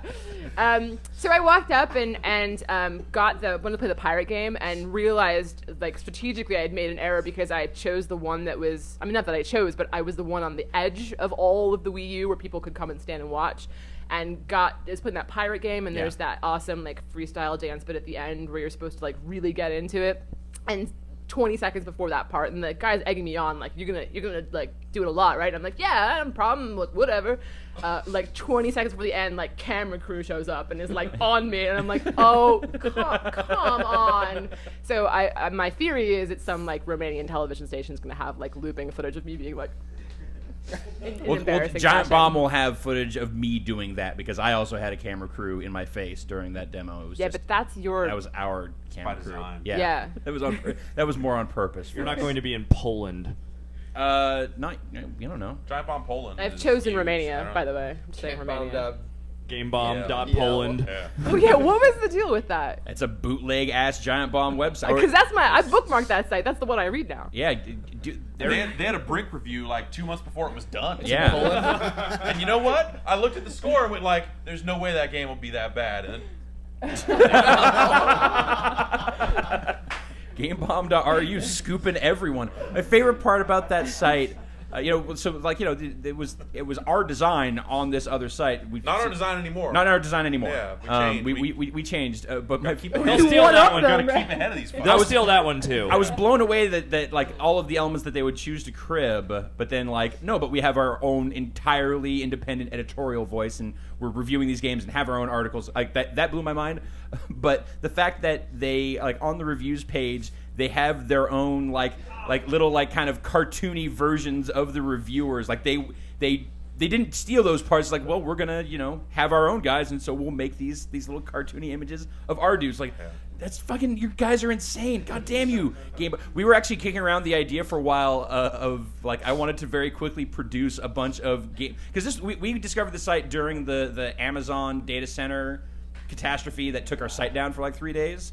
And so that was when this showed up, and I was thinking like, we can't run a site right now, so let's focus all of our efforts on making T-shirts out of the GameBomb.ru. It's like they're using our shit. Let's go ahead and just use their logo and make sure. So I actually had our guy go and like talk to the company that makes does all our fulfillment and makes the T-shirts. I'm like, let's price this out. How much is it going to cost us to do this? Can we make these Game Bomb shirts? Can we make it like the worst shirts, like lowest quality bootleg? I want the shittiest, shittiest, like the lowest, the shittiest shirts. It's like off. Like, it should have been like like an iron-on, like an iron-on decal, and then like Black Bart Simpson on the back, like saying like just do it, man. Mon. Yes, just do it, Mon. Red Lock, Black Bart Simpson, smoking a blunt, and then it's the O.J. Simpson pose where he's breaking the bat over his knee, but it's Bart Simpson.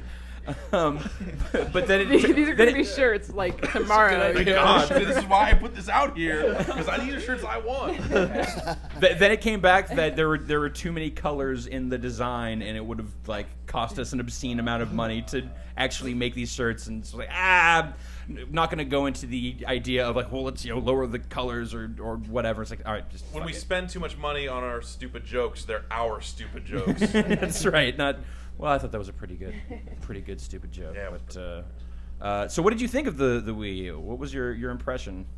So I thought it felt a lot better than it looked like it was going to feel. That was my first initial reaction, was like, oh god, that can't feel good. And then I noticed when I started talking to the Nintendo reps that they were very quick to go, see, it's like a tablet, right? Like a tablet, like your iPhone, right? It's just like, it's the same ergonomic like your iPhone. And I realized that was kind of the angle that they were going for. It felt good. I will probably buy it because I'm buy everything, but I think we were just that's the spirit. Yeah. we were chatting. High standards. We were chatting. Hey, we were chatting earlier. I'm a blind consumer. Just shove it in front of me. I'll throw money at you. Number, I'll just hold it up right here. Go on Amazon. This is the I've got a reason to write it off on my taxes club. That's exactly. Like, fuck it. So we were chatting earlier, and it's like, don't sleep on Nintendo, right? Because how many of us, the DS came out, and we were like, what is this? And like 8 months goes by where the only awesome game was Meteos, and we're like, Meteos is great, but I don't know. And then all of a sudden, like 10 games came out that were awesome, and we were like, oh right. So it's like, wait for Nintendo to come out with the game that will make us all buy it, and we'll buy it. That's my thought. All right. Thank you. I'm done. Thank you for I'm out. You're Drop out. the mic. Also, thank you for reminding me of Meteos. I completely forgot that game even existed. It was awesome. Yeah. It was awesome. It was awesome. No, it is awesome. It was awesome until you figured out that you could this just is time scribble. for no. Yeah. No, I just shake my head a lot. Yeah, but then you were the dick that was scribbling when you could just play the game normal. But then the game was broken.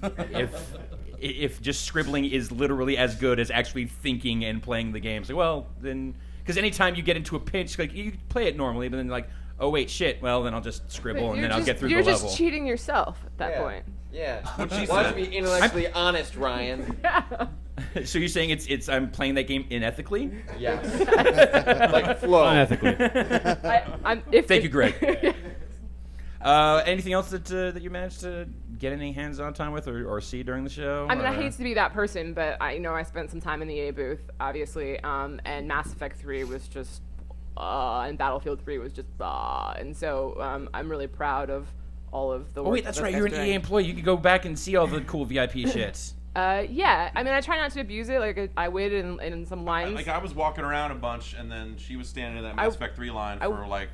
It's like 2 hours. Like 2 hours. I waited which in I line thought was hilarious because I didn't have to wait in that line. Well, all right. So, I mean, don't get me wrong. Like, we're now part of BioWare, which is amazing because we get to do all this like we get to go see them and hang out with them, and they the games that we're working on now are working some different stuff, and they're like, you're part of BioWare, and like Ray and Greg come out and talk to us, and we get to connect with all of the studios and stuff, and I really value that. And the same thing goes with EA. We have a lot of connections at EA, but like I don't want to abuse the fact that I work there to like get in front of legitimate press who's going to write about the game. I feel like I'm doing them a disservice.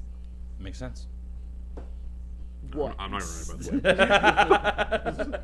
Well, let's talk about the game, Jeff. Let's talk about some of the stuff that you saw at E3 today. Yeah. So, I don't. Did we talk about some of the? Okay, well, that was in the A little wrap-up bit of video. it. Yeah, we haven't talked about anything here on the couch Blur, yet. man. I know. So yeah. Day 2, woo! Yeah. I went around and saw a few different things here, but yeah, today was the day that I went and played Mass Effect 3 and saw the theater demo, and up until this point, up until today, they were talking a very good game. Casey Hudson's like saying a lot of really cool stuff, and right. I asked him a bunch of questions a couple weeks ago. It's like, okay, so is mining back, and like kind of specific stuff, and got really excited about it. And then we got to that press conference, and they just showed like rail shooter. I was right. like, man, that's. But the theater demo, they showed that stuff.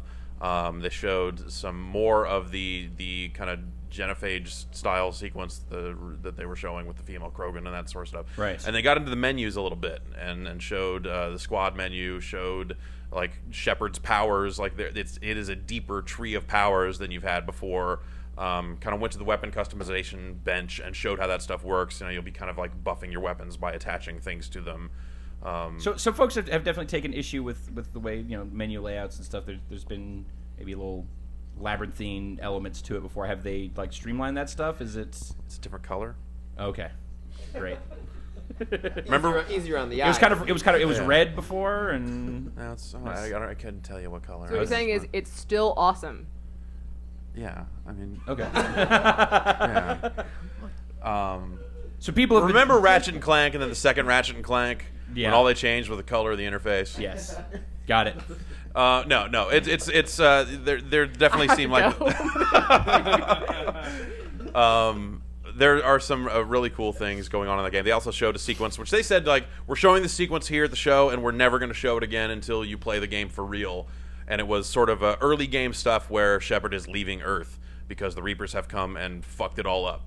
So you get to see a lot of stuff of buildings falling, these gigantic Reapers just tearing things apart, and you along with Anderson just booking through this ripped up area, and trying to basically call for help, getting attacked, and some cool early game stuff, and basically being like saved by the Normandy at the last minute, and that the moment that ship comes in, you're just like, fucking yeah, god damn, yeah. Like by the end of it, I was like, oh right, it's fucking Mass Effect, and I fucking love goddamn Mass Effect. So so they found yet another kind of porny way to introduce the Normandy. It is not porny. I would not call it porny at all. Mass Effect 2? No, when they introduce you to the Normandy 2, it is porny. Yeah. It's slow, and they're just kind of just panning over the ship, just like turgid, lengthy. Look at that thing. Yeah. There's wah-wah pedal. You want to check out this Normandy, girl. And the music swells. And they throw everything behind that moment. They romanticize. The rear touching in that sequence. No, I mean I think a different thing happens for FemShep.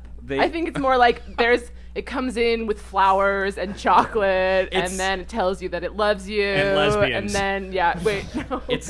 But I mean, they fetishize that ship to a great degree in all of those games, and so you spend all the time there. What you're kind of like you're gonna say something? What's up, Carrie? This is news to me. Okay. I've got to go replay Mass Effect. Well. You have to look. Yeah, you have to look the same thing. It's a very hot ship. It's a very hot Mass ship. Effect was so sexy. Yeah, and it comes down the entry. They open up so Shepard can run and jump on, and Ashley's there covering it and stuff, and Sheila's looking good, and it's just like it's cool, man. Like the leaving Earth, and Anderson stays behind. He's like, you said these people need a leader. He's actually in your squad for a little bit. His head is at the bottom of the screen. And you're like, fucking yeah, dude. I'm in the same squad as Keith David. Yeah, finally. I gonna replay that sequence over and over. Misty at the end of they had a completely different Kinda, emotional reaction. Yeah. You got Misty, maybe and a little. Turgid. Same thing. Turgidly Misty. Those are not mutually exclusive concepts at all. Yeah. But so you actually got to play it. Yeah. So then after that, so they got a room that seats maybe like 12 or something like that, but they're packing about like maybe 20 people in there. I was sitting cross-legged on the floor. I was standing up in the back for mine. Yeah. Kind of crammed between this guy. I was really close to Casey Hudson. It made me realize, like, every time I smell really bad BO, I get really worried that, like, man, do I, like, because you don't smell yourself, right? And I'm like, do I stink? Okay, so good, thank you. Did you get to voice play with voice? No, they weren't doing that. I got to do that. Really? Yeah, it's pretty rad. Okay. They had it backstage for the press conference, and Sesame Street was in that, and it seems cool. I mean, everything's optional, right? So like, I'll probably still play the game normally, but then I'll use it for like the conversation system. And I mean, you just read the phrase. And I just want to be able to like walk into a spot on the ship or on one of the planets or something, and just walk up and go Rex, and have him just go Shepard. That's if that's what they do, and if I could just sit there and just say Rex over and over again and just do that, then your playtime will double. Yeah, you're just gonna sit there for an entire day, just Rex. I think we've got a feature set for Bastion too, right? Narrator, yes. No, it's you actually just play the role of the narrator, and the game plays out, and you have to say what's happening. Lost your job, man. Jeff Gershman just put you out of a job, Logan. I'm sorry. Way to go. So after seeing that, then I went and played it. It was a really weird. So they're not letting a lot of people play it at the show. It's kind of like a judges VI, whatever that you want to call it. So I played it, whatever. They made some changes to the controls to accommodate the additional abilities that Shepard has. So, you tap the left bumper to throw grenades, tap the right bumper for a concussive shot, and if you hold down the melee button, that's how you do those Omni Blade kills. Okay. But other than that, it plays like Mass Effect. But it was funny, like this room, I kind of basically went into what's basically amounts to a closet in the EA booth, and there's a dude in there with a kiosk, 360, and it's like it's almost attached to the theater. So when I was in there, it's like we have to be really quiet in here because if we talk, they'll be able to hear us in here because it's like the back wall of the theater where I was standing. Basically, on the other side of that is where this little closet is. Okay. And we had like headsets or whatever and headphones so we could talk to each other while we were playing it. And I just kind of quickly played through some of the same gameplay that they've been showing. Where you're stealth killing dudes and all that stuff from the Solarian homeworld. But it's all combat scenario stuff, or in the gameplay thing. Yeah, Okay. I mean, we're talking like this was 8 minutes or something like Okay. that. It was not a long thing, and it's literally one of those things like, well, to be considered for Game of the Show by the Games Critics Awards, it has to be playable. So, but this was playable as a video game. Like when I played BioShock Infinite, it was to hold this controller for a minute and look around this room and. Okay, you see that it is interactive. You've played it. It qualifies. Okay. So this is already a game, obviously, which Oh, thank God. Yeah. I was gonna be a little worried if at this point. Well, there was one, and obviously this doesn't reflect on the final quality of the game. It just speaks to how they were building that demo. There's one guy who's like AI is completely turned off because it's the part in the demo where they want to show you the reach over stealth kills. Okay. So like when you're taking cover and there's a guy standing on the other side of cover, you can drag him over and kill him.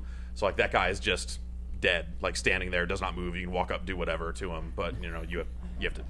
Whatever. Once upon a time, the monster thing.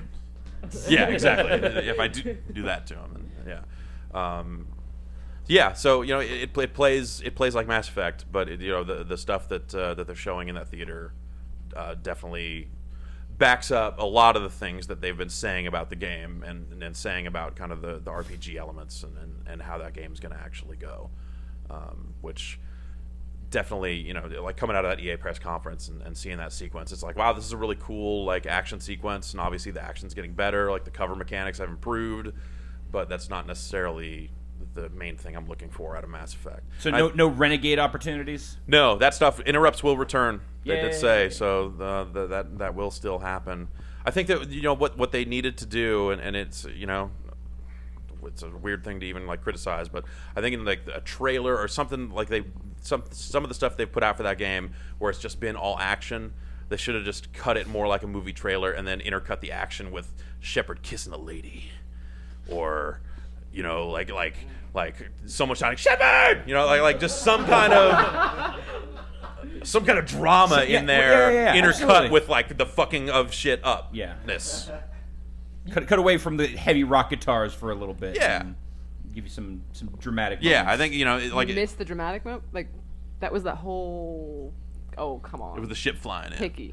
No, what? No, he's talking about the trailer stuff. I'm like talking about the trailer The way stuff that they're specifically. presenting that game, like more to the public, like because all like between two press conferences, they've shown like Kinect support stuff and an on rails shooter sequence. Like that's not fucking Mass Effect 3, but that is kind of what is. And being keep in mind, represented. it's an on-rails shooter sequence that came literally after every single thing I've seen for Modern Warfare 3 has been rail shooter sequences. 3 of them, 3 different sequences throughout the game. So you get to that point where you're like, what? Why are like now Fable is a rail shooter? All games, Like, all games are rail shooters and or QuickTime events. That's all we have left anymore. Like QuickTime events are now in Final Fantasy 13 too. Yeah.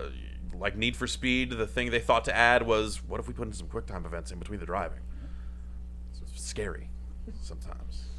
Tomb Raider, although past Tomb Raider games have had those as well. So sure, whatever. Sure. So feeling the Mass Effect 3 from what you saw and what you played. Yeah. Fantastic. Went and saw the Kingdoms of Amalur Reckoning demo, which was different stuff than what I saw a couple weeks ago. I think that game is looking really cool. I hope it comes together. It's pretty neat. And then I'm just trying to think like through the day in order. Let me pull it up here. I met Coltrane today. Yeah. No that was really exciting. Like the actor? Yeah. No, yeah, I Bill could Coltrane. hear him out. Yeah, it was awesome. The Thrash Ball star? Like I walked up to him and I was like, "You're my favorite." He's like, "Damn right, I'm your favorite." I know. I had met him like Gears of War 2 at E3. He was at the party for that, and I thought you were gonna say I met him years of war ago. What is going on? And I wish I would have. God, that would have been a good one. I didn't come up with that. I thought that he had come up with that. Don't pin that on me. No, you did, but you did come up with that. Pin that on. I'll take it. I'll take it gladly, happily. Just hanging right there. Someone take it. It's low hanging fruit for sure. But yeah, no, he is a very effusive character in real life. Excellent. What's here? Kings of Amalur. Need for Speed. I also went and saw. Yes. And we talked about that earlier when Genova was here, just about the. Right? Didn't we? Right. Yeah, we did. Yes, Yeah. the cutscenes that they need to do the. This is now like letterboxed, so you know that you are no longer driving the car. Yeah, that's just. I mean, so that I'm not saying they're going. What? And it seems like an easy beat. It's I bet that they will. I bet they'll do exactly that. Yeah. Or they need some kind of indicator to say. I mean, like, that mechanic, that trick has literally been used in past black box Need for Speed games when it's like, all right, we're going into cutscene now at the end of this chase, and there you go. Warner Brothers. Yeah, we went to Warner Brothers, saw the Batman demo. I played Batman a little while ago, and the traversal stuff is really cool. Like basically playing like that Super Mario World cape, but with Batman and his cape. Of you go into a dive and pull out of it to kind of glide around the city, and I wonder if at some point like Batman, if that game starts to get too complicated, because like Batman could already do a whole lot of stuff, and now they're like loading like double takedowns where you double tap the button and a lot of this other stuff. Like I wonder if it'll get too complicated for that controller for some people, for like the soft-minded. Wow. Hey, Greg. Stop fidgeting a little bit. Oh, yep. No, other Greg. Yeah. Two Gregs right next to me. I'm sorry. That's okay. So Arkham City looking good. Yeah, and they had another theater demo where they revealed the Penguin, who looks pretty terrifying. So yeah, like he's got a cybernetic he's implant. He's a goddamn ghoul, is what he is. I mean, they always do something kind of messed up for the monocle. Looks all crazy. I don't know if it's an implant or like Joey looked at it and said like, "Do you have a bottom of a Coke bottle like stuck in his for a monocle?" I'm like, it's a weird looking monocle. I don't know. That seems in line with kind of the crazy ass character designs they did for. And they made him like game. a little bit like, I mean, he's British, and like he has a slightly like almost Cockney kind of accent. And he didn't really go wow wow. Yeah, it's not. It's definitely not Burgess Meredith. It's definitely not Burgess Meredith. Well, yeah.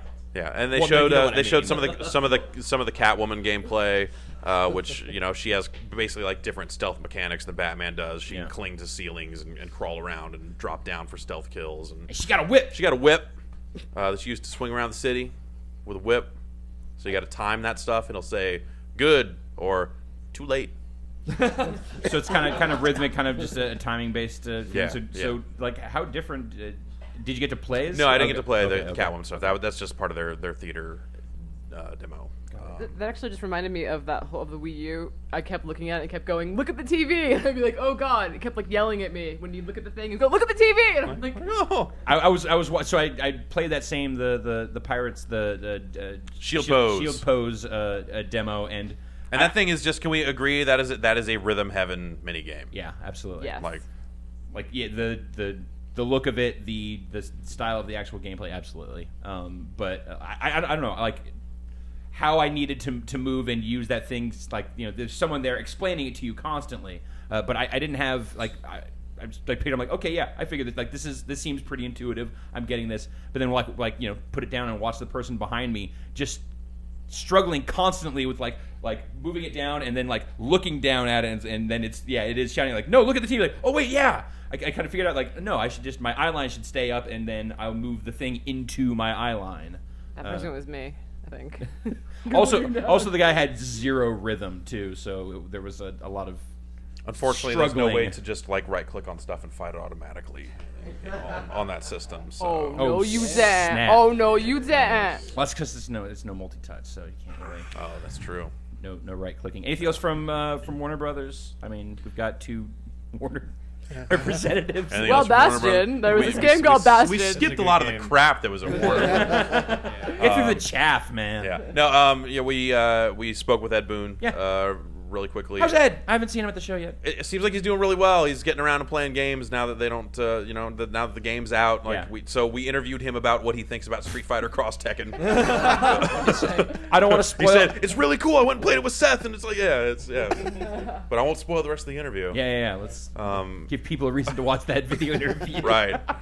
Our 19th Ed Boon interview. I think we were starting to do the numbers, and I think he might be the person that we have interviewed the most. I wouldn't be surprised. Over time. Is he gonna get no? like a You know creative what? Consultant. I like, bet it's credit John on that Drake. game? Yeah. Yeah, it might be. It might be because literally every time there was a game, it's like, we're gonna go and interview John Drake. Oh no! No. I'm not saying like the number of times we've talked about. The last time we interviewed Ed Boon, he was actually just interviewing them, Jeff and Brad, while they were playing Mortal Kombat. It devolved rapidly. But so they're showing off Scarlet on the floor. Yeah. Which sounds like it's coming momentarily. Yeah, it's first DLC character days away from the sound of it, along with a patch that'll fix some of the stuff that's been going on in that game with the online and making some balance changes that they I guess they can't necessarily fix in their hot fixes. Like they can actually change the balance on the game without pushing a full patch. Right. But there's some stuff that they actually need to patch to fix. So the patch is done on PS3 from the sounds of it. 360 is just waiting to clear, and they'll push them out simultaneously pretty soon here. I guess along with Scarlet, or right around the time of Scarlet. But he said Kenshi is after Scarlet, and they're looking to. They have 4 characters planned, and they're looking to kind of hit them one every 2 weeks if they can do it. That's pretty cool to hear. Have they talked anything about price point for the character stuff yet? No, they have not. Okay. The costume pack is out. That came out Tuesday. So, classic Scorpion. Don't need Alex anymore. Did you check in with Hector? Did you get to see him? Yeah, talked to Hector real briefly. Yeah. He reminded me that which I didn't notice at the Sony press conference, but they basically confirmed MK for Vita. That thing. So awesome. So they are looking into doing that. Like they're doing some DLC stuff, but we're not too far off from those dudes having to start thinking about kind of their next moves. I think that they have already started thinking about it. I saw some Twitter messages about design docs and that sort of stuff. So clearly they got ideas. So we'll see what's next from them. My guess would be a Mortal Kombat themed non-fighting game. You think so? If I had to guess. That's the pattern, right? Yeah, that's the pattern, but they typically don't develop the non-fighting games themselves. Right. So I wonder if this would be the case where they would get on that, maybe like resurrect Fire and Ice, which was going to be the Scorpion Sub-Zero game, like Shaolin Monks, basically. Special Forces reboot. Yeah, finally, that bring back the Jax game. No. You see anything else at Warner there, or no? That was mostly what we stuck to. Some of that stuff is stuff that I'd seen previously, like Gotham City Imposters, which is the first-person shooter set in the Batman universe, but you're playing as a bunch of fake Batmans and Jokers.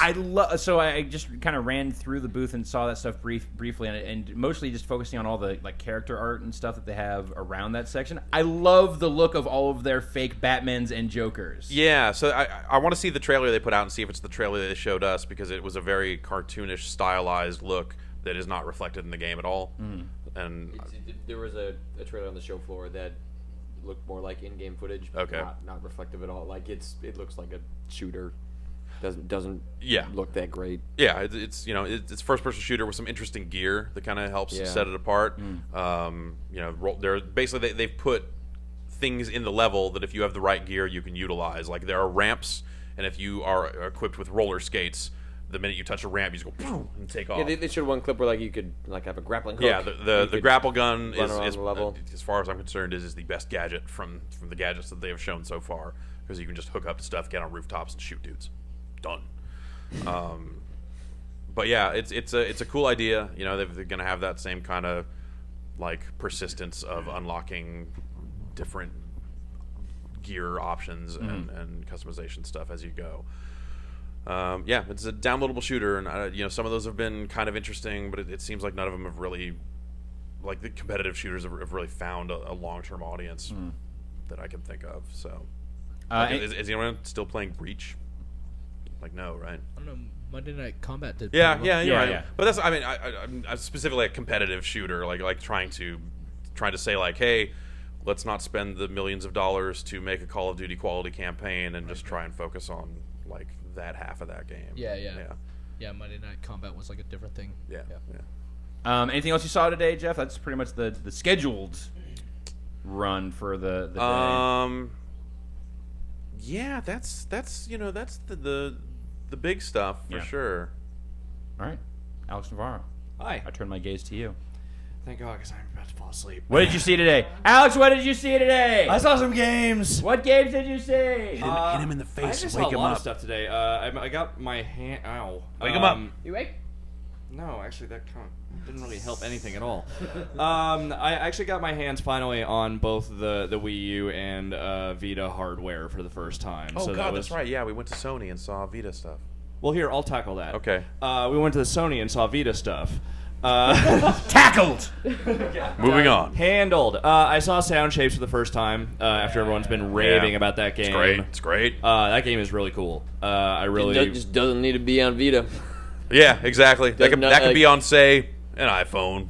Yeah. Or not to take anything away from ColecoVision. But is that gonna be like the Lumines or something for the system, where you can play this game literally on anything, but it's on the system, so I'm gonna go buy it. The level creator really benefits from the touchscreen. Yeah, it does. It really, really does.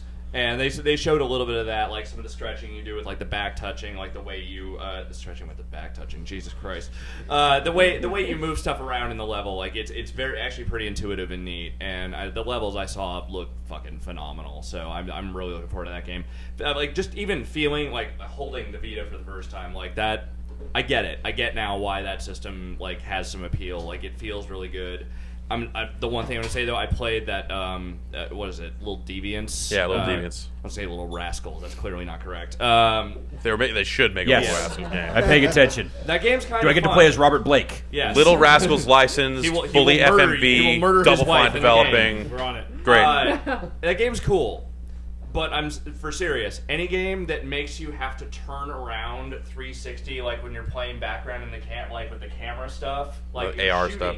Yeah, the AR stuff. Yeah, Little Deviants basically has face raiders in it. Yeah, but without faces. If I'm playing that more game rating on a bus, I can't do this. This is not going to happen ever. So that is useless to me. Well, Like, I mean, Little Deviants is like basically a mini game collection. Yeah, and of there like are 30 other different minigames that things. don't do so that. it's just the one that does that. But, I know. I'm just saying, like, that is a thing that should just die now. No one should ever do that. I don't know the I can't play it on a bus, like that qualifier doesn't really Well, I can't do it on a plane either. I can't do that sitting down anywhere. You can spin in your chair at the office or in your office at your home. So that one situation is the one. Never time I can do that. Never do either of those things. I mean, I'm saying it's one thing. It's the one thing I don't like. The rest, I like the technology. I liked a lot of the touch stuff. You know, that game, like a lot of those games seem really fun. So I thought it was cool. I'm saying You know, that attitude wouldn't have gotten us Boktai.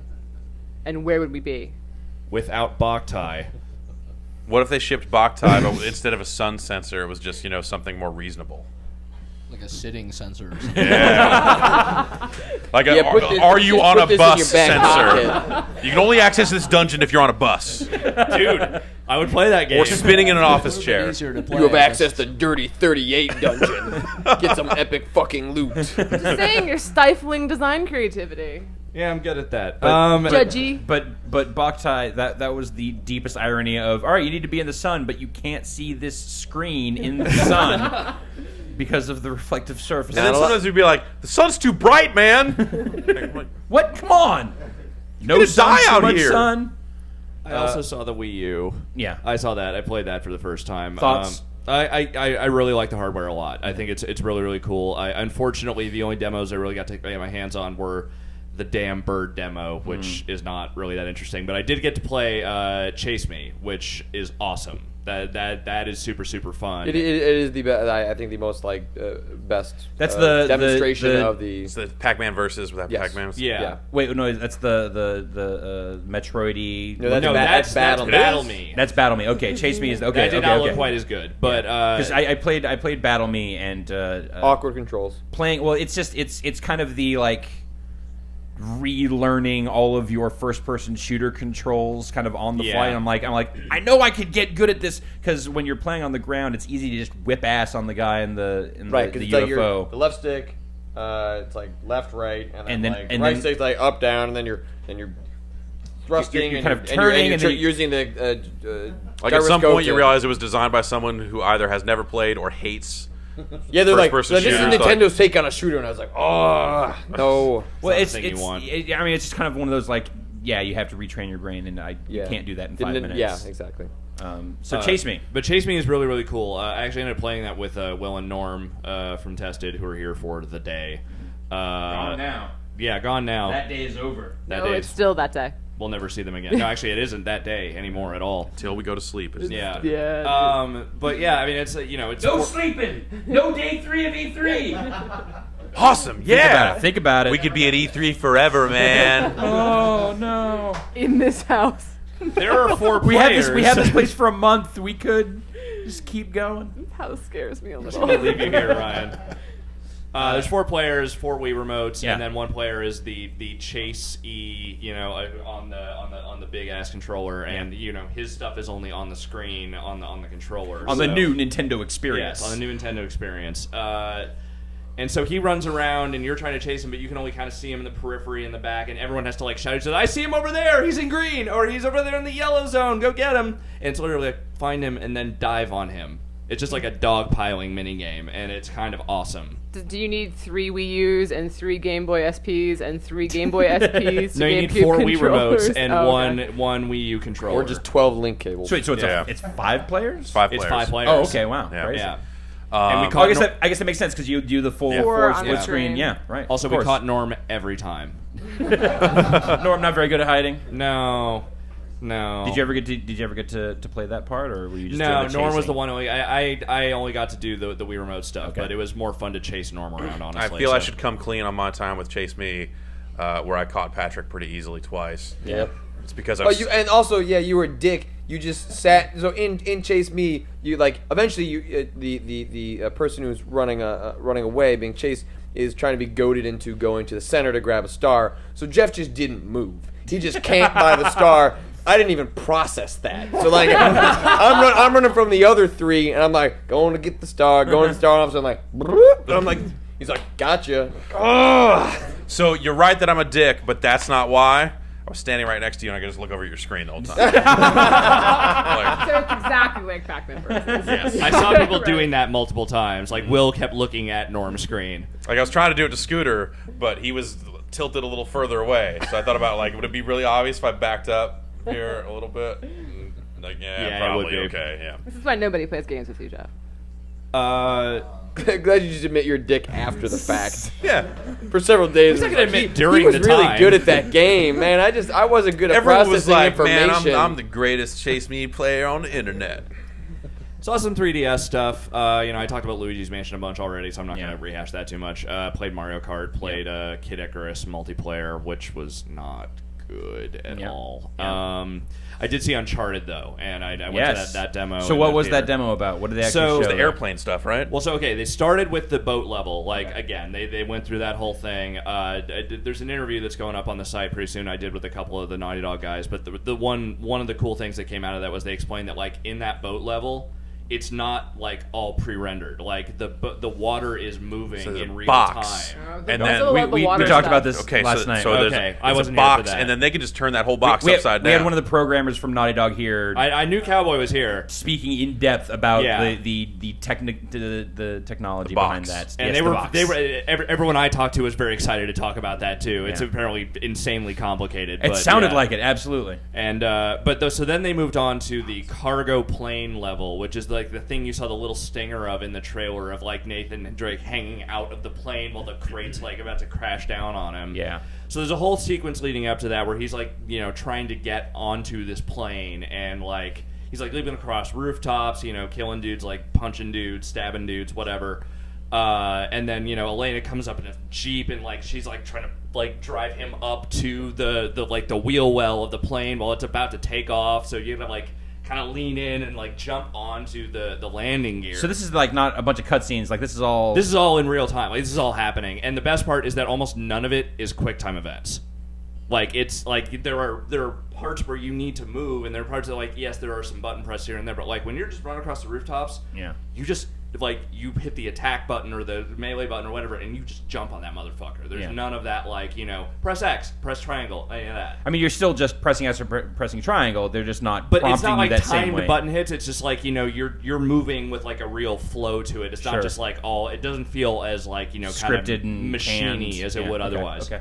And once you get on the plane, it's actually what's really cool is that eventually you get into a combat sequence with like some big ass soldier dude, and it's like very Temple of Doom, where like Indiana Jones is punching the big dude, and he's just not registering any of those hits. So Right. it's like pretty brutal fight. And again, no like button pop-ups or anything, but there's no real HUD either. So they're just like decking each other, like headbutting, running around, and it just like it all feels like it's just flowing in combat. And it's one of the coolest looking fights I've seen like in any game ever. And it eventually morphs into that scene where like cargo is flying out of the plane and Drake is about to fly the fuck out, and it was really cool, I gotta say. Did you play it or watch it? Yeah, it's that level they were only showing in the scripted demo. So, but they were playing it and they were showing it as like, fucking cool. Awesome. Yeah, and the 3D in that game, I'm echoing your sentiment. The 3D in that game is actually legitimately awesome. Yeah. No, again, and Cowboy said the same thing of like that's like what we saw when they kind of did that stuff. Sold us like internally. We were kind of 3D and like, oh wait, no, this could be really really cool. So. Yeah, when you figure out like a way to do it, so it's not just a bunch of dumb 3D moments, and like you can actually add some depth perception to the levels and actually like find a way to make it work. Like it looks cool. Yeah. Excellent. Anything else you want to That talk was about? that was the bulk of it. I saw some Sony stuff here and there. Saw Pixel Junk side scroller, which looks really cool. That game looks really cool. Yeah. Saw Papo and Yo, the new PSN game.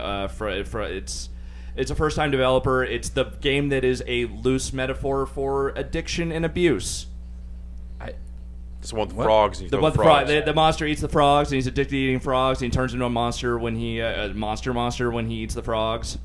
I have no idea what you're talking about. I wrote a thing on it. I did this. This is all a thing. Jesus. Yeah, they started talking about this a little bit before the show. Okay. Yeah. So basically, the developer straight up came out and said, like, this game is more or less a metaphor for my childhood. Like, it's like about it's mostly about his like abusive alcoholic father, and like But you play as this kid who has like these imaginary best friends, and one of them is this like big honking monster. Was he who a is- guy that one of those types of guys that like is licking frogs to see if they're psychedelic? And that's Wait, who? Which one? The developer? no, the guy's dad. I don't think so. I don't think he was actually licking frogs. When he licked those frogs, it was like he was Satan. But that's tough, man. But Like, yeah, your best friend is this big pink like dinosaur monster friend, and he's cool, but like he's also horribly addicted to eating frogs, and he turns into a psychotic beast when he does that. So but it's also a puzzle platformer. That's the best part. So I'm going to guess that but the way it's actually presented in the game is very kind of light and cartoony. It's only, very. He straight up compared it to Finding Nemo. It was Okay. like, straight up, if you think long and hard about the story, like the first like 10-15 minutes of Finding Nemo, that story's kind of fucked up. Like he loses his parents, he loses his family, like, everything is just messed up. Yeah, and it's that you ever kind of just thing. sit down, man, and think about first 10 to 15 minutes of Finding Nemo? Well, I have now, but Shit'll blow your mind. it's all very whimsical. It's all very like like storybookish, and it's just that he's using personal experience to kind of create this game, and he described it as a very therapeutic experience. So, but I mean, I don't know, the game looked really cool. Actually, it's like got some neat puzzle mechanics to it. It seems very, very like it was fun what I played of it. So It's a PSN game? It is a PSN Okay, game. okay. It's part of the pub thing, like the pub fun stuff. Pub fun Yeah. stuff. So cool. There's also we went and played Vita stuff, and a lot of it was stuff that I had seen the first party stuff, but not Yeah. the third party stuff. Yeah. And some of that was pretty interesting. Saw like BlazBlue running on it, and 2D looks great on that screen. Did you play the Ridge Racer interactive screensaver? Did. It's Shit's awesome. hot. It's fucking Ridge awesome. Because it wouldn't be a Racer. console launch It's got this. if there wasn't it's a got Ridge car Racer model. something there. And if you touch the back, you can slow it down. Yeah. We can't even bring And if ourselves you to touch make the front, a game. There's some squiggly Here's a lines. Yeah. fucking And then screensaver. if you press L and R, it makes the camera angle change, and the guy was like, "Hold it down." So I held it down, and it changed real fast. Yeah. But the thing about that is, God, that it's was so like erotic sounding. The car. Show like, me that Normandy. Like all that. I gotta go. We'll get around to porting all those tracks that you've played a million times, but until then, check out this car. The description is awesome because they're. I want to back up a second because I don't know if they had this how they showed it at the Sony booth at the Sony press conference. Like, so that you go to the stations, and like it's really loud, and like part of the thing is like the audio in all these games is really great, and it kind of but then when you got the headphones on, you can't hear the developer trying to talk to you or explain it to you.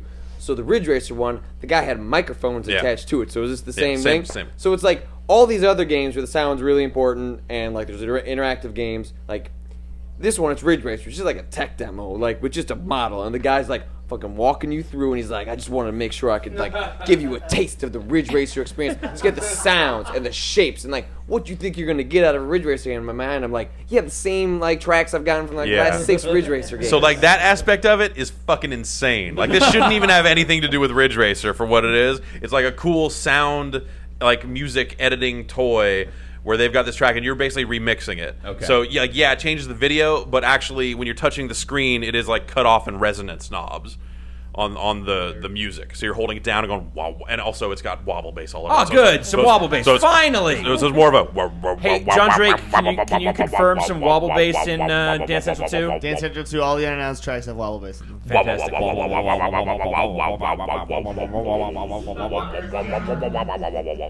Camera change. Yeah, and then when you hold down the shoulder buttons, Rapid fire it starts, camera It starts change. to, but like I wasn't even paying attention to the video of it. I was fucking feeling it, man.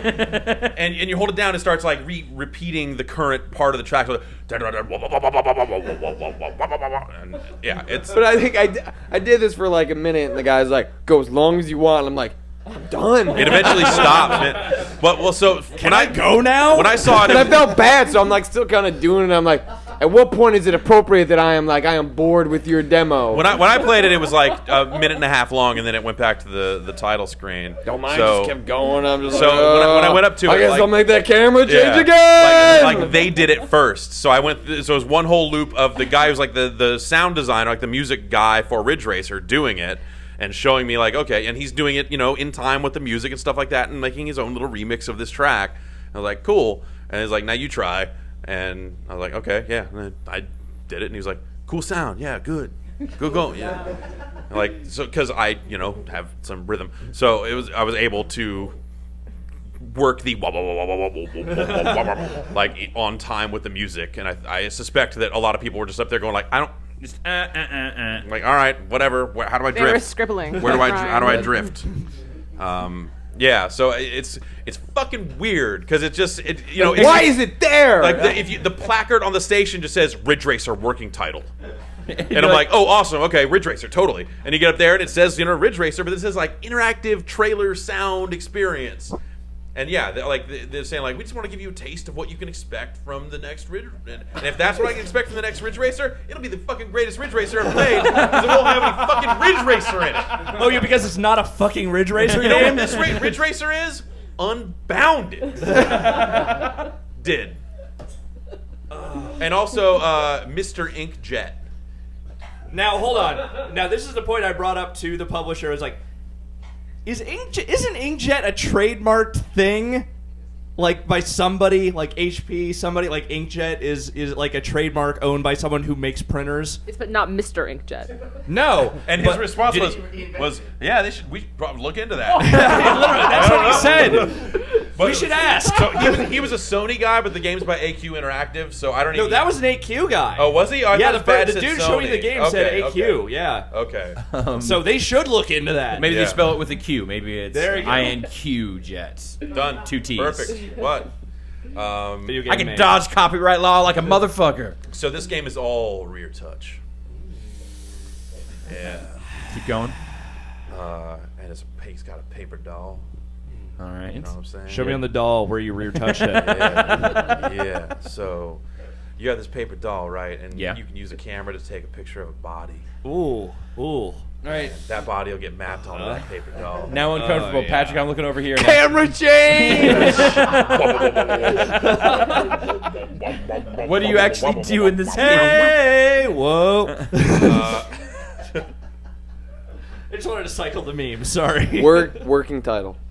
You touch the back with 4 fingers. One for each limb on Mr. Inkjet. It's okay. And he's basically falling, man. And you're working his limbs to catch paper. What? We need a music track. Yeah, I behind don't know. this. Like so there's a rope around Mr. Inkjet, and he's being lowered, and there are bombs falling out of the sky, and you need to avoid those by bringing your limbs in or moving them out of the way of the explosives, but making sure you're reaching out to get the papers. And Yo, Mr. Inkjet is fucked. Can I ask a quick question?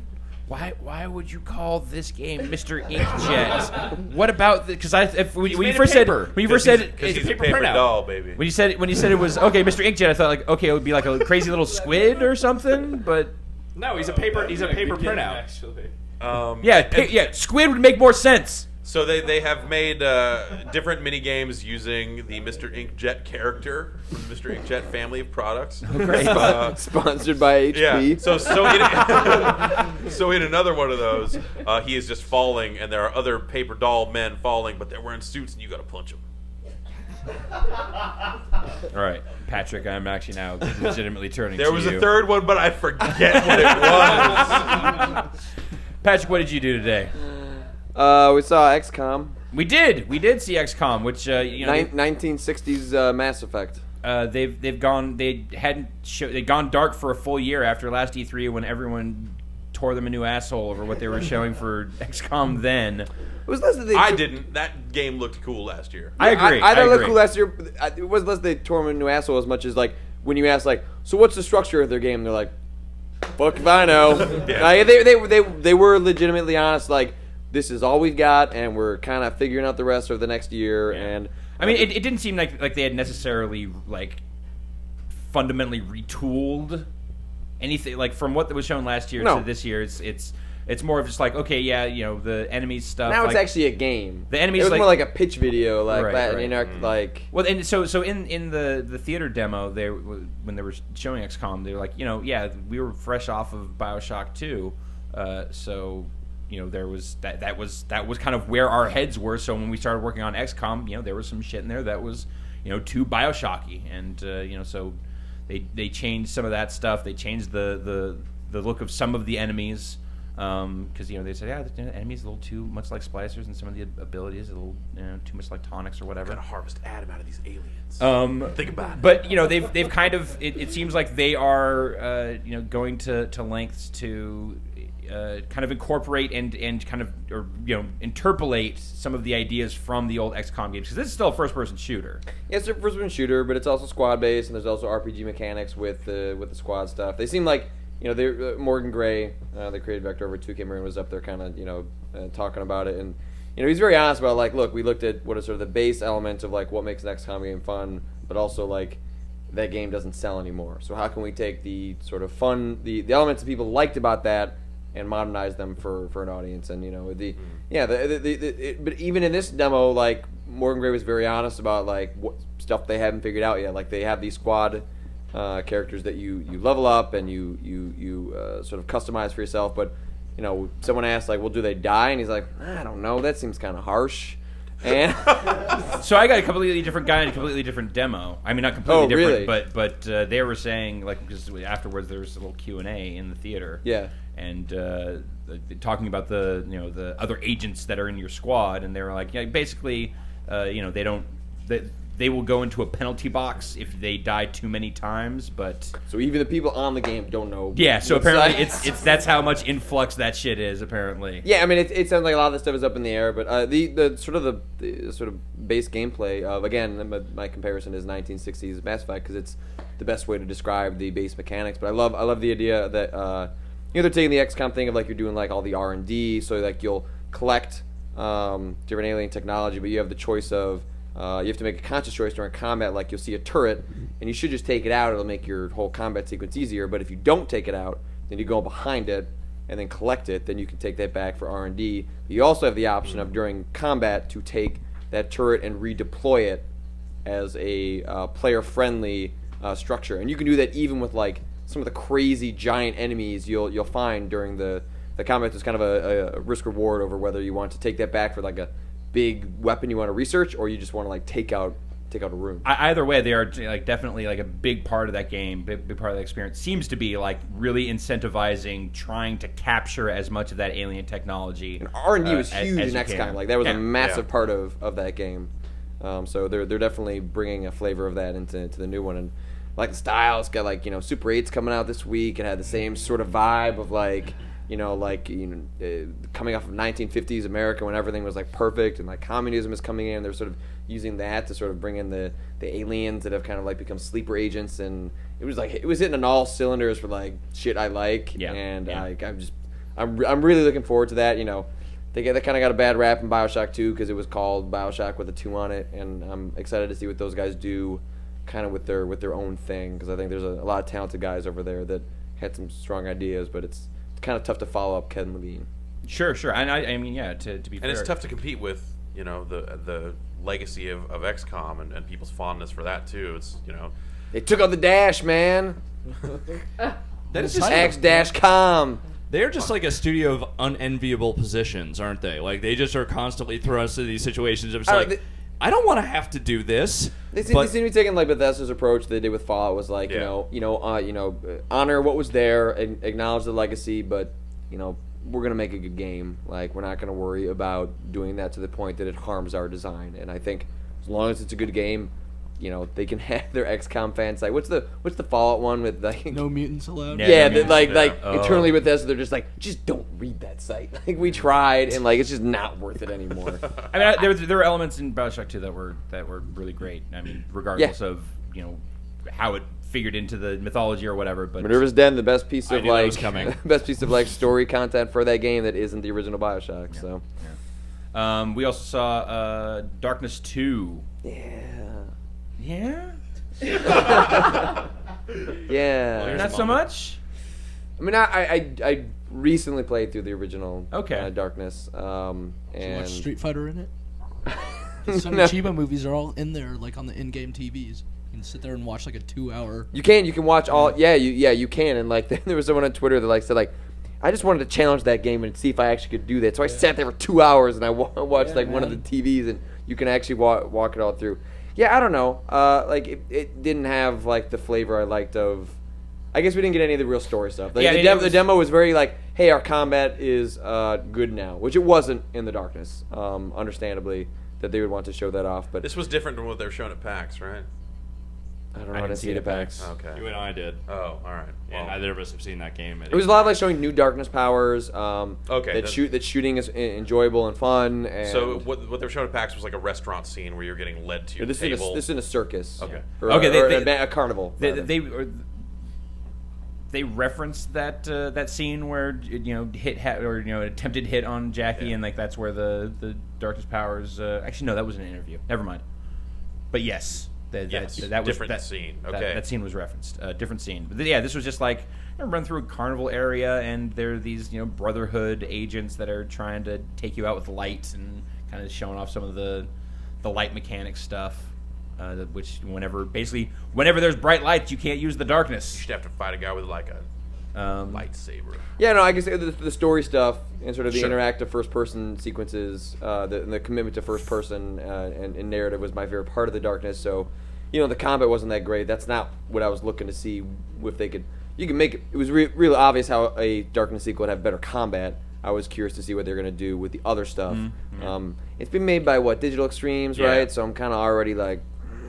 Ended on a weird, twisty cliffhanger. I'll be curious to see where they go with that stuff. What did you guys think of the directional control you have over like the We didn't- whipping? we didn't They didn't really get into it. This was in a theater. Okay.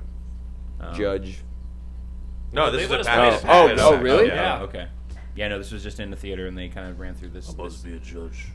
I said that several times today. Yeah, see, now you get it. Now that you've pretended to be a judge for an appointment, more fun you because see how it gets, because I got man. to do the Armand Assant where I was not a judge and just pretending to be. Yeah, that's you got it even better. Yeah. So every time you go to one of those appointments, do you just like yell, "I am the law"? I am the law. Speaking of which, I went to the Square Enix booth and saw Hitman, and also quickly played through the Tomb Raider sequence, the demo stuff that they showed during the press conference. Which I played it, and it is a game. I'm not sure that there's a lot for me to say about what it's like to play that game because it's now that you've played it, do you understand my hesitance about it? Certainly, and if I hadn't seen kind of the other part of it along with that, like that, I would have been like, oh, like when does this become a Tomb Raider game, or kind of a game really? I mean, I saw that other part, and I think it was worried like when they started talking percentages and saying half the game is going to, so it's like half the game is going to be like half a game, then. But then the other section they showed was big wide open environments, so I'm like, yeah, whatever. But Hitman. IO back to that since Blood Money, and that was actually the only Hitman game that I had played, and I actually fucking love Blood Money. Is awesome. And what I love about Blood Money, and there's a bunch of IO cats there that so they actually played through, and this was the sequence that you saw. Yeah, this is a sequence where you're disguised as a cop at one point, and you come upon a hippie who has a bong, and you grab the bong and then hit another cop in the face with it. Yeah, this happens. I've seen it. Confirmed. Demo end. Yeah. It is pretty close to the end of the demo. Yeah, like you fuck up these two cops and then walk out into a train station completely anonymous, and it pulls does the pullback. So like, and IO's giant crowd tech at hitting on all cylinders in that sequence, kind of as he's walking out into just this gigantic fucking crowd of people. Which looked pretty cool. And walking past like tons of cops, yeah, dressed up like a cop, who are like, "Hey, I thought they transferred you to." So it's kind of like they're not talking very specifically about story stuff, but like at this point there's a manhunt for Agent 47, and you're in Chicago. Right, you're in Chicago. Starts in a library. It's about time they're kind of after it. It's like, hey, this guy's been murdering people for a really long time. We should maybe do something about that. Nobody's incognito the whole time. So someone's been murdering. Yeah, it was a mailman, and then it was a cop. We and heard it then was a with bald guy with a barcode around. tattoo. You'd think someone would at some point look at the back of his head and go, hey, why does that cop have a barcode on the back of his fucking head? And scan him. And why is he killing that guy? But you're in this beat up library, and it has a lot of kind of the. They showed a lot of kind of shooting sequences in that, and I get that when you show a game at E3, you show some gunplay, because if you just showed that game the way that whenever I get like my best playthrough of a Hitman mission is when I don't shoot anyone and I am never even like directly pulling the trigger whenever someone dies. I'm just standing nearby and can then just completely like calmly walk out of the scenario and just, you know, drop them in a shark pit, basically. Yeah. Like I loved that about Blood Money. It was my absolute favorite thing about that game. So so when they were showing all the shooting stuff, it's like, you know, it's a cover-based shooter for that stuff. I'm like okay, it has that stuff, and I get it, and it seems like they're being a lot more forgiving than, you know, past Hitman games. You can't get shot very much, and he's seems a lot more resilient. Then again, they were also, you know, E3 demo, so whatever.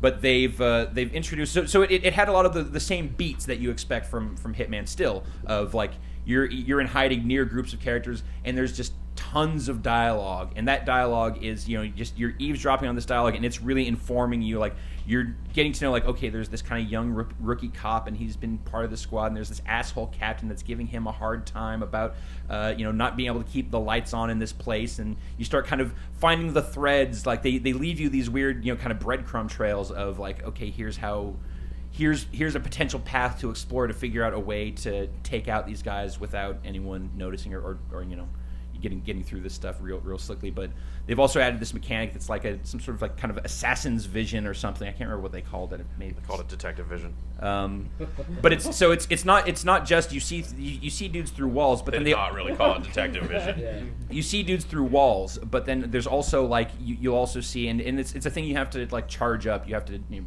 do stealth. You have to do like stealth takeouts of some enemies to charge this ability up. But it actually gives you, you actually see like a kind of short-term path. Intuition, assassins, something like that. But you actually see a small path on the ground, kind of like, this is where this guy is going to go. So, you know, get out of that way so you can come up behind him. And it's not even like a very long path. Like, you see like his next maybe 5 steps or something like that. So, it's something that's useful for someone that's very nearby. But when you're not in stealth, and like if you're in costume, you can also use this when you're getting near a guy.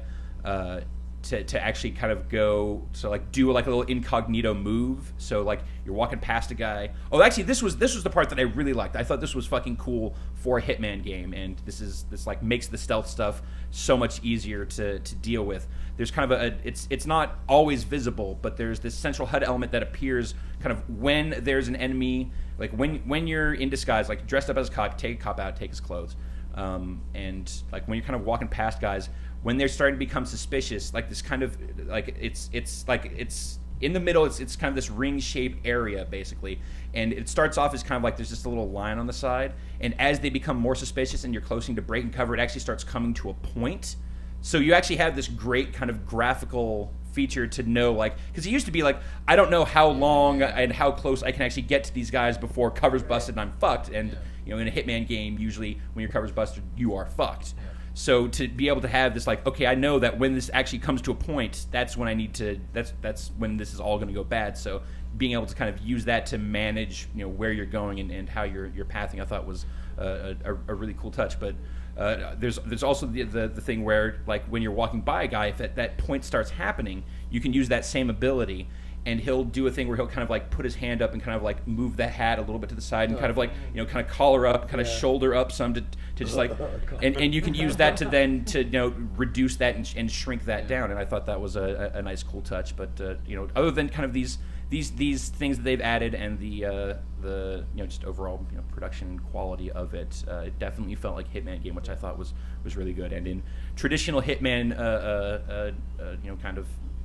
In my way of playing Hitman, I like to talk about how I love to do these super clean kills, but then like I go and pick up the game after watching this demo happen, and I'm like, all right, I'm gonna try and do this as stealthy as I can. I'm literally like 3 minutes in, and I'm dead from all of the bullet holes from all of the cops. So that's not a game that is particularly fun to play in front of people. And there were like 3 IO dudes in the room watching me, and you know, kind of trying to guide me. So I appreciate that, but at the same time, like I don't want people to see me playing Hitman. It's just something that's.